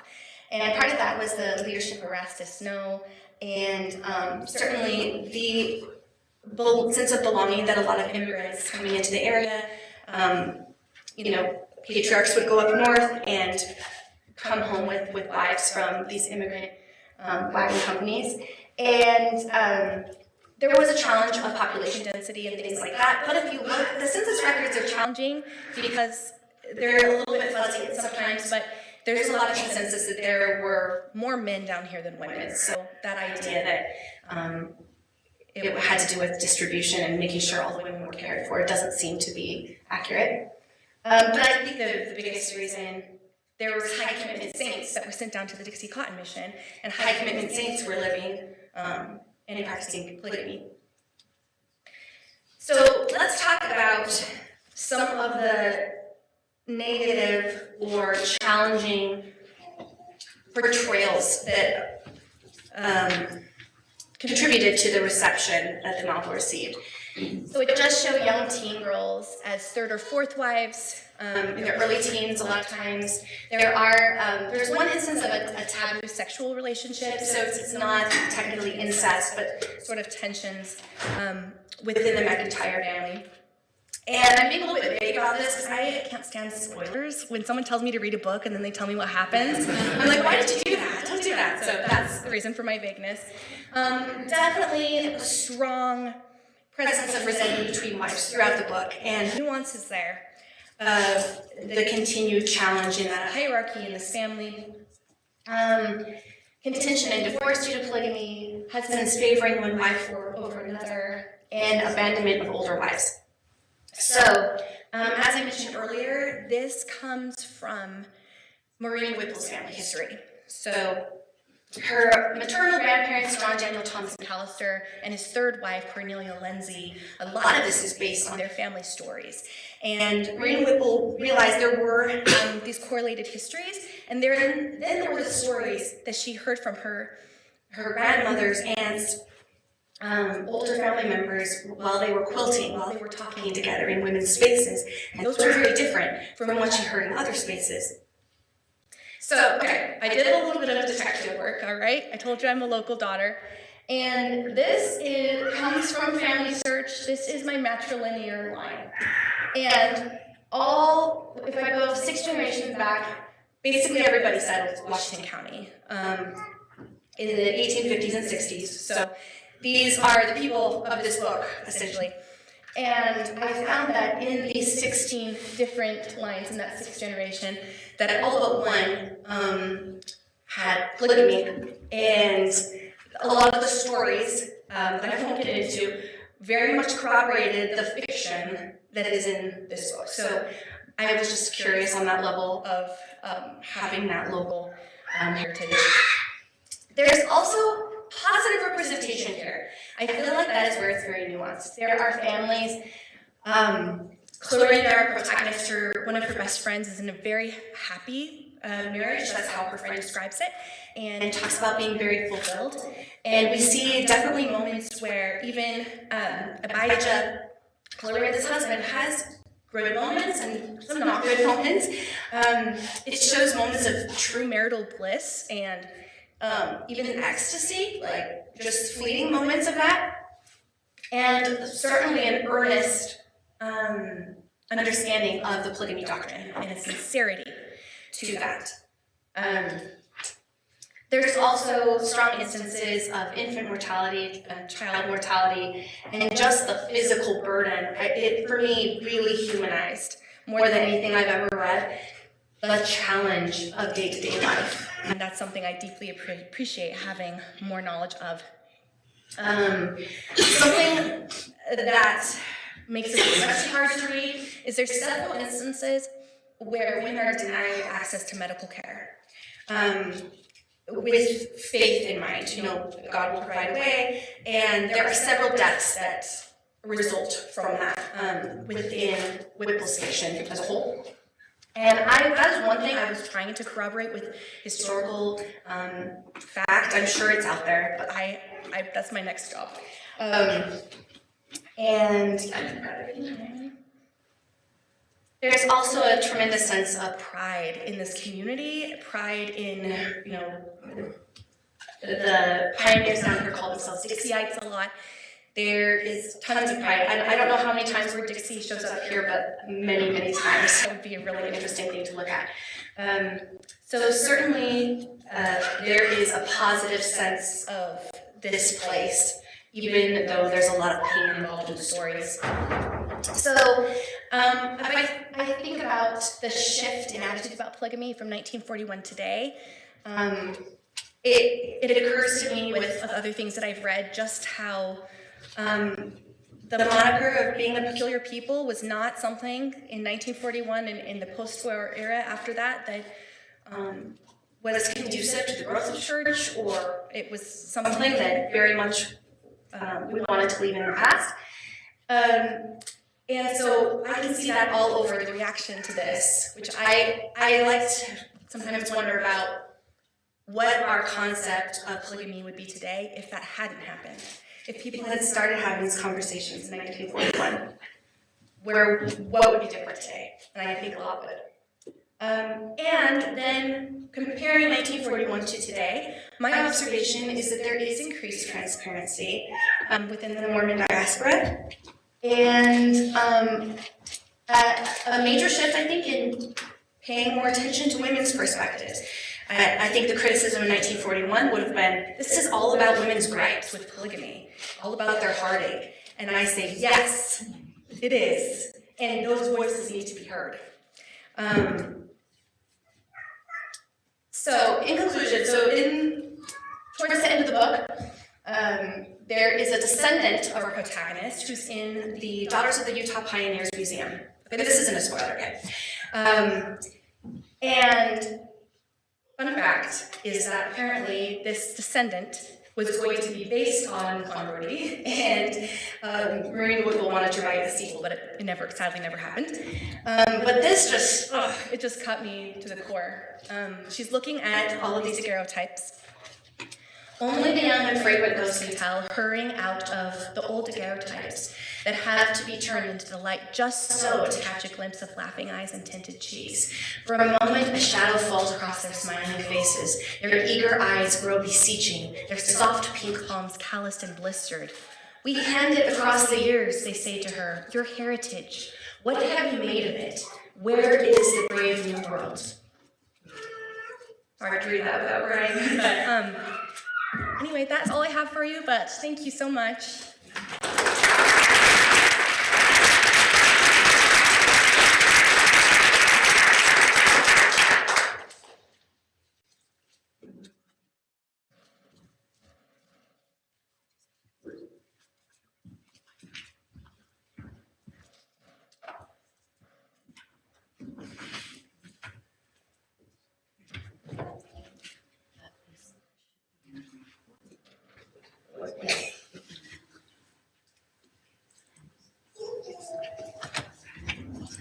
Yes. Ours is actually in Google.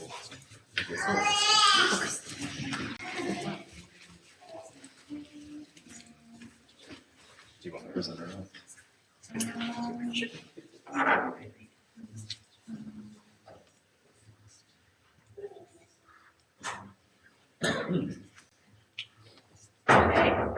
Yay. All right. Hi, everyone. So we're excited to be here. My name is Emma Webb. This is my colleague, Kyler Wakefield. And we are talking about Utah's monuments and markers. And I just wanted to front load by saying that we have a lot of information that we could share in the context of time. We're not able to get into everything. So if you have questions, please write them down. Hopefully we can address them at the end, or come talk to us and we would love to send you our paper that really goes into greater detail about a lot of these topics that we'll be covering. All right, but no good presentation without a roadmap. So we will tell us about where this project originated from. It's an ambassadorship with Utah Historical Society. And as you may have seen, we are using a UHS slide deck, but we're both interns for the society. We'll talk about the procedures for this, a little bit unique study, the fun parts, some data, look at some cool lines and graphs, arguments, because this is a conference, so we will argue something.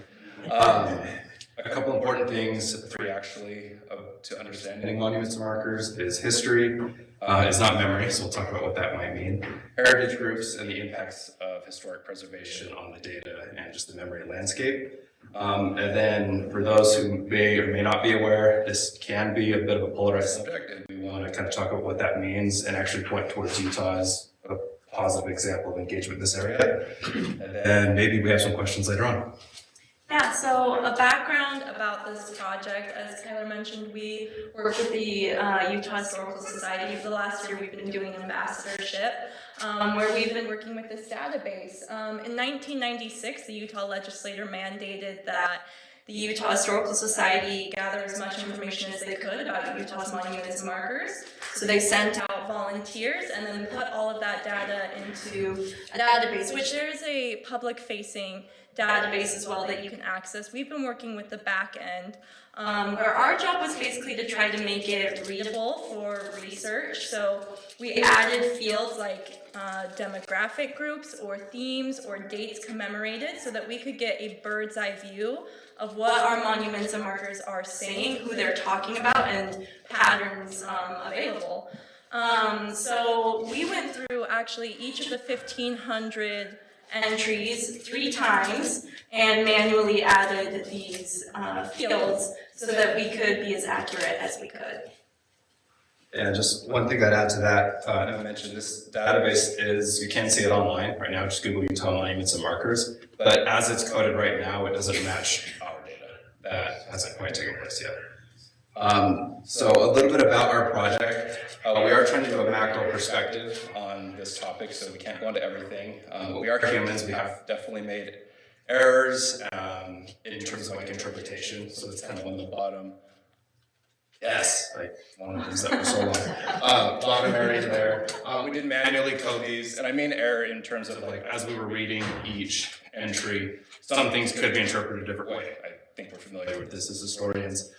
We didn't analyze any marker or monument visually unless the marker has never had a dedicated state marker program like other states has. Instead, we're trying to look at just a state's markers holistically as most as we can. And then last big one I want to point out here, we're taking them mostly at face value. So what that means is if a subject of a marker was identified, for instance, as a pioneer woman, we would simply code that as a yes, pioneer and a woman. We didn't try and like read between the lines too much, and we didn't try and like debunk any markers that way. We just want to see what's out there, how is it remembered, not necessarily what's the real history of all of these things. Yeah, so let's jump into some of the data. The first group that we have here with this graph is demographic groups. So that is basically different communities, minorities available in Utah in our monuments and markers. And as Kyler mentioned, we basically did this, we read through the text. If there was a group mentioned, we added a tag for that. And so, unsurprisingly, you can see that Mormon pioneers and settlers are by far the most represented group in our monuments and markers. But there are some other groups on here, women, laborers. Thank you, Kyler. This is a graph that shows a lot of our different groups that we had available. So yeah, there are a lot of different groups in our monuments and markers, but there is, the vast majority are portrayed as Mormon pioneers or settlers. And these are some word clouds that I put together.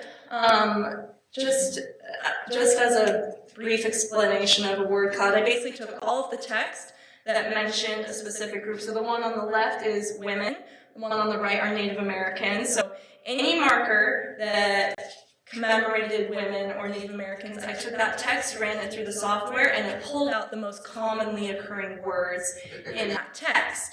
So it gives us some interesting insights, basically showing how a certain group is remembered in our monuments and markers and what themes we see. So with women, you can see there's a very strong emphasis on settlement. You see words like Utah and built and first.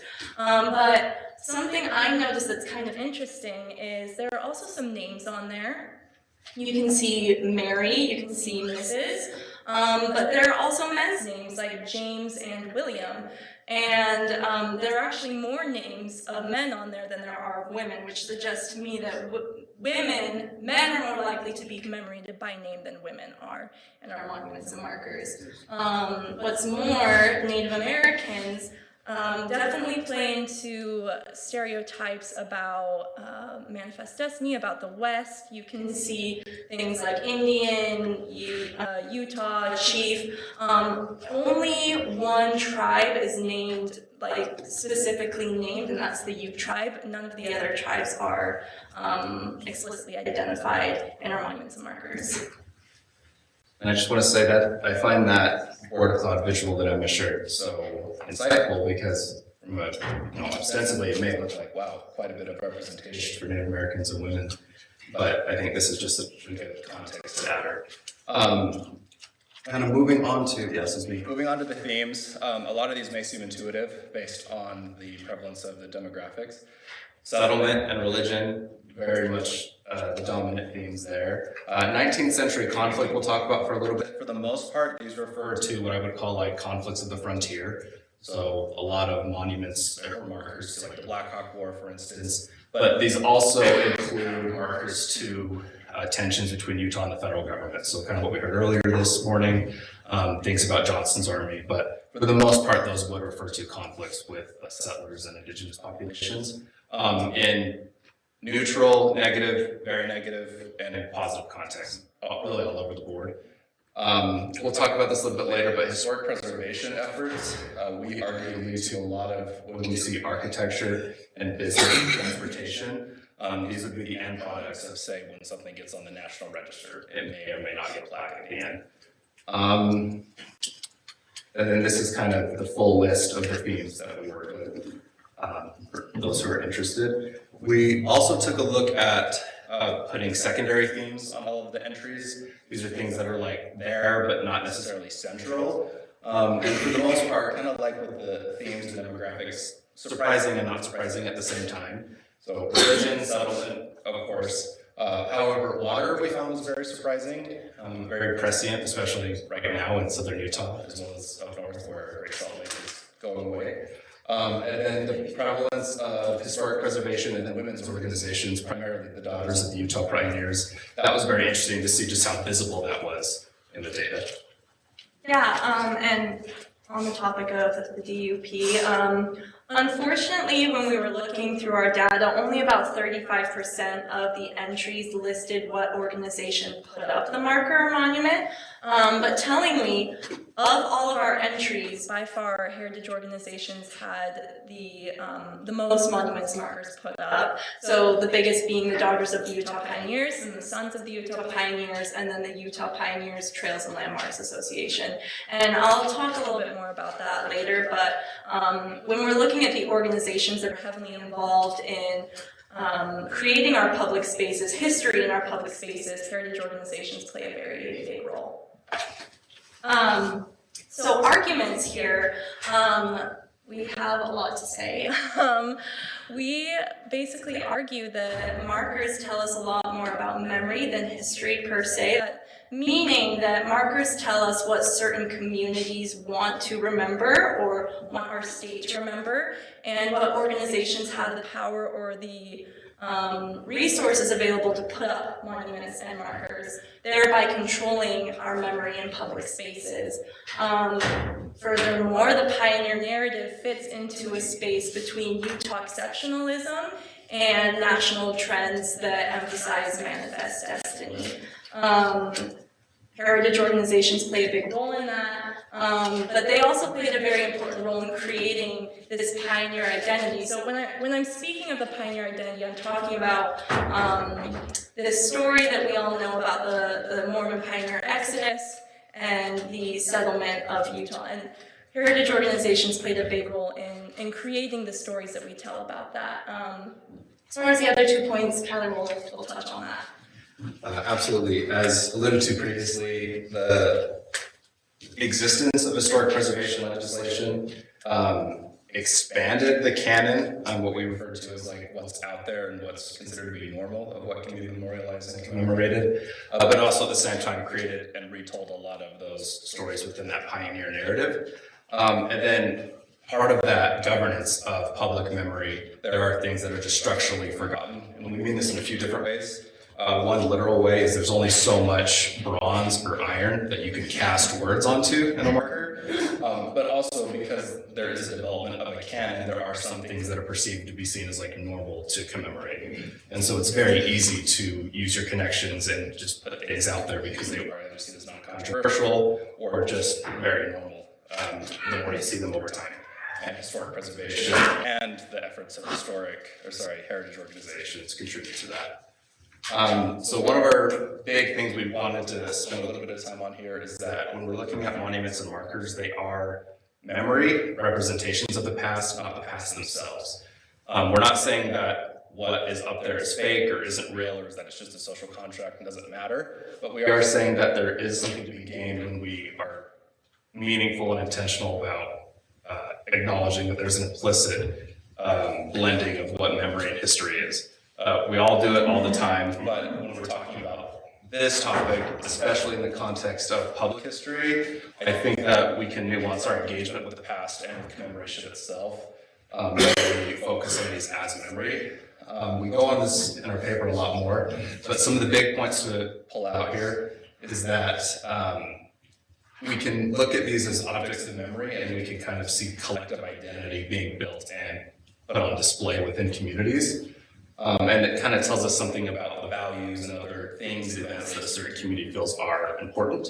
And then a huge theme throughout this that Emma mentioned, we can see that through memory and being selective about what in the past to put on a marker or commemorate, there is a play between assimilation and exceptionalism in Utah history and LDS, the memory of LDS history in Utah.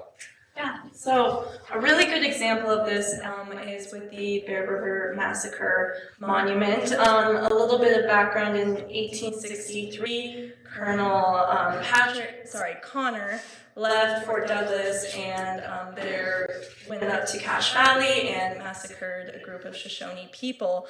But what's important about this, for the sake of our conversation, is the way that's been remembered in the following centuries. In 1932, I believe, the Daughters of the Utah Pioneers put up a marker about this event, and they called it a battle, the Battle of Bear River.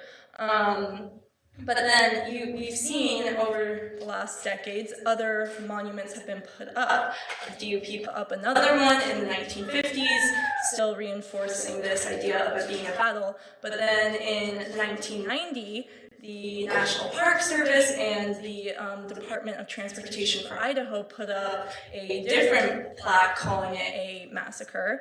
And then in 2006, the Shoshone put up their own interpretation of the event.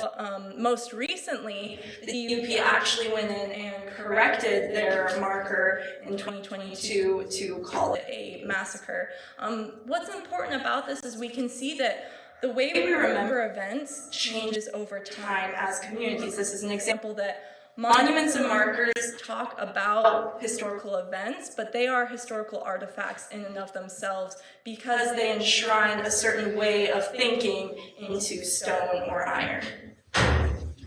Yeah, and then I think a fun way that like most people in Utah could kind of get a sense of how this works in your own community is many towns started off as colonial forts, and many of them vary in how they describe how they came into being and why there had to be a fort there in the first place. And so that's something we can circle back to maybe in the Q&A. Just in the interest of time, that's something that I feel like is an example many of us could look towards. Yeah, so talking about heritage groups, I just wanted to quickly cover kind of their background and why they matter to this conversation. So heritage groups in Utah actually follow a large national trend of heritage organizations, and especially in the early 20th century. Due to urbanization, industrialization, people formed heritage organizations to find a greater sense of identity in these networks, and they look to the past to help make sense of their present. This oftentimes involved romanticizing the past, but it's something we all do. And in Utah specifically, this was an important time because Utah was ripped out of isolation during this period through the railroad, the end of polygamy, and statehood. So a lot of Utahns formed these heritage organizations to help make sense of what was going on and create a sense of identity. But in so doing, especially I want to talk about the Daughters of the Utah Pioneers, they created this pioneer identity that we see reflected in our monuments and markers. So the DUP formed in 1897, and one of their rules is that members must be descended from one of the Utah pioneers. By creating that rule, they had to go in and codify what it means to be a pioneer. So for them, they said anyone who comes before 1869 is a pioneer, because if you came on the railroad, that doesn't count. You have to have come by hand cart or other, walked here. That makes you a pioneer. So you can see that these heritage organizations really had to go in and define what it means to be a pioneer. But in creating their monuments and markers, they didn't work alone. There was a great sense of collaboration and connection with other heritage organizations, the state, local leaders. So every monument really involved a lot of collaboration. Right. And on that note of collaboration, is a good segue into the governance of public memory. I focus here a lot on the impacts of the National Historic Preservation Act passed in 1966 that established the National Register of Historic Places. Most people, when they think of historic preservation or historic buildings, an image of a black and gold plaque may come to mind on the National Register. Fun fact I learned while researching this, that doesn't actually come with any sort of de facto protection for a property unless there's another law within a municipality or city that protects it. So kind of interesting there. But what this does is this kind of creates another avenue, especially when we consider heritage groups as another avenue to create historic markers. And then that collaboration that Emma mentioned, it builds on top of the systems that were already there. This just kind of expands it a little bit and also reverses the direction that commemoration can work. So if we were to just colloquially say that heritage organizations are like organic forms of commemoration, this is a way that can be more formal. And that can be from the state level, federal level, and work both ways. And this does in Utah give the state a reason to do more commemorative work because there's a actually like literally legal incentive to do so. But Utah doesn't do it, sorry, getting ahead of myself here. This is just a way to visualize the system of governance. I would need 2 more screens and a lot more arrows to do this justice. But I created this visual just to give a sense of, especially as it relates to monument or marker specifically, there's a lot of different ways and a lot of different kind of mental models and systems that people can tap into in order to actualize one. A key thing I'll point out here is that the State Historic Preservation Office for quite a long time was within the same department as the Utah Historical Society. That's not the case now, but that would be the entity that facilitated a lot of the historic preservation efforts. And when it comes to the impact, on the data, we talked about this earlier. It expands the canon, but also doubles down and recreates some stories. On the latter, for instance, the state of Utah implemented a Century Register program. We did some archival research and found that the Historical Society, in collaboration with other state agencies, were sending out letters calling for citizens to nominate their homes to the Century Register, for instance.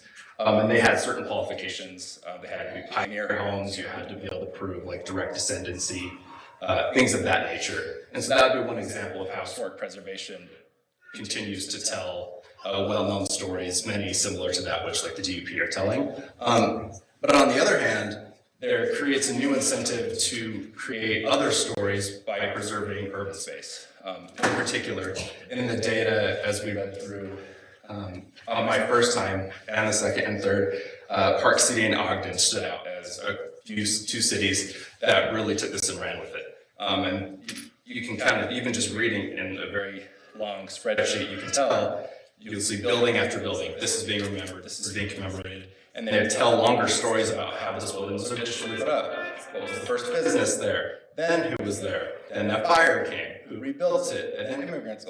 And so the point I'm getting at here is that because there is a new mandate, a new legal structure to do preservation and commemoration, that just opens up the door for other sorts of stories to be told that didn't have to originate from a heritage space. And when we circle back to our data, I argue that architecture and business, a lot of these came from nominations to the National Register. Our data is a little bit spotty there, so I can't guarantee that every single one is a National Register entry, but the way they read, as well as the type of stories they tell, that's what's substantiating that claim. And then another area I'd point to that these sorts of legislation needs more commemoration of like older indigenous sites. This is one where I'm from in Emory County, about Cornwash, for instance. Just from being from that area, that wouldn't have happened without that sort of legislation and the benefits that came with it. Yeah, so tying this to contemporary events, we probably all know that monuments and markers have been a bit of a hot topic lately. We live in polarized times, and what Kyler and I want to suggest, this presentation is not meant to be prescriptive by any means, but what we want to suggest is that Utah A is not safe from national discourse from these arguments, even though it may not be as contentious as it is, say, in the southern United States, but there have definitely been events and controversy. But we argue that polarization creates ineffective feedback, that people get into these feedback loops where they double down on either these arguments that you can't tear down any monuments and markers because that would be changing history, or people who argue that we should take down all monuments and markers that don't conform with contemporary values. We want to suggest that perhaps Utah might present a middle way to these arguments. We've seen a lot of great strides in recent years in Utah to diversify our monument landscape. There have been Black pioneers at This Is the Place, the Golden Spike. At the state level, there's been commemoration of women. So although these events don't threaten this canon that we've been talking about in commemoration, we definitely feel that Utah has been diversifying and showing that there's room for other voices in our monuments and markers landscape. Yeah, and that they've been diversifying, adding more voices in a way that's very much supported by the state and the LDS community as well, leading towards the supposed lack of confrontation that we may expect in this space going with the national trend. So that's about it for us for now. But main points we wanted to hammer home. Number one, please read our paper. There's a lot more in there if you're interested. But if you're not, for now, we'll leave you with heritage organization and historic preservation, huge two systems that contribute to the data as it looks now. Things are polarized, but they don't necessarily have to be. We can still commemorate, expand the narrative, as well as nuance narratives that we're more familiar with. Thank you for listening.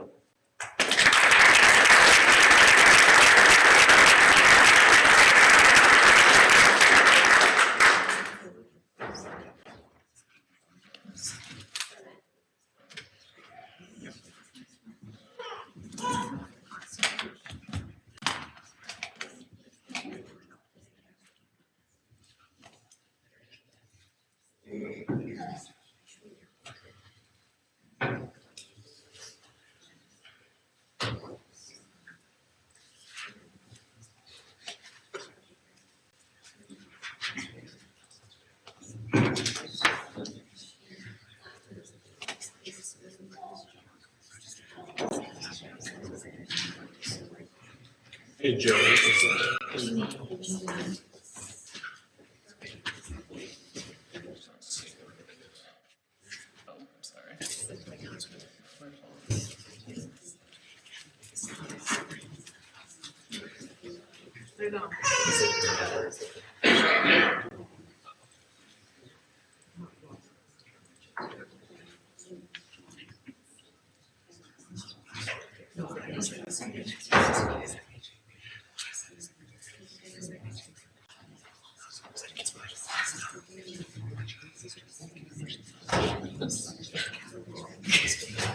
All right, greetings. Thank you for coming. This paper is part of a larger paper I'm working on in trying to complicate the archive of the Church of Jesus Christ of Latter-day Saints. So I might have some context that I have in a larger paper that you might feel a little lost. If that's the case, let's talk about it during Q&A. So within the holdings of the Church of Jesus Christ of Latter-day Saints, there's a small collection with a slightly awkward title, Historian's Office Collected Historical Documents circa 1851 to 1869. The collection consists of 2 Hollinger boxes and 7 oversized folders comprising a total of 194 acid-free folders. Typically, each folder contains 1 document, though some contain 2 or 3. According to the archival summary, the collection, quote, contains letters, reports, statements, maps, and other materials either collected, solicited, or created by church historian George A. Smith and the historian's office staff. The purpose was to document current events deemed to have historical significance and includes information about Indians, explorations, relations with U.S. Army troops, interactions with government offices, and colonization in southern Utah, end of quote. This collection is representative of the 150,000 other collections held by the Church History Library. This paper looks to this collection as a case study of archival formation and argues that the creation, use, and archival treatment of this collection, specifically documents pertaining to Native Americans, documents the worldview of the historian's office staff in the 1850s. The professional labeling, housing, contextualizing, and digitizing of the historian's office collected historical documents, that title is going to be a mouthful throughout the paper, I'm sorry, simultaneously offers researchers unprecedented access to the contents of the records, but also obscures the nature and history of the collection, including many elements of the creation, use, and disposition of the documents. When a researcher opens a box to browse the folders or clicks on the online button to view the digitized pages, the archival environment discourages attempts to imagine how those documents came to be or how they were treated by earlier archivists. Historians are trained to read against this archival terrain to uncover the context of individual documents. But those same historians don't often turn these questions to the collection as a whole. Archives contain many traces to the activities, words, and ideas of those who came before, not just the historical actors, but of the archivists themselves. As such, the archive shows deep fissures caused by classism, sexism, racism, and any other number of inequalities in society. Each decision to archive a document, whether that decision happened in 1854 or 2024, is a decision based upon societal worldviews, biases, motives, and values. I agree with scholar Max Perry Mueller when he states that, quote, the archive's asymmetries make it a racialized space. But Mueller would have historians, quote, return to the written archive again and again to discover records that went unnoticed, end of quote. Such a solution of reading against the archival grain fails to acknowledge the inherent problem of the creation of the archive itself. First, we must understand the biases behind the creation of the archive to cast the appropriate context for any individual document. Fundamentally, the historically sterile environment of the archives is an illusion. Understanding why that illusion was formed and who it best serves and continues to serve is crucial to truly understand the context of which those documents were created and archived. Historians might acknowledge the silences in the archives, but they should not let echoes from the past reverberate through the archival walls without understanding why those echoes sound. When Mormons settled what became Utah Territory, they were displacing thousands of Native Americans. This paper will look to the historian's office collected historical documents, I'm just going to call it the collection from now on, as a case study in how one piece of the Mormon archive was created. The small nature of the collection offers an important chance to take a deep dive into this creation, but the paper also shows how the creation of the archive misrepresents the experiences of the Native Americans. One of the most obvious ways to see bias within the archive is in analyzing how early Mormons documented their interaction with their Indian neighbors. This paper will address several documents from the collection that touch upon the racial, religious, economic, and practical considerations of colonizing occupied Indian territory. To be clear, this paper is not the story of the Native Americans, nor is it even the story of the interaction between Mormons and Native Americans. But this paper addresses how an archive was created to reinforce the colonization and colonial attitudes of white settlers with a 19th century racist, imperialist American worldview. While not comprehensive, and believe me, we can talk about any collection in any archive, this is one facet of the story of the creation of an archive. The historian's office, the collection, documents one important fact. During his tenure, George A. Smith significantly increased the archival holdings of the historian's office. Upon Smith's appointment as church historian and recorder in 1854, one of his first actions was to reach out to individuals to document the church's more recent past, outside of his typical work on the manuscript history of Joseph Smith. On 13 April 1854, less than a week after his appointment as church historian and recorder, George A. Smith wrote to John D. Lear requesting him to turn over the, quote, history, records, etc. of Iron County. Perhaps not coincidentally, the very first folder in the collection are two documents created by John D. Lee, a fort and a meeting house of Loiza, later renamed Parowan, the earliest settlement in what would become Iron County in the southern portion of the territory. These documents were drawn by Lee in 1851, 3 years before Smith's request for the records. Smith knew of Lee's propensity to keep records because of first-hand experience. Lee and Smith traveled together in the same southern Utah mission. Shared experience taught Smith that Lee would have important records of this settlement. Both drawings are fairly straightforward.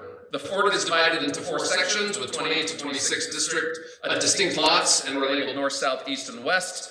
Each cardinal direction was also labeled the 1st through the 4th wards. The Loiza Meeting House is a plus-shaped building measuring about 45 by 45 feet.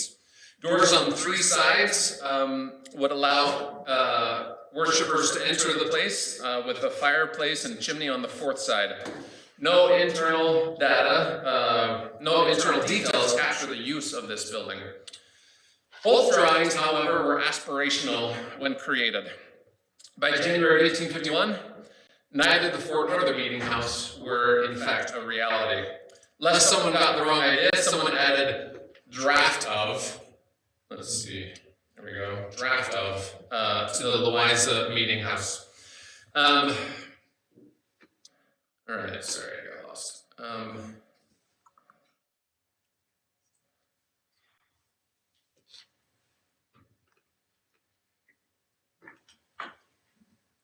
Sorry. To clarify that the drawing was plans and not representative of an actual building. The drawing of the fort certainly documented some building activity in Iron County, but the neat lines and the exact rows had not yet materialized in the environment. But the drawing certainly documented Mormon priorities in their settling patterns, a space dedicated to worship and a safe space from possible Indian attacks. The documents maintained their aspirational meaning when gathered into the archive, though that aspiration took different forms. The documents represented hoped-for ideals about Mormon settlement. When George A. Smith requested documents from Iron County, he had already experienced the initial settlement of Iron County. He saw the settlement built within native lands. Mormons fundamentally hoped for a society of regulation and order. The place of these documents in the historian's office was documentary evidence of order from disorder, civilization brought to an uncivilized land. The walls of the fort offered protection from Indian threats, perceived or real, while the bastion in the fort planned for violence against native peoples.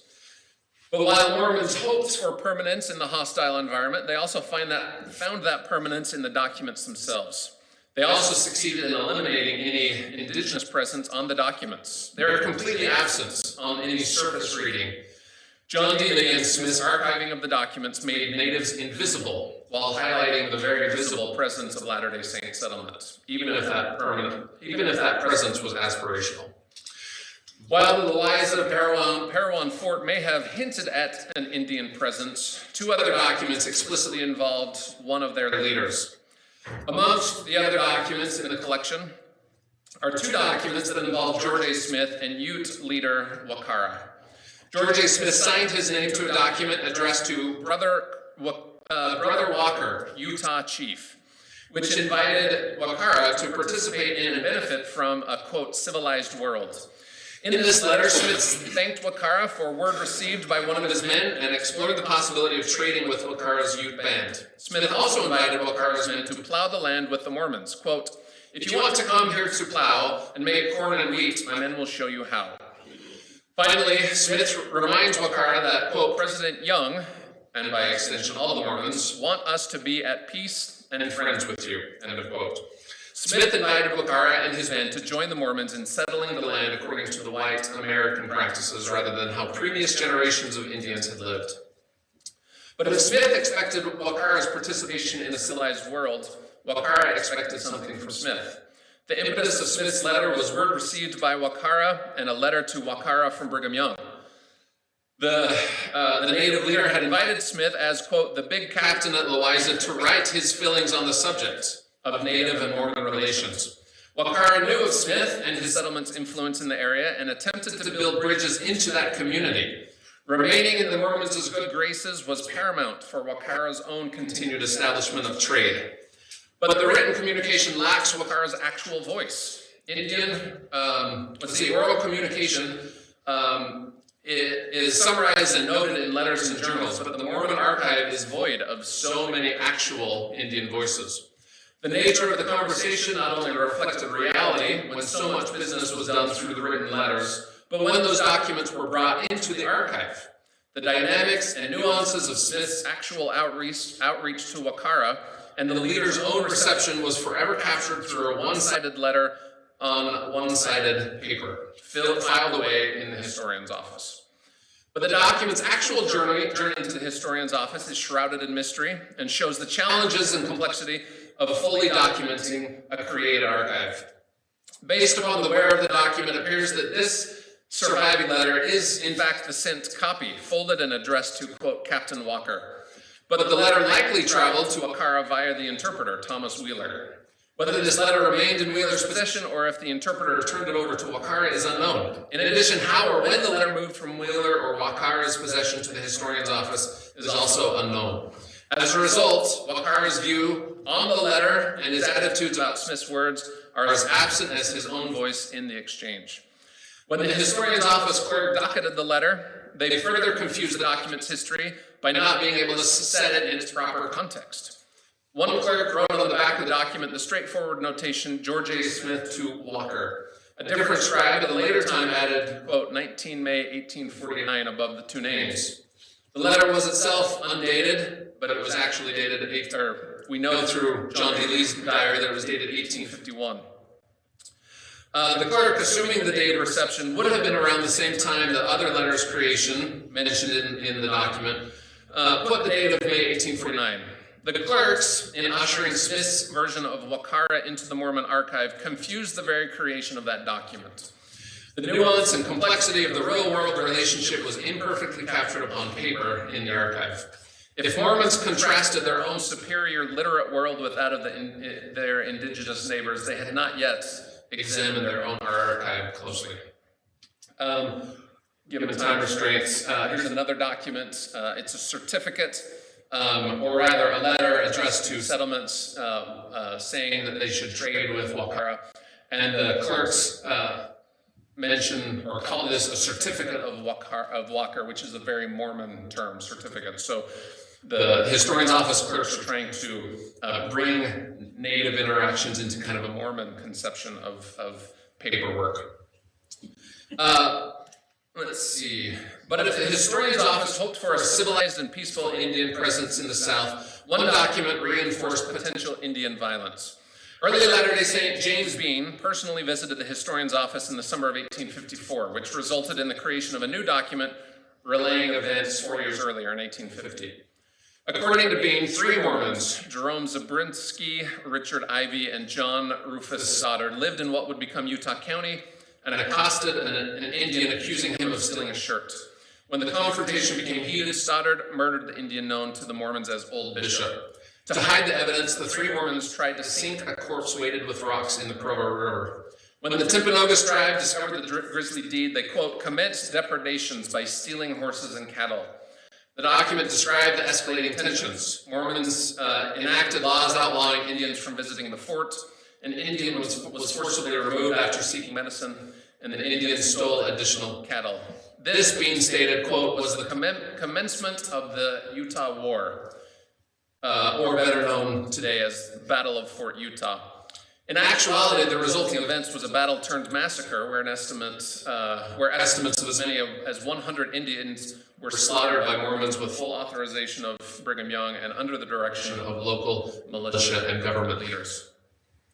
The document dictated by Bean appears to have been the creation of convenience rather than specific information sought out by George A. Smith.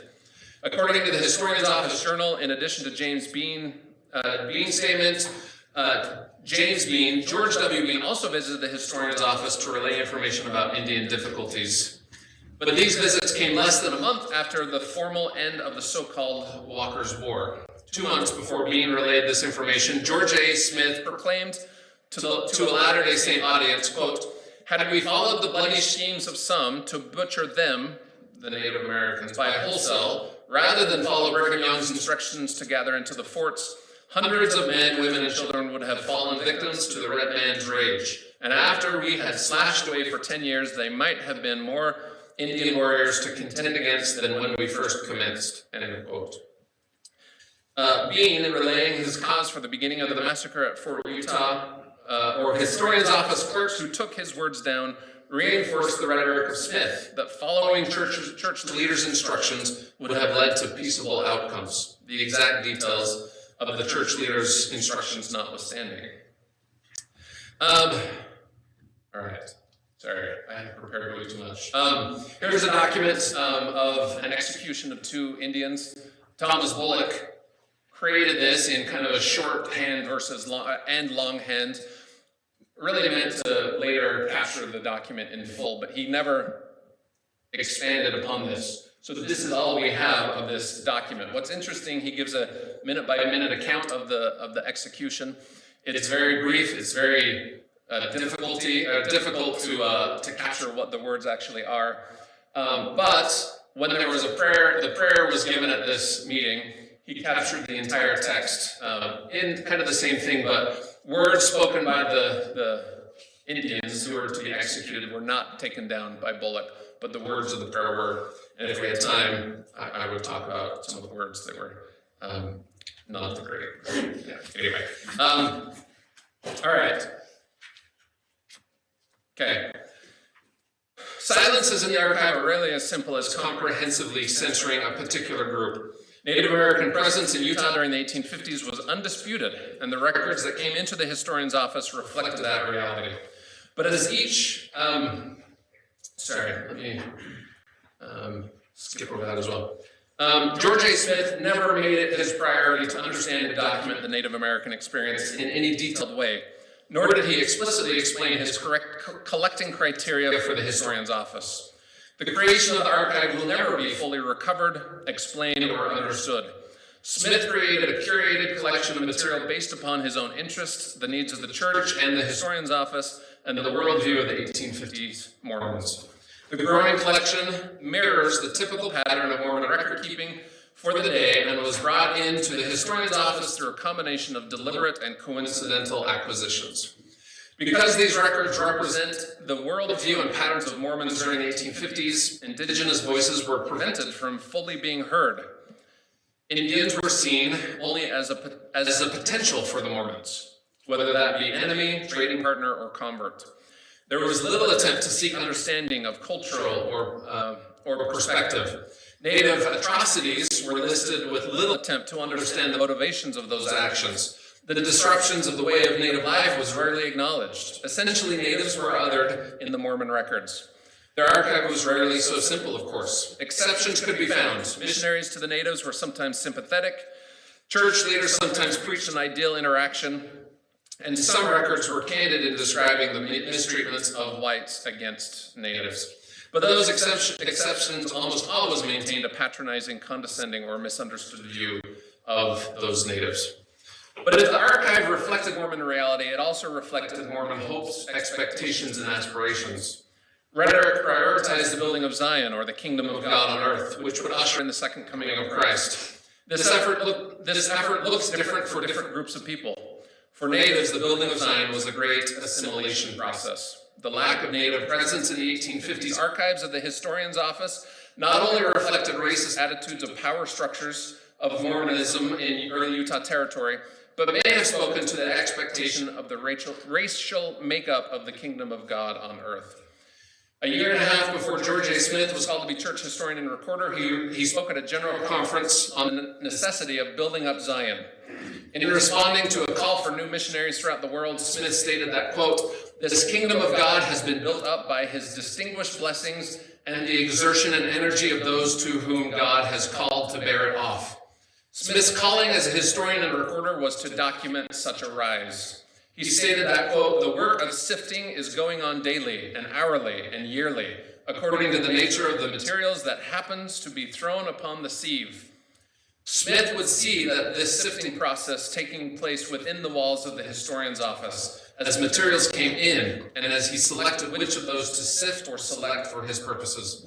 If the kingdom of God was to be established, ranging from preaching, proselytizing, or colonization, its archives was one way that that kingdom could be represented, if aspirationally, in earthly institutions. Thank you.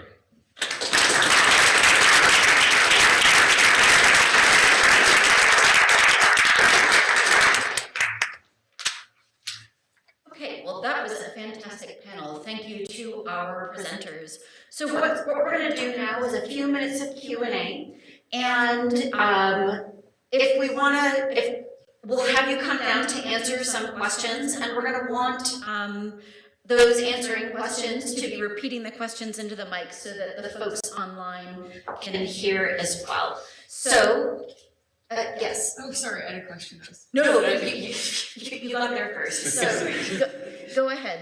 I had a question for Emma and Tyler. Okay, can we have them come on down? And so, as an example of the monuments I've seen, the Bluff, Utah, down the way in South San Juan County, their town sign that was erected in 2012, it says established in 650 AD, rather than the year that the Mormon settlement was built down there. And so it acknowledges like indigenous presence in the area, but it's really contentious because it doesn't acknowledge that founding of the Mormon settlement. And so Bluff's comparatively liberal in its support of land conservation compared to a lot of other non-Mormon towns. And so it seems to legitimize indigenous connections and maybe reinforces their support of land conservation. So I'm curious if you guys have seen in your work anything about specifically land management designations as monuments and markers, and how they may have reinforced or subverted certain aspects of Utah identity. So we have a question then about land management designations and how those reflect issues of identity and history. Okay. Or other kind of forms of markers or monuments like that. Did you say that was Bluff that had the town established 650? That's really cool. I did not know that. So we were working with a little bit of dated data, and I don't recall seeing anything quite that far, but I can remember one that wasn't in the data set.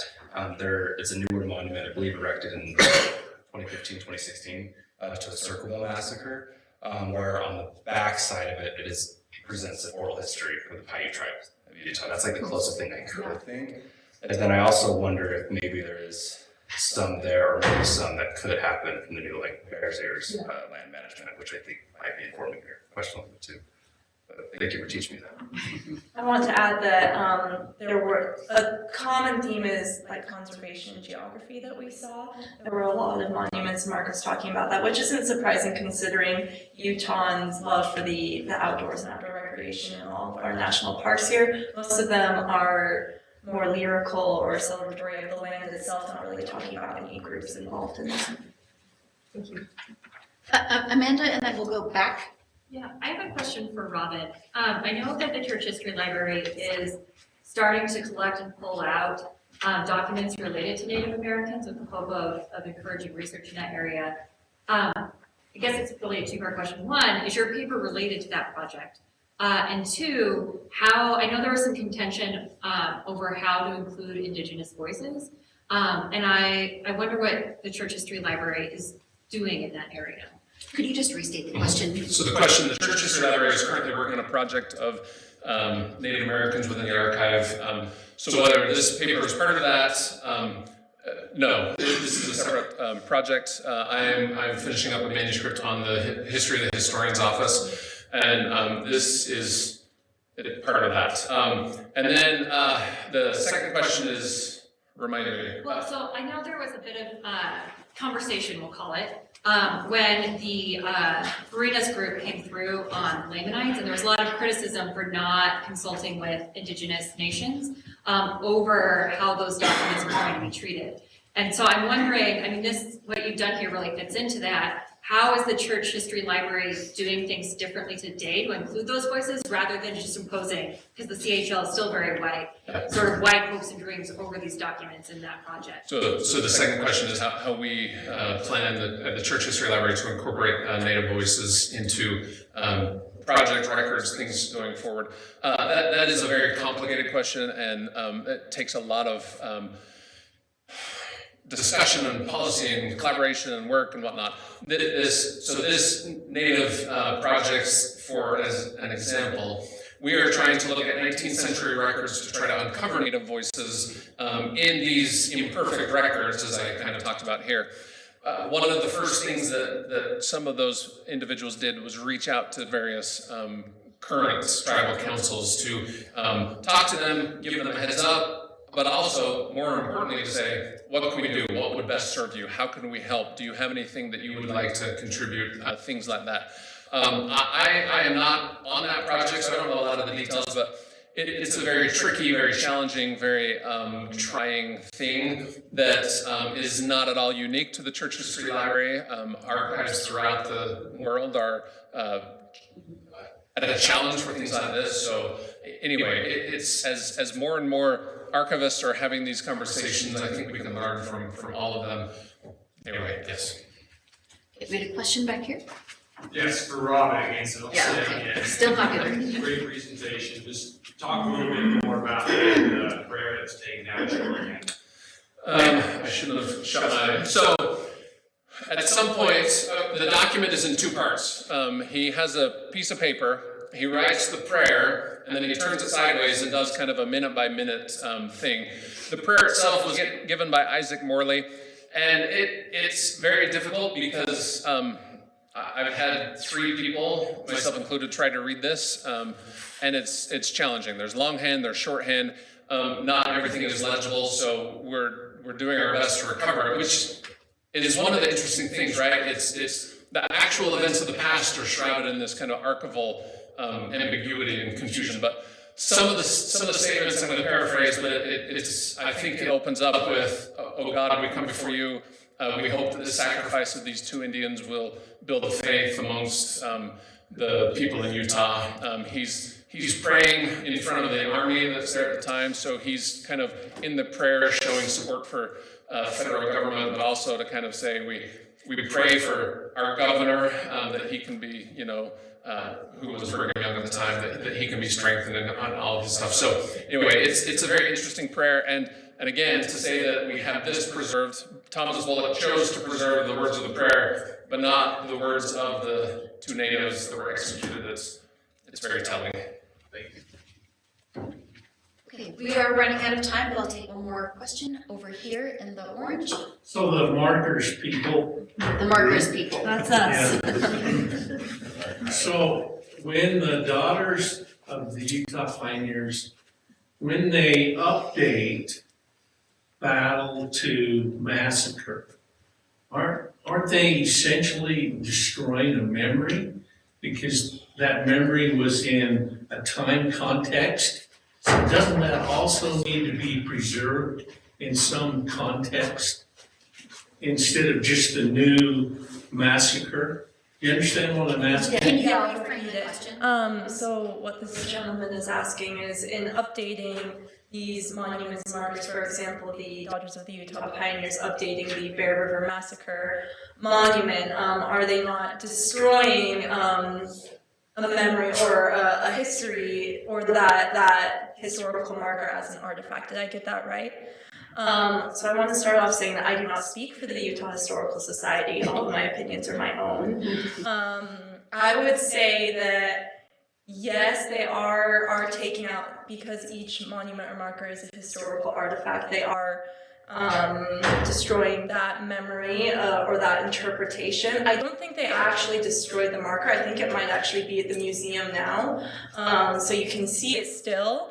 I would say, in my personal opinion, if it's doing harm to a group, especially a group that feels very traumatized, it's better to, we can update values because monuments and markers are a portrayal of values. I think Amanda has an input here. So I know what they did with it. So Darren Perry is the former chairman of the Northwestern Shoshone, and he felt very strongly that the Daughters of the Utah Pioneers should be held to account for what they had said.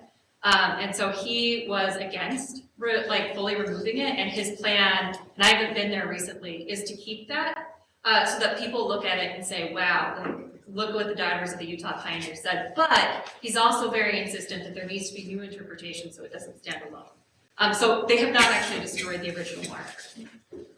Thank you. I think we're gonna end questions for now because we're a little over time, but I want to encourage you to continue conversation with folks if you've got further questions.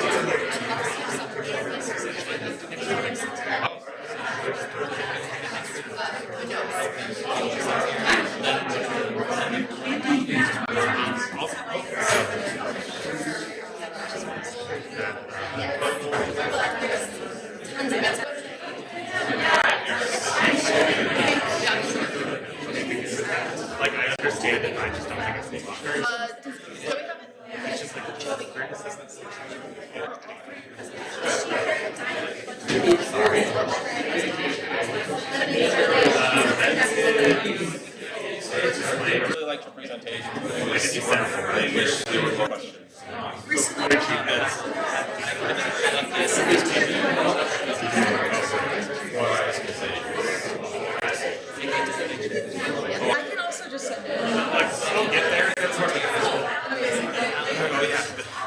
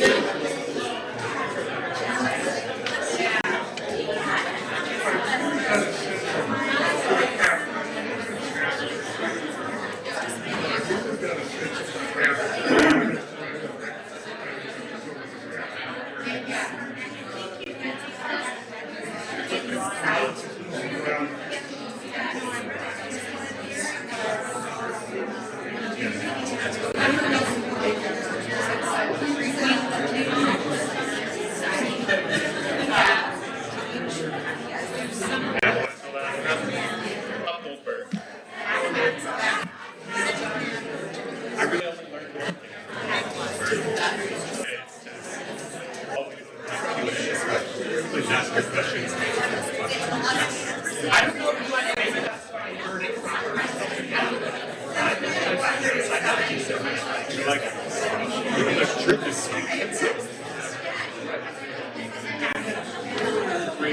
And you're behind the canvas and just X out. X out. Or just here's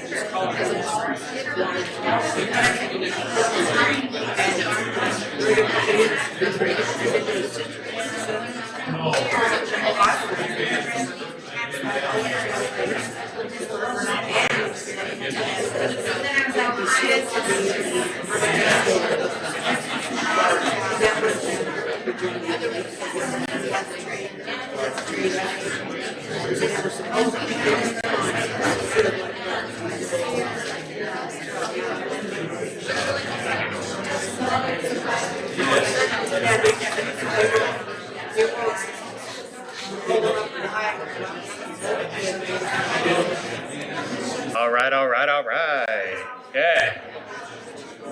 Everyone can grab a seat real quick.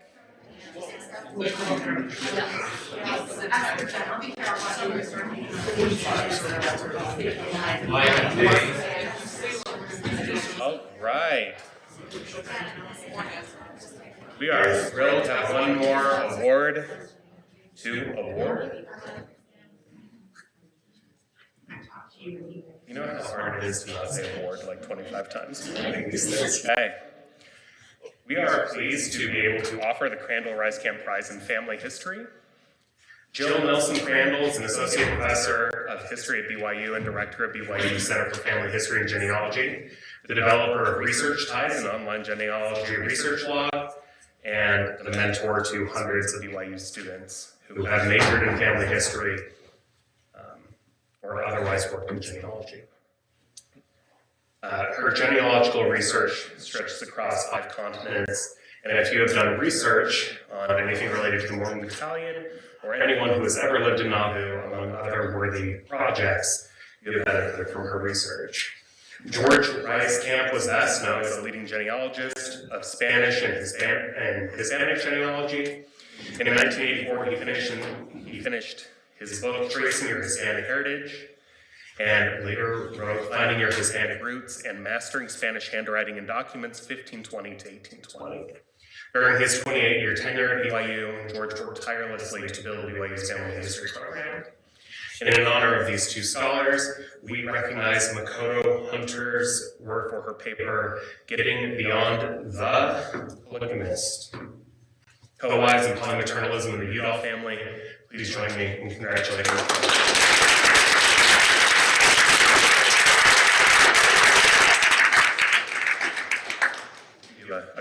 A wave. All right, so thank you all for coming to the last session of the conference on biography. My name is Christina, for those who haven't got to meet yet. And I am excited to introduce 3 speakers who have just really fascinating papers to share with you. The first person who will be speaking is Dr. Benjamin E. Park. He is an associate professor of history at Sam Houston State University and co-editor of Mormon Studies Review.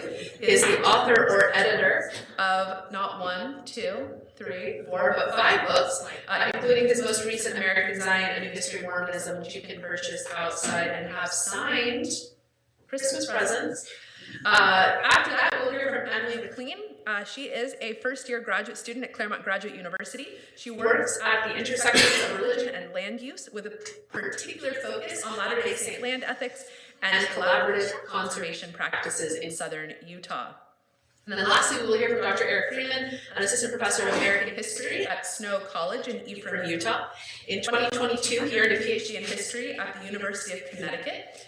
He is simultaneously transforming his dissertation on socialist converts to Mormonism into a book manuscript and starting a new biographical project on Frank Garrard, who we'll hear about today, the subject of his presentation. So please join me in welcoming our first speaker, Benjamin Park.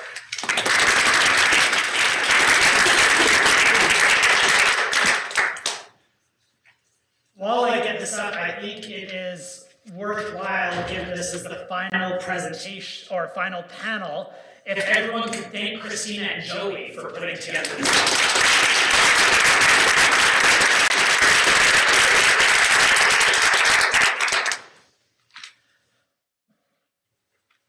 Juanita Brooks was not someone to bite her tongue.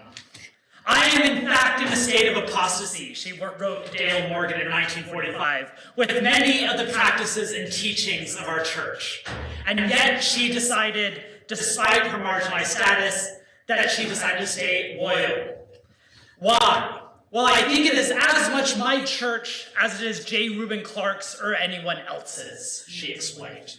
Brooks mourned what she called the Reubenization of Mormonism, the stripping away of its unique features, emphasis on fundamental doctrines, and the rejection of modernist way of knowing.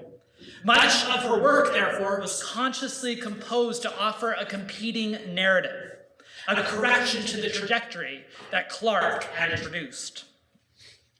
Juanita Brooks and J. Reuben Clark represented 2 opposing visions for Mormonism during the mid-20th century. Though their backgrounds held much in common, both received higher education from Columbia University, both recognized the power of ideas, and both exhibited an intellectual precociousness rare for their communities. They came to envision conflicting directions for the faith that they both loved. They also embodied the diverging cultural forces that were simultaneously pulling America apart. For Brooks, the modernization movement sweeping the nation promised to overturn myths, reform society, and inaugurate a new era unfettered from the turbulent fraudulent traditions and tenuous dogma. Clark, meanwhile, mourned these same cultural forces, fearing that they would upend the social stability necessary for human growth and communal morality. At the heart of for both these individuals was the power of historical inquiry. Fighting for interpretive authority over the past was an especially fraught enterprise in the Latter-day Saint tradition, given its divinity was rooted in history. But it was also a common dispute found throughout America. The burgeoning field of professional historians that flourished in the post-World War I era represented a maturation of the discipline, and both the nation and its many communities were forced to reconsider foundational stories. Further, the discussion was part of a larger reckoning regarding academic ways of knowing, a societal disruption that soon had the cultural moniker of modernism. Brooks took advantage of this new interdisciplinary in tracing Mormon history itself. It's noteworthy that the academic study of Mormon history truly commenced with New Deal legislation. Franklin Roosevelt's revolutionary initiative to create enough public jobs to pull America out of the Great Depression provided numerous opportunities for archivists, researchers, and writers. Among those were Dale Morgan and Juanita Brooks, two Utah-based historians who were hired by the Emergency Relief Administration and the Works Project Administration, respectively.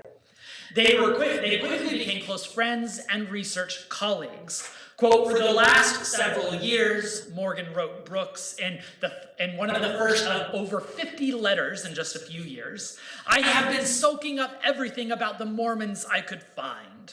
And he was both willing and anxious to help his fellow sojourner. Any problem existing for anybody in Mormon research, he told her, was a problem also for me. But more than offering support for Brooks's current project, Morgan explained why his work was so important. While he had an emotional attachment to Mormonism, he noted, he also had, quote, an intellectual detachment essential to the critical appraisal of it. This appeal to independence and intellectual detachment, phrases that will crop up a few times in my presentation today, represented this professionalization impulse that had taken place within the historical world. During the interwar years, many prominent historians worked to fuse their field with a larger body of modernist scholarship that emphasized facts and figures. Investigating the past, they argue, was more a social science than a humanistic inquiry. Most famous among this genre was Charles Beard's An Economic Interpretation of the Constitution of the United States, which posited that the financial figures associated with the American founders more readily explained the nation's governing texts than their philosophical ideas. Similar disciplinary upheavals were taking place in the field of psychology, biblical higher criticism, and biology. Further, as embodied by Beard and embraced by Morgan, a key mission of the scientific inquiry was to overturn traditional myths that had been unjustifiably adopted by the mainstream. Such developments worried those that feared that America was losing its moral foundations and truths. Most prominent among them were the evangelical fundamentalists who loudly denounced ideas like evolution. They called for the nation to return to Christian truths as the basis for society and urged a literalistic and charismatic interpretation of the Bible. But while this religious movement was large and influential, recent scholarship has challenged the coherency of fundamentalism as a category, especially when posited against an ideological opponent known as modernists. The theological boundaries between the two categories have proven more porous than previously assumed. And yet, while the theological consistency of fundamentalism is no longer assumed, the cultural meaning of the fundamentalist coalition has only been reified in recent books. Cultural, political, and intellectual historians have successfully shown that we should understand modernists and fundamentalists not as coherent ideological schools, as much as cultural assemblages. That is, many Americans embraced modernist or fundamentalist labels during the interwar years as cultural identifiers, a self-described way of knowing, rather than a coherent set of knowledge. Associating with these two different groups did not necessarily mean fidelity to a set of principles, as it did a series of pragmatic alliances. Consider the case of Juanita Brooks and Dale Morgan. On the one hand, they stridently disagree on fundamental ideas tethered to the modernist project. As Brooks once wrote to Morgan, we are on the opposite sides of what you call the Great Divide with regard to the question and reality of God, as well as the understanding of humanity's motives. Morgan, of course, was similarly forthright. Quote, it will be understood that my approach to Mormon history is what might be called naturalistic, he explained, as I do not accept ideas about Mormon history that are fundamental to the Mormon viewpoint of that history. But Morgan still recognized in Brooks a colleague in the modernist quest for verifiable facts. Brooks may look like the meekest, kindly member of the Relief Society, who once patronizingly wrote to Fawn Brody, but she has a keen mind, extraordinary energy, and great independence of outlook. It's that independence, in other words, that Morgan saw as crucial to the scientific method. Brooks was more nuanced. She insisted that her work should be an independent piece of work, as scholarly and impartial as I can make it, yes. But she also acknowledged in her history that it was best directed at the membership of the church rather than the world at large, because they're the ones who needed to hear it. That required speaking their language, in other words. She did, however, desperately hope that she could finish her project, the Mountain Meadows Massacre, quote, before Heber J. Grant dies, because she feared J. Reuben Clark and Joseph Fielding Smith would restrict archival access. She was right to worry. If Brooks and Morgan reflected the cultural allegiances associated with the modernist academic outlook, Clark represented the concomitant backlash. On a superficial level, it would appear odd to consider Clark an anti-modernist. He was well-educated, held a national reputation, and knew how to shape modern bureaucracies. Yet he also epitomized what scholars have recently called the anti-scientism that drew from and capitalized on the interwar period's fundamentalist movement. He feared that education was becoming too secular, was skeptical of social reform as too materialistic, denounced federal policies as too socialistic, and rejected scholarship deemed too threatening. His ire was especially strong for the academy. Quote, I have come to deplore the fact that some of our literati, as I call them, he explained to Heber J. Grant, do not spend more time on the gospel as revealed and less on the near-pagan philosophy of modern times. He worried that the modern world was undercutting certainty, placed too much significance on secular experts, and made society too dependent on government. The nation, in other words, was devoid of moral judgment. Clark's 1938 charted course address to LDS instructors has been rightly seen as a blueprint for Mormon religious education. It was also an anti-modernist manifesto. He critiqued the, quote, newest fangled ideas that were being taught by modern universities and urged believers to embrace traditional values no matter how backward they appeared. His language mirrored the wider ideological disputes as he instructed LDS leaders to only draw from the essential fundamentals of the gospel, which just so happened to match the same ideological priorities found among anti-scientism, though framed in a revelatory package.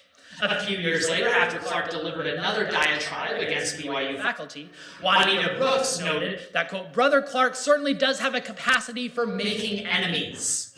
She also rightly pointed to his cultural influences. Quote, I've heard even good Republicans say it is hard to tell when Brother Clark is speaking in the name of the Lord and when he's speaking in the name of the Republican Party. Though Brooks and Morgan were not yet in Clark's scope, most of his ire through the early 1840s had been directed to religion and biblical scholars. Another historian soon dominated his attention. Fawn Brody's No Man Knows My History, published in 1945. Brody's biography of Joseph Smith was, in many ways, indicative of the new breed of history wedded to the social sciences. Her psychoanalysis used tools from scientific fields in order to diagnose historical characters. It also offered a purely naturalistic reading of Mormonism's founding. Clark called it a veneer of pseudo-scholarship and drafted a scathing review that appeared in church magazines the next year, around the same time of Brody's excommunication. The debates prompted by Brody's biography captured the community's growing fissures. Brooks, though she disagreed with Brody's conclusion that Joe Smith was a conscious fraud and imposter, couldn't help but appreciate the book's literary quality and, significantly, patient research. She was upset, therefore, at the leaders' hysterical reaction, in her words, and complained that their defensive stance makes it hard for historians like her to, quote, be loyal to the church. She was particularly perturbed by Hugh Nibley's political response titled, "No, ma'am, that's not history." It seems to me that in our zeal to answer Mrs. Brody, she wrote in a letter reproving Nibley, quote, "We make some statements almost as far-fetched as hers." When Nibley was hired to teach at BYU, in part due to his polemic success, Brooks feared that the Rubinization process of knowledge was taking root at the institution. And Brooks's concerns were warranted. Church leaders reacted to Brody's book by clamping down on the historical profession in general. Soon, both Brooks and Morgan were in Clark's crosshairs. When Morgan won a Guggenheim Fellowship that would enable him to write a general history of Mormonism, he petitioned for access to crucial church documents like he had in the past. Yet now, after Brody, he received a caustic letter from Joseph Anderson, secretary to the First Presidency in 1948. An experience running over several years has persuaded us of the unwisdom of giving access to our manuscript records to people writing books. Because that same experience has shown that people writing such books are rarely qualified to appraise accurately what they read, and too frequently, whether consciously or unconsciously, they misrepresent what they find. Such manuscripts will therefore not be available for general inspection or use. Anderson summarized this shift in the letter, a notable shift given Morgan's previous amiable experiences at the church archives, by stating that the historian's office was not a research library, but, quote, a private library maintained and operated for the benefit of the church. It was around the same time that J. Reuben Clark personally petitioned the Guggenheim Foundation to not renew their funding for Morgan's research. Morgan tried to take the setback in stride, noting that, quote, luckily the destroying angels are dead and gone, and I only have to cope with the annoying angels. While the church's retrenched position was an immediate response to Fawn Brody, it was also reflective of the broader context. Note the language in the denial. Historians were in trouble because they were rarely qualified to appraise accurately what they read, framing the denial around qualification. The secular academy's standards of qualification, rooted in social sciences that tended to ignore humanistic, let alone sacred influences, were insufficient to understand religion. Historians like Brody and Morgan missed the fundamentals of the divine past. The church would therefore not assist their efforts. Juanita Brooks' chance to draw the church's attention came a couple of years later when Mountain Meadows Massacre appeared in 1950. The book was poised to prompt consternation given its indictment of Brigham Young as an accomplice after the fact to the 1857 massacre, as well as the demolition of traditional myths that indigenous peoples had butchered the migrants. It was a result of decades of meticulous research and careful, if understated, analysis, demonstrating the independence that Brooks cherished as a historian.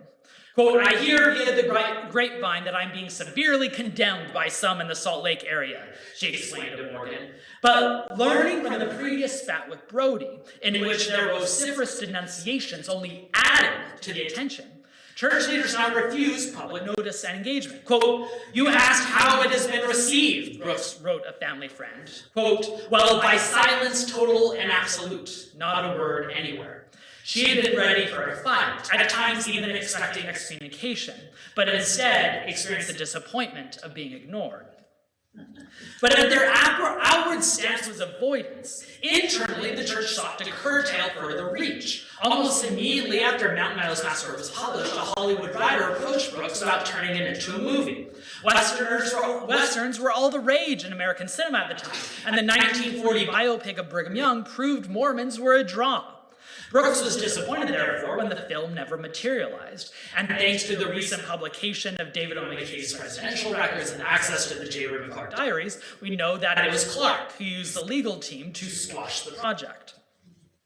Just a few years after these kerfuffles, I think that's the academic word, the Catholic sociologist Thomas O'Day published his extensive study of Mormon history, doctrine, and culture during the mid-20th century. Mormonism's greatest and most significant problem, he concluded, is its encounter with secular and modern thought. He argued that in the church that J. Reuben Clark was building, a questioner or critic not only annoys conservatives, but may also come to threaten, or at least appear to threaten, cherished beliefs, values, and institutions. Yet defining the debate purely over secular flattens the actual stakes. What was actually at issue was a general way of acquiring and presenting knowledge, one's relationship to the new sciences taking over the academy. Now, it would be easy to conclude this paper by pointing out how Brooks, Morgan, and Brody laid the foundations for future historical inquiry, paving the path for luminaries like Leonard Arrington follow. It would also be self-congratulatory to grant them the white hats to J. Reuben Clark's black hat in a morality play. But history, of course, is more complicated, and historiography even more messy. Because the methodology displayed by our mid-20th century protagonists also exhibited certain faults that had to be overcome. One reason Dale Morgan was never able to gain the reputation and reach that he felt he deserved was that the historical profession was already changing. By the late 1950s, many historians critiqued the social sciences approach of their historical predecessors as too limited for capturing the human experience. Take, for example, Cornell professor Cushing Strout in 1995, who argued that scientism had corrupted American conceptions of the past, prioritizing a technocratic rationalism that resurrected the anti-historical proclivities of Enlightenment rationalists. By embracing naturalism, in other words, historians had become redundant. Now, I want to be careful not to lump both Morgan and Brooks into this category. Brooks was far less strident in her attachment to rationalistic and scientific discourse as Morgan, and indeed urged him to be more flexible in his interpretations. Other historians, too, identified in Morgan a fatal flaw. Quote, when you have found an environmental explanation of something, Bernard DeVoto once wrote Morgan, you are content, you feel you have settled matters, and you depart about some new and proper business, whistling in the carefree consciousness of a job well done. DeVoto, like Brooks, pointed toward a methodology that was humbler in its interpretation and framing, especially on religious matters. Indeed, Brooks once confessed to Morgan that her background, quote, makes me slow to think that I can successfully analyze Joseph Smith, given her emotional and spiritual attachment. She could not be truly independent, to use the word they both loved, after all. But in the end, she felt those linkages, those ligaments of interdependence could not, or could help, rather than hinder, historical inquiry. In the end, Brooks's malleability enabled her to better adapt as the historical discipline moved away from its scientism era and returned to its humanities roots, eventually coming to embrace principles of positionality. Such a shift also enabled the historical discipline to appear less threatening. When Arrington and his merry men and women championed New Mormon history, their Camelot, while devoted to historical context, was far less anxious to directly disrupt myths and truth claims, instead leaving those tensions more implied than explicit. And while their work still caused formative skirmishes, another era of culture wars, their legacies were more lasting. Historians ranging from Juanita Brooks to Dale Morgan, and then to our scholarly luminaries now, have long insisted on the importance of culture and context. A close examination of their own culture, then, reminds us that they themselves were not immune from their own context, with lessons just as relevant to us today. Thank you.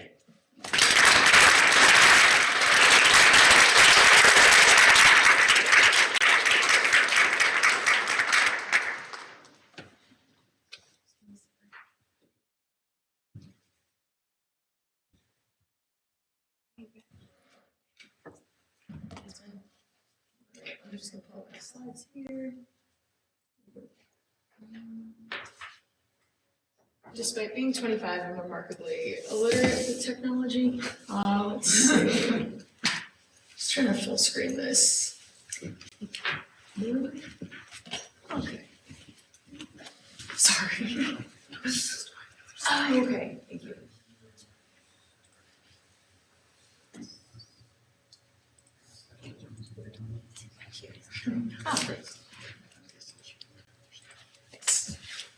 Hey everyone, I am Emily Lee. This is my first ever conference, so a little nervous, but I'm presenting on Juanita Brooks, Terry Tempest Williams, and new possibilities for Latter-day Saint land ethics. I titled it Zion Country Almanac after the Edward Abbey Sand Country Almanac as a play on that. And here we go. So as part of an introduction, in Utah, land management is a contentious matter. I think that is an implied statement. I actually took this photo last night on my drive from LA, right outside of Juanita Brooks' hometown of Bunkerville, where I stopped to run my dogs, and you'll see those photos coming up.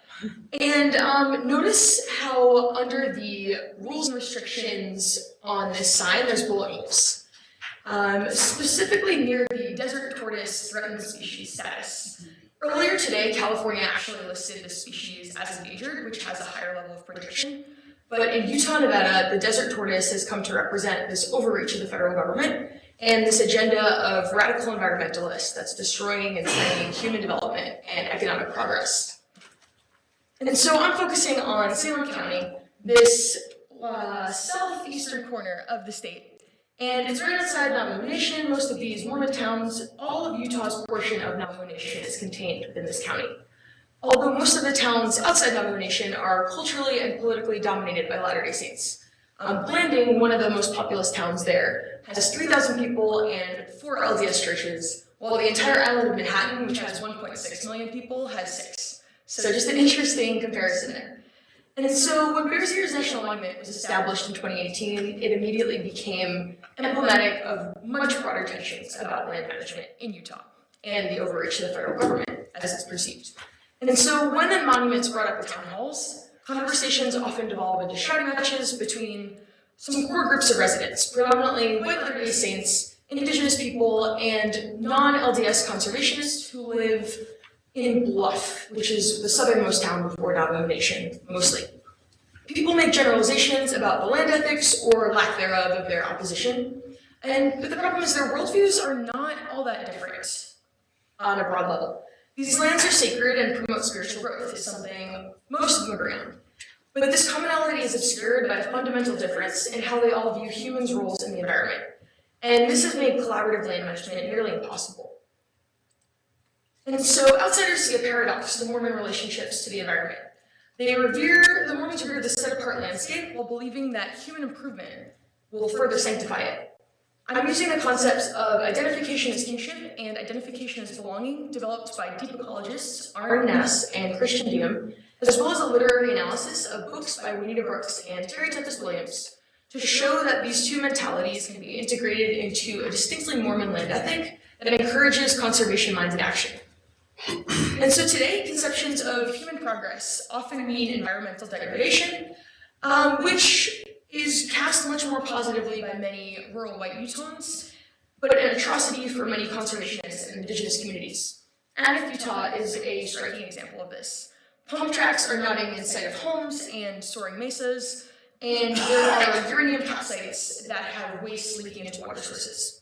Conversely, protections on desert tortoises, like we saw before, halt housing development, and wilderness designation prevent the construction of new roads as well as extraction of oil and gas that lead to a lot of jobs in the area. And so now we move on to the first chapter of this paper. So this is the place. We saw this monument in some of the other presentations, and it was erected where Brigham Young sited the Utah Valley in 1847. He declared here that this is the place to build God's kingdom on earth. And Young and his early pioneers, they actually approved of the natural features of the valley as being advantageous for civilization, but by the 1860s, Mormons remade this history. The new myth they remade cast the Utah Valley as a desolate desert and emphasized the pioneers' ingenuity and divine favor as they converted this wasteland into a garden. So this is from an 1892 book about the history of Utah, and it describes the Utah Valley where Brigham Young entered as the Great American Desert. And this picture, it's kind of old and faded, but you can see cacti in the background. It's a very barren landscape. And so this is an example of what Jared Farmer calls the desertification of Zion in his book On Zion's Mountain. And Pioneers' Day celebrations, as well as Trek, have enshrined this altered recollection into the LDS consciousness.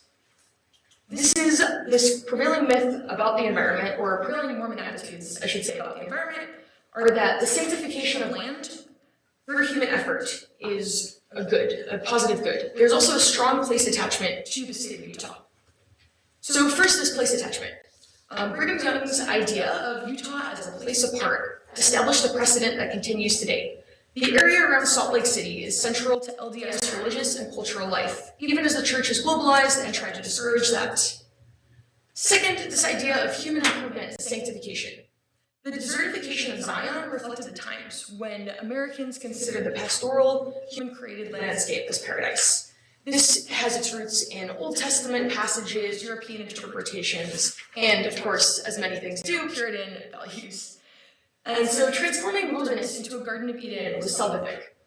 An American Zion could not be established, or Zion. I'm from New York, so I say it very poorly compared to the Utahns. So an American Zion could not be established in an untamed wilderness. Only industrious and obedient pioneers could transform the desertified Zion into a pastoral paradise.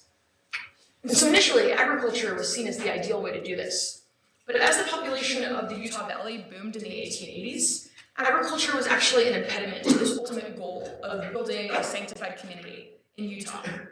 And so Mormons lifted their eyes towards steel mills, highways, and office buildings to build a thriving paradise. The methods changed, but the spirit of the Pioneer Project remained intact. Mormons today replicate their reverence for Utah as this place apart for God's people by developing lands for human use in similar ways. Conservationists may consider this paradoxical, but to Latter-day Saints, these two concepts are harmonious. One reinforces the other. But how can this mindset be harnessed to promote more environmentally beneficial land management practices, as well as more just dialogue between communities? So now we move into chapter 2. This concept of identification as kinship can contribute to a more conservation-minded, yet still distinctly Mormon land ethic.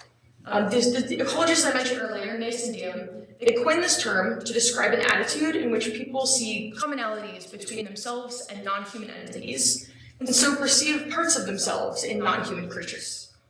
This encourages people to take more local action on environmental issues because it convinces them of the intrinsic value of other creatures around them. Kinship identification is a first step towards a land ethic that engages Latter-day Saints, while it also enters into dialogue with other groups. So here is where we have Juanita Brooks. She combines kinship identification with her distinctly Mormon identity. I read her memoir, Quicksand and Cactus, in which she recounts coming of age in Dixie, in Bunkerville, where a pioneer mindset that prized human improvement of the land prevailed. This was a matter of survival in many cases. She describes the desert around Bunkerville as a barren wasteland, while towns with artificial irrigation systems are oases. And then when she visits the St. George Temple and witnesses its verdant landscaping, its carefully arranged flowers, she describes, and I quote, "It was almost like entering the gates of heaven." But Brooks' relationships with animals in particular subverts the norms of this dominant environmental ethic. So we come into a quote here of a story that she told in Quicksand and Cactus. For adults in Bunkerville, a purely practical treatment of nature was a matter of survival for many years. Brooks' father, as you can see, treated his horses well to ensure their ability to effectively transport the mail to and from Moapa. But Brooks, however, she takes genuine pleasure in rubbing their tired muscles, taking off their hobbles so they can roam freely. And she's attuned to the personality of each horse, and she describes them in a previous section with really particular loving words like wily and gentle to assign personalities to each one. And even though her father hobbles the horses, through her kind of taming, she can quickly catch any horse, even when they're loose. Brooks' father, on the other hand, has to corner his horses, as you can see, to catch them, even when they are hobbled. And so Brooks' relationships are still practical with these animals, but her assignment of personalities to these horses and identification with them motivates her to go above and beyond in her care for them. And so just a few key takeaways from Juanita Brooks. My paper has a lot more in-depth literary analysis. This book was awesome, but could not include that here. Juanita Brooks shows that the commonly perceived paradox governing Mormon relationships to the land is not actually a paradox. Kinship identification makes this possible.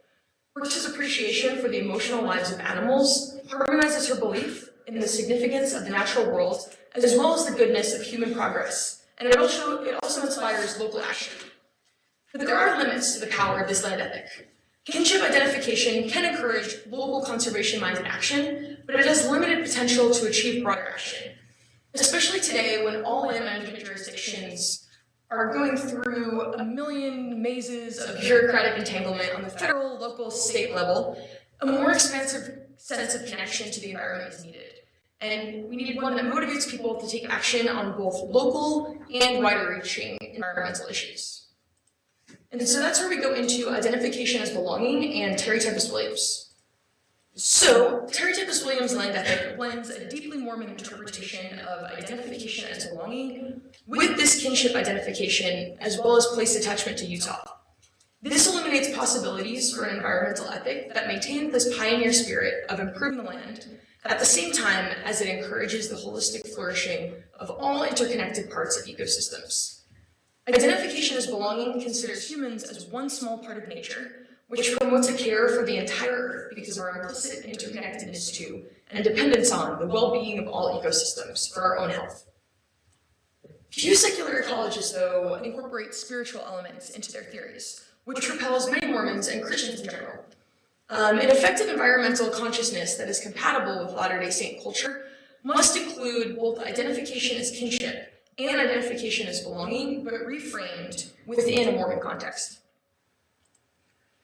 And so the writings and life of Terry Tempest Williams equate human flourishing with broader ecological flourishing, which allows Mormons to build God's kingdom on earth in a way that actually benefits the land. Her expansive understanding of the land is rooted in her Mormon ancestry, attachment to Utah, identification as kinship, and most critically, that identification as belonging.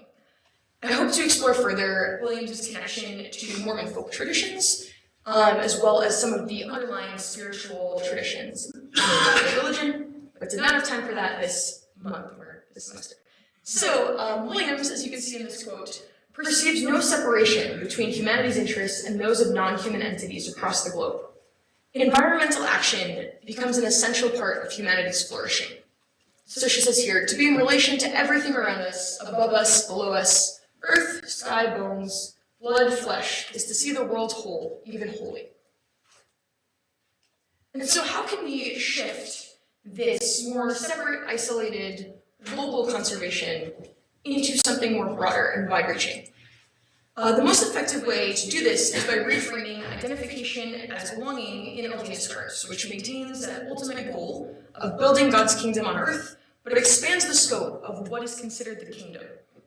If humans are one part of this huge interconnected environment, human progress will become equated with environmental well-being. And this will just alter the methods by which the kingdom is constructed. And this is not without precedent. As we saw with the 19th century Mormons, they shifted from seeing agriculture to seeing industry as the ideal way of achieving this ambition. It is possible for 20th century Latter-day Saints to make a similar move by fostering this attitude of human interconnectedness and interdependence with the natural world, so that human interests and those of nature are indistinguishable in the quest to make the desert blossom. And so a few key takeaways from these two authors. Blending the perspective of Juanita Brooks with that of Terry Tempest Williams illuminates possibilities for an environmental ethic that is distinctly Mormon, legible to other stakeholders, and amenable to dialogue rather than isolation. For this ethic to take hold amongst Latter-day Saints, it must be deeply rooted in Mormon culture, reverent of the state of Utah, and carry a spiritual message aligned with church teachings and history. And this, I believe, would be very difficult to achieve in practice, but just the underlying philosophy and small shifts can increase dialogue and give common language to Mormons, environmentalists, and many indigenous communities. So we've got our conclusion. What's next? As you can see, I have a few pictures from my own trips to the region. I love climbing in Indian Creek right outside Monticello, which is why I ended up kind of studying this region in the first place.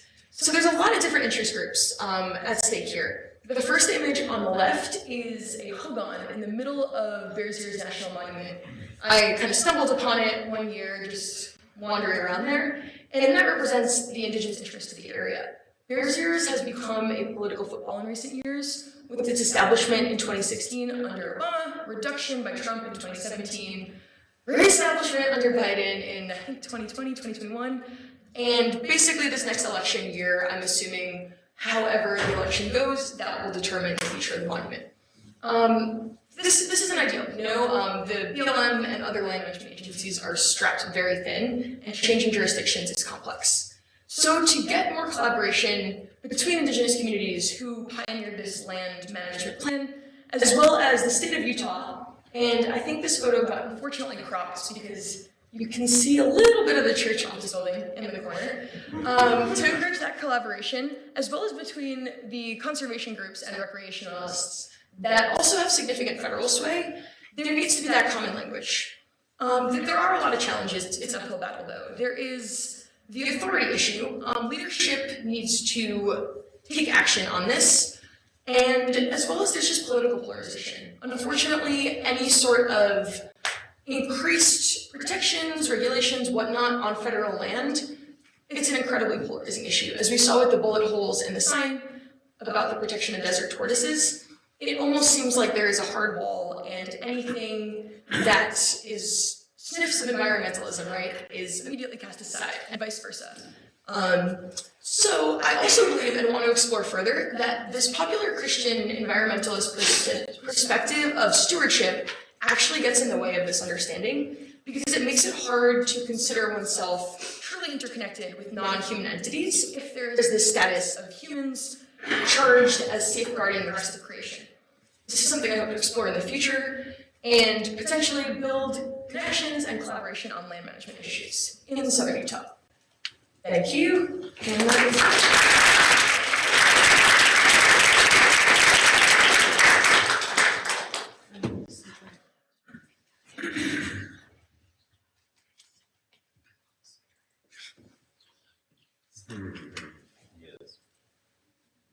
It's hard to find it. Oh.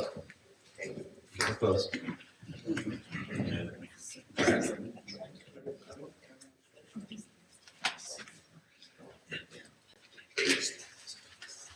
All right, the last and probably the least of all speakers today. Let's do this. Okay.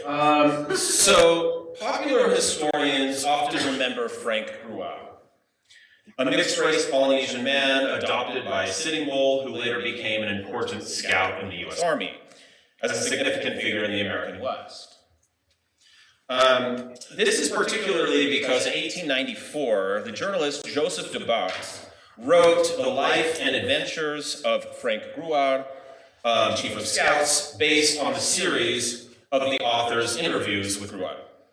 It became a much talked about book that narrates the epic tale and the triumph of the U.S. military over the Lakota people through Grua's unique story. Over the 129 years of its publication, DeBart's book has not fallen out of obscurity.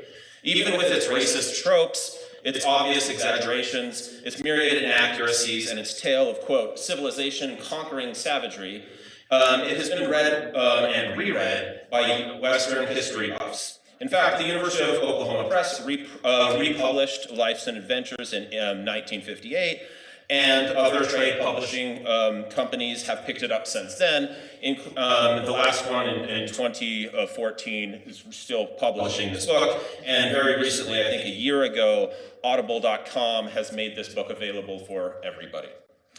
And many popular historians of the American West, especially those writing about what they call the Great Sioux Wars of 1876, regularly mention Grua, citing DeBart's book.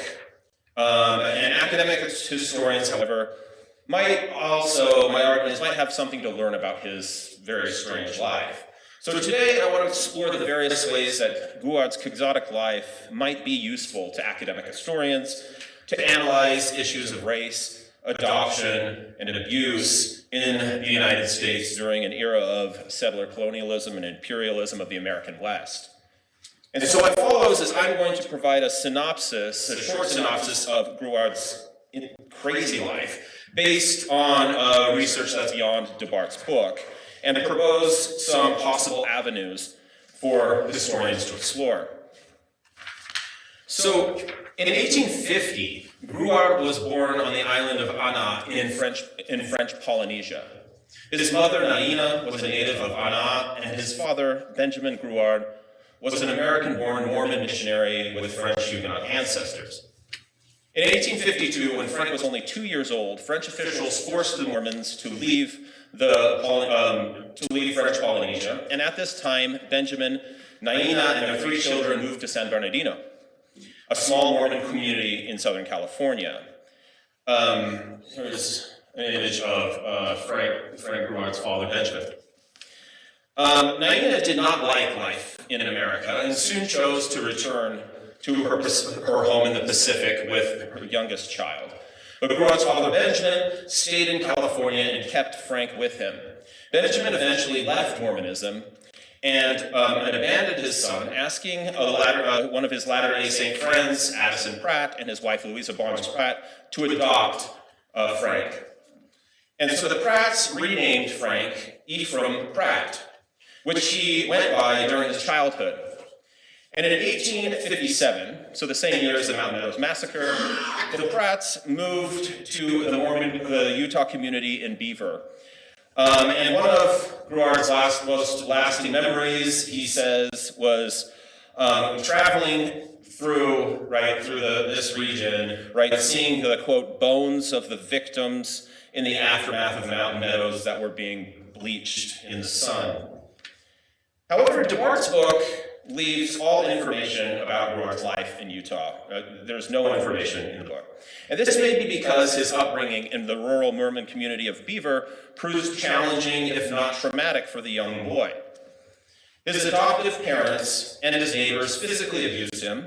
His adoptive mother, Louisa Barnes Pratt, here, in her diary, wrote that she often punished her, quote, her little island boy for telling lies.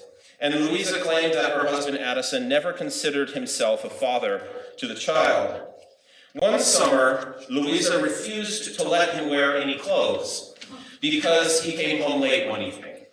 She kept him naked to embarrass him, so he would not leave the house during summer months. Mother Pratt often noted in her diary how she hoped to rid, quote, her little island boy of the habits of his race.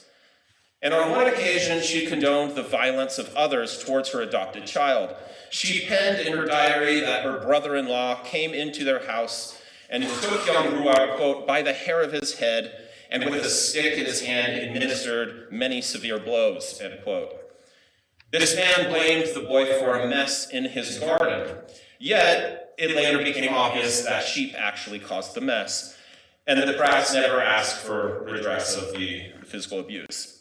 So unsurprisingly, in 1865, at age 15, Gruard ran away from home in Beaver, and from that moment on, he never again went by the name Ephraim Pratt. He worked as a teamster transporting liquor on a Mormon mule train from Southern California to Helena, Montana. Gruard eventually found work on the Pony Express in Montana, because of the dark color of his skin, he was asked to deliver the mail through areas where tension existed between indigenous people and white settlers. So with the Pony Express, he was attacked by Blackfeet Indians, as he put it. He survived the encounter, but after the incident, he was sent to deliver mail between Fort Peck and Fort Hall, which is in modern southern Idaho and Montana, when tension ran high between Lakota and the settlers in that region. And so in the winter of 1869, while delivering mail, Gruard was captured by the Hunkpapa band of the Lakota people, led by Sitting Bull. And Gruard was wearing bison fur at the time, and when he was captured, and this is actually an image that was taken later in his life of him wearing bison fur robes. And when he was captured because of the cold weather, and instead of killing Gruard, Sitting Bull adopted the Polynesian-born Pony Express rider into his family. He was renamed Standing Bear because when he was captured, he was wearing these buffalo robes, and he looked, according to Sitting Bull, like a bear that was grabbing his prey. Others in the Hung Papa band called him the Grabber, another word for the bear, and he went by, or Yakata, and went by that for the years that he lived among the Lakota. Which was, and he lived 6 years in Sitting Bull's lodge. This is just an image of Sitting Bull's family after Gruard. He leaves later on.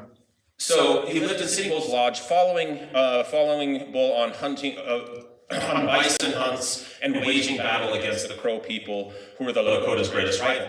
During this time, Gruard learned to speak and sign fluently in Lakota.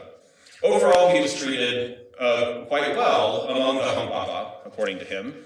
He once told his adoptive family how much he missed the taste of bread because the Lakota ate mostly meat. And shortly after he mentioned this, he woke up with a smell of freshly baked bread by Sitting Bull's sister, White Cow, had just prepared for him. In 1874, Gruard felt that he was part of the Lakota band, but his freedom eventually led to problems.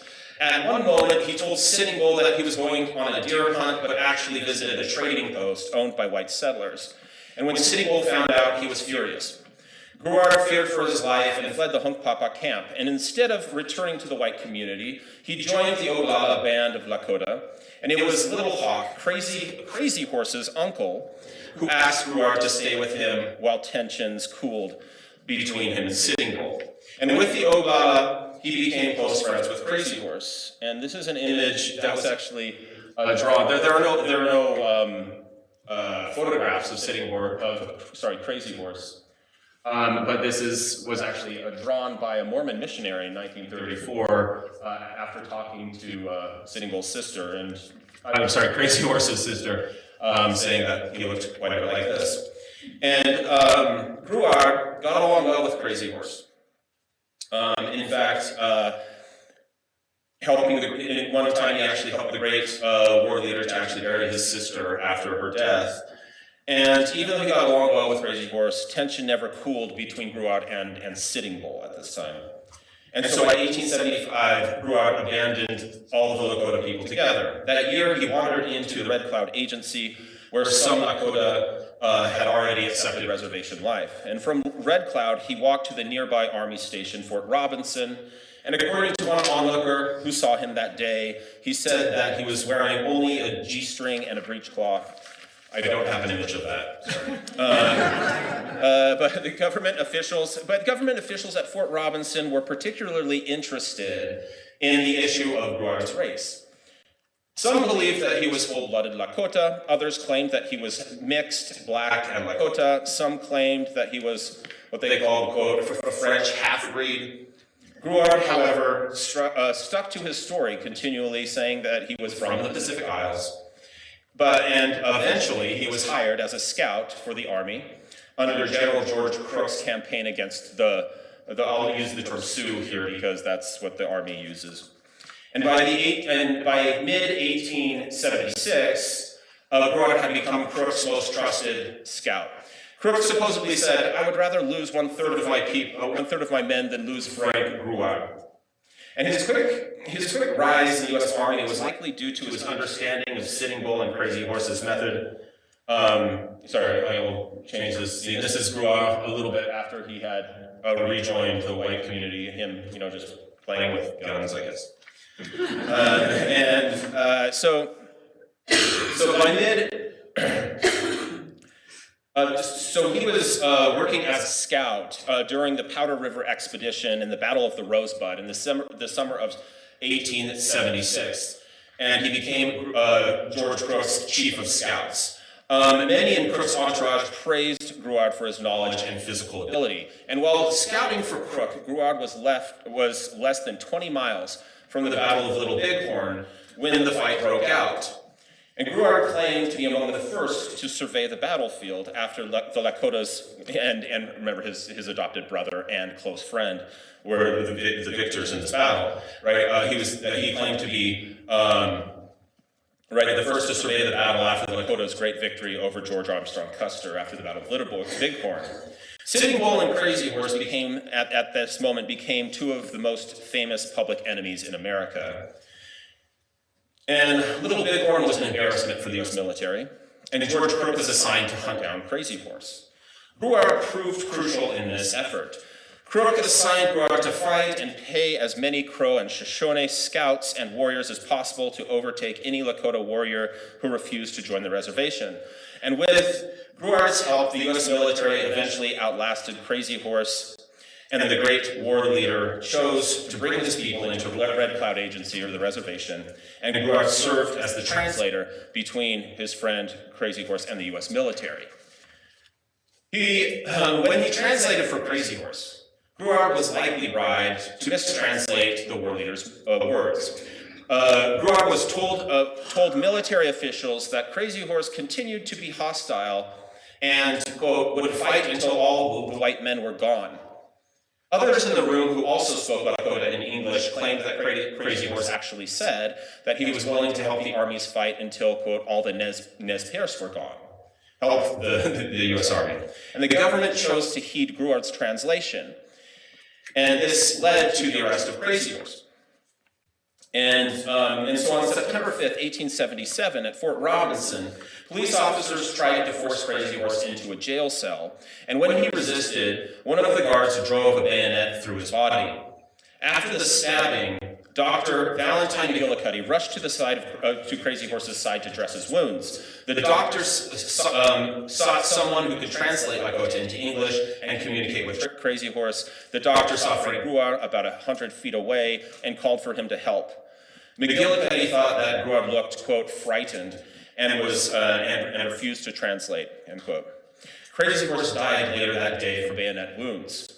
And in an interview years later, Dr. McGillicuddy claimed that Gruard was, quote, one conspiring to get rid of Crazy Horse. And many popular historians of the Great Sioux Wars, because of these events, view Gruard as a pawn of the military regime that wanted Crazy Horse dead. This actually might be the case. Indeed, Gruard's willingness to hunt after his former friends ensured trust among the US military. Gruard does not disappear from the historical record after the death of Crazy Horse. In fact, he was stationed in South Dakota when his adopted father was murdered by police in Standing Rock Reservation. He was also at the Pine Ridge Reservation during the massacre at Wounded Knee. This is a ledger art of the murder of Crazy Horse.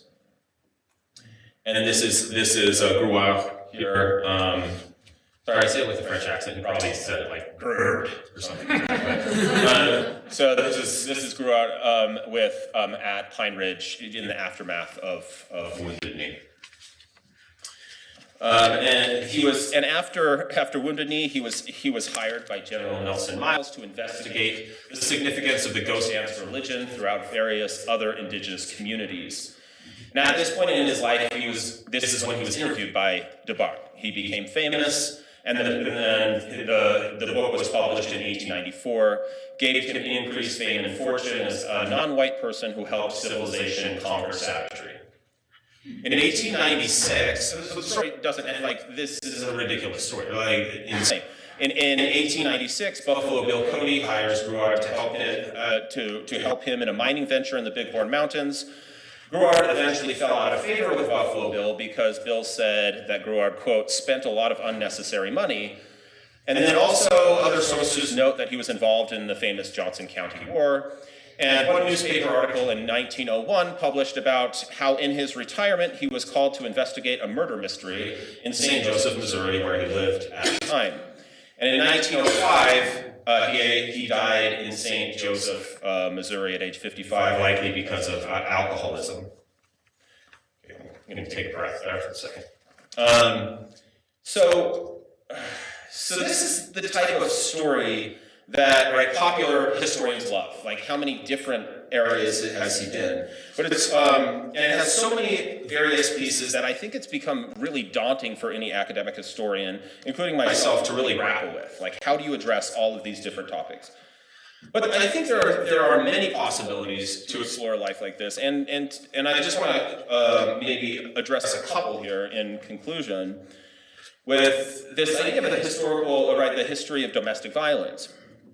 So for instance, historian Ashley Braggett has argued recently that in the 1890s, domestic abuse became increasingly racialized in white America, and abuse became portrayed mostly as, quote, a problem among African Americans. And one of Louisa Barnes Pratt's reasons for her abusive behavior was that she was trying to rid Gruard of his, quote, habits of his race. And Gruard also documented that he feared abuse, right, throughout his interviews and everywhere we find he feared abuse by the hands of the Lakota, even though there's very little documentation that he experienced abuse among them, with the exception of one rite of passage. But nonetheless, I think that might be one interesting avenue to look at. Another is the idea of adoption and community and inclusion. So one of the most interesting things for me about Gruard's story is that he lived amidst 3 different communities in the 19th century West, all imperial communities, right? The Mormons, the Lakota, and the U.S. military. And his story provides a lens to compare experiences on the fringe of these very important communities. He was also fully adopted among the Mormons and the Lakota. But he's not, right? He wasn't actually the only person adopted by Sitting Bull. One of the Sitting Bull's closest allies his entire life was, his name was Little Assiniboine, who was adopted and actually stayed by his side all the way until Sitting Bull was murdered. Nor was Gruard the only French Polynesian, Pacific Islander adopted by Mormon families. In fact, historian Charlotte Hanson Terry is in the process of writing about many of these cases. So I wonder what Gruard's experience could possibly tell us about this idea of adoption being in these different communities. And the last piece I'm questioning is Gruard's, so Gruard's life could also be helpful for historians to better understand comparative racial politics in the West during the 19th century. In the case of the Mormons, Gruard exposes a phenomenon that historian Amanda Hendricks Komodo noticed in the indigenous peoples among the Latter-day Saints, specifically that they could live in a Mormon Zion but could, quote, never fully inhabit it. Gruard's experience among the Lakota seemed to contrast with his life among the Mormons, and indeed, the issue of race seemed to matter less among the Lakota than it did among the Mormons, possibly because he could pass as Native American. But he was also known among the Lakota as an outsider, and even at times, especially after he left, was called, quote, a white man. And in the Army, Gruard's racial origins were regularly discussed and often debated, and nobody believed what he actually said. After his death, right, I mentioned Valentine McGillicuddy, the doctor, he wrote, "So Fred Gruard is dead. I knew him well, and it was always a question in my mind whether he was, as he claimed, a Kanaka or a Native Hawaiian in his own name, or was his name really Broussard? And he was a mix between Indian, Negro, and French blood after he died." The issue of race and politics was also linked to imperialism, as many historians of the West have pointed out. Gruard, however, always shared the same story of his racial origins. He was a descendant of a Mormon missionary and a Pacific Islander. However, he did change his habits, clothes, language, and to each community to which he belonged, not trying to pass as a specific race, but likely culturally shape-shifting, to use the words of historian Paul Spickard, to adapt to the cultural surroundings, and to his cultural and political surroundings. And of course, there are other avenues that we could take on this story. Military historians, historians of childhood, Mormon historians, like historians of Mormonism, religious historians could also profit from Gruard's story.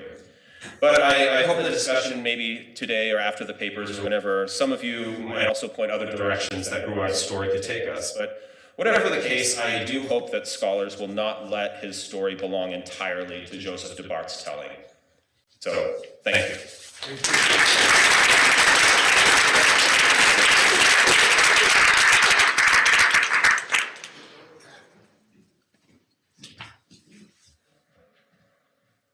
All right, so we have a little bit of time for any questions you might have. So if you have a question, you can ask it. We will repeat the question into the microphone if it is in the form of a question. mostly.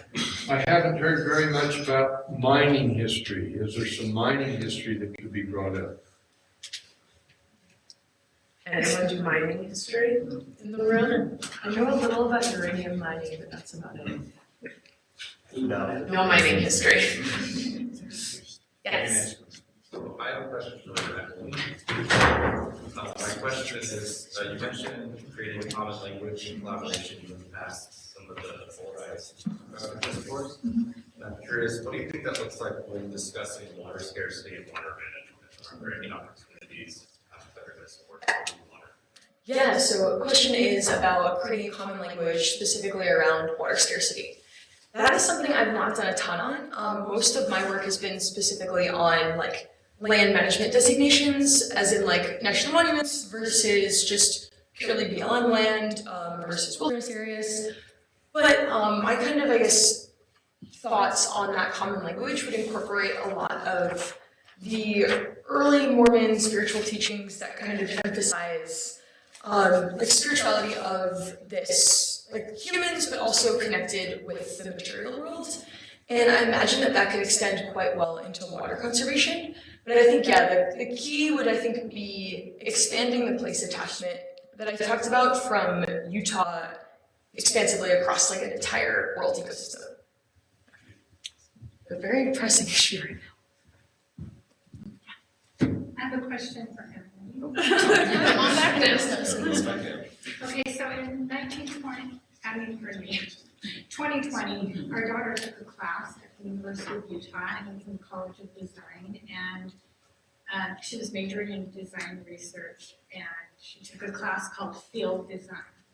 And their whole class worked with the Bureau of Land Management to come up with solutions to help the public treat the land with respect in honoring the Native Americans and their sacred health beliefs and its relation to the land. Do you know if the Bureau of Land Management has come up with any solutions in regards to the public use of bears' ears in particular to help honor the Native Americans and their sacred health beliefs of the land? Yeah, so the question is about how, if or how the BLM has incorporated guidelines, restrictions, whatnot, on helping the public understand the sacred value of that land to Native Americans. Is that correct? Perfect. I actually have a background in land management. I've done a lot of backcountry, like on the ground trail work and whatnot. And so in my time in San Juan County, I believe it's 2 or 3 BLM agents who, maybe 2, who are in charge of the 1.7 million acres of Bears Ears and then some on the side. So it's this delicate balance of, and they're hoping the monument designation will bring some more funding and whatnot to that. So I think it's this balance of there's only so much that can be done. But there are some things that I noticed, especially in Bluff, any kind of map or pamphlet that you get when you're entering Bears Ears or if you stop in at the BLM office includes a section on like kind of broad strokes, a few bullet points about the land and its value to the indigenous tribes. But also what I like is like concrete guidelines. There's a ton of petroglyphs down there. So some of them say like, please don't touch them. They're thousands of years old and your skin oil is going to degrade them. As well as things like don't pick up pottery shards or arrowheads you might find, and don't mess with the cliff dwellings. So I think that those practical guidelines are very helpful for the present moment and the amount of funding and resources there are. What I think has not been done is the outreach by federal agencies as well as the conservation nonprofits in almost these Mormon spiritual terms, because their language caters to tourists like me. I was in Colorado for the past few years. That's the language that reaches me, Colorado visitors, whatnot. But for the local residents, there has not been much education on that that's actually been effective. Wonderful papers, all 3. My question will be for Ben Park. First, so brilliantly elucidated, very cool. But okay, so the question. You note how J. Reuben Clark is sort of an odd candidate for anti-modernism, and certainly the point about these being cultural assemblages rather than coherent philosophies is really well taken. I do wonder, what are there avenues, insights to gain when we do think of J. Reuben Clark as anti-science and yet modern? Is the point just that fundamentalists are modernists? Yeah, it's a great question. So the question is, as much as J. Reuben Clark represented this anti-science, anti-modernist perspective, what does it mean to see him as anti-science and modern? I think Christina Rossetti here, her recent book on St. Joseph Musser is a great example of how fundamentalism itself is a modern construction. It's responding to modern concerns. And so all the appeals to reconstructing a golden age of the past are always in response to immediate context. And so yeah, it's difficult because as historians, will use the language that they are using. And J. Reuben Clark denounces the category of modernism and embraces the word of fundamentalism. But those very terms are his construction, and it is the jobs of the scholars to dissect what they mean. And so I think it's important when we're discussing the fundamentalism or the anti-modernism of J. Reuben Clark that we don't perpetuate the idea that he is trying to be wedded to something in the past instead of what he was doing, which was recreating something of it. So I talk about in my book, American Zion, that when he is creating his version of Mormon fundamentals in the late 1930s and early 1940s, that it is in response to a number of internally Mormon issues, whether it be the Conventionistas down in Mexico or whether it be the Mormon fundamentalists in Short Creek, that he is responding to those issues and that's what's causing him. And by granting his ideas fundamentalism is in a way giving it a veracity that he's longing for. So, great question. Thank you. We have time for one more question. Go ahead. Oh, no, you can go. I was just gonna make sure that we asked Eric Webley. Go ahead. Okay, I have a question for Ben also.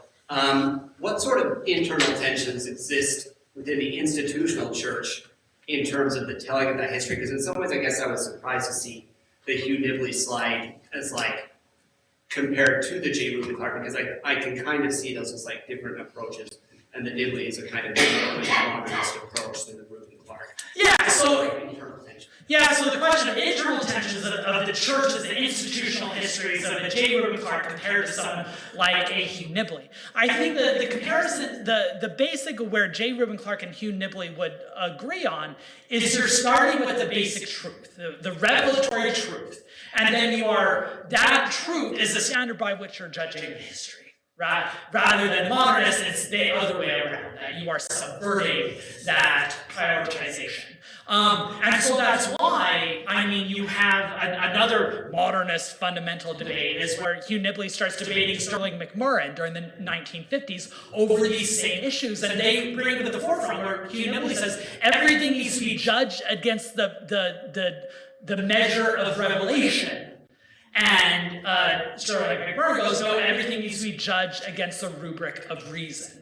And that would be seen as different. So this is why the J. Reuben Clark First Presidency in the 1950s and 1960s, they don't only allow the Hugh Nibleys to operate, but they support them, right? They grant that, they give them institutional power, they give them resources, they hire Truman Madsen to do similar things in the history sphere. So I think that's why in the 1950s and the 1960s, a new cohort of Mormon intellectuals, conservative intellectuals, but intellectuals not the same, are able to conform their historical inquiry to the revelatory fundamentals of J. Reuben Clark. All right, let's give one more hand to all our presenters.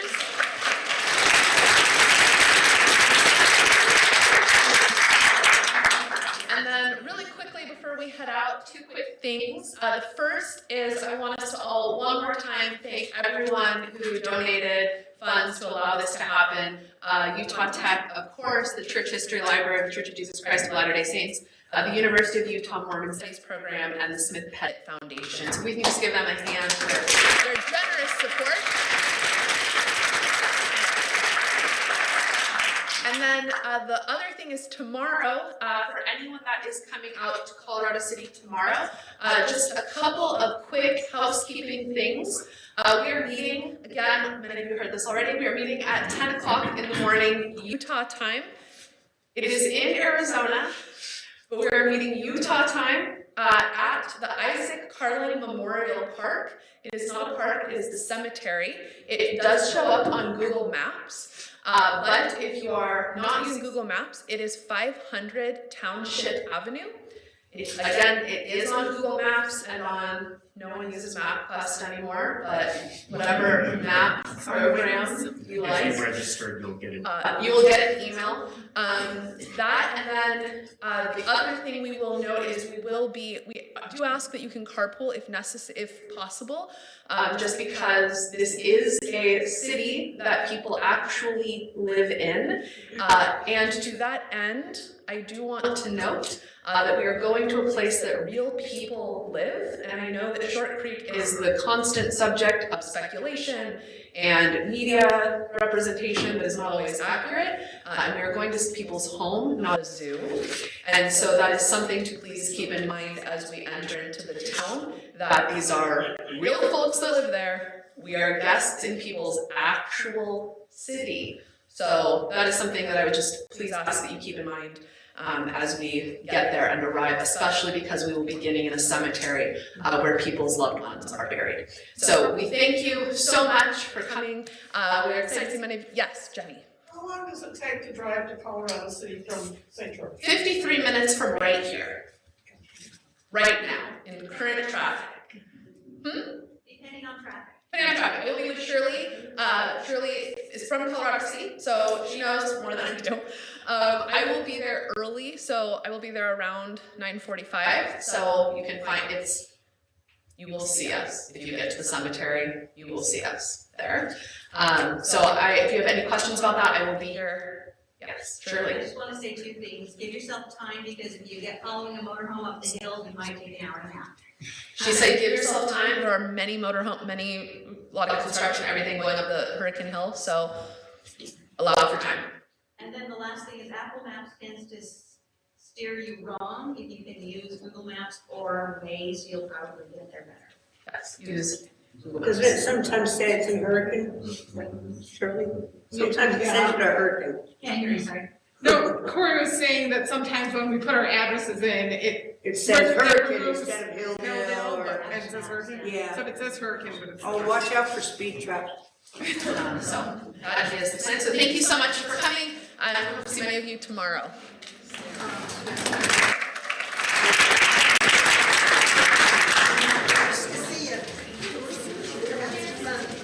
Really great. That was fast. I didn't know that background.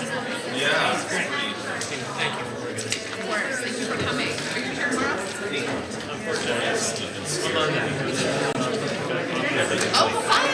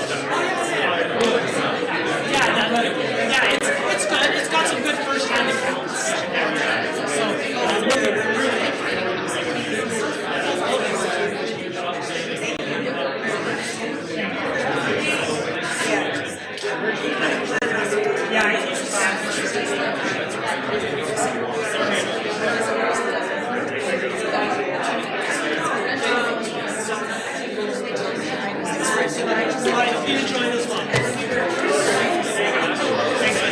Thank you. Oh, no, it's a good question.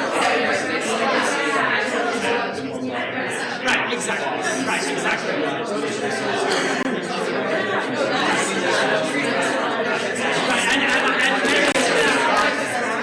And in many ways, they're appropriating the new packaging. Right? So yeah, the boundaries aren't as stark as.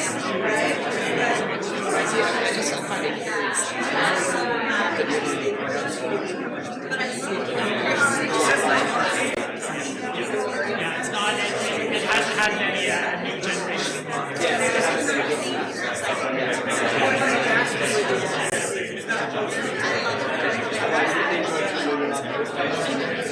Well, I hope you enjoyed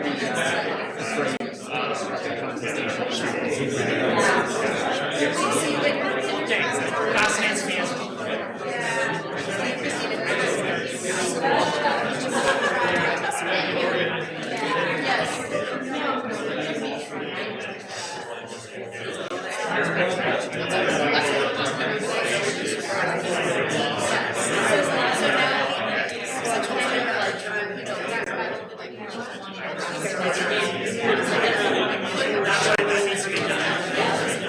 I've always joked that there needs to be because we can have silence.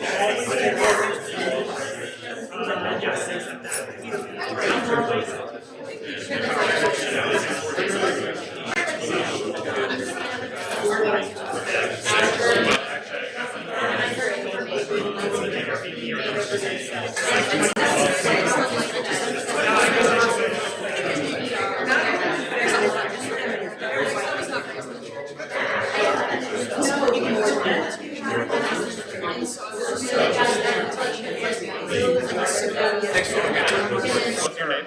David. Glad you were here.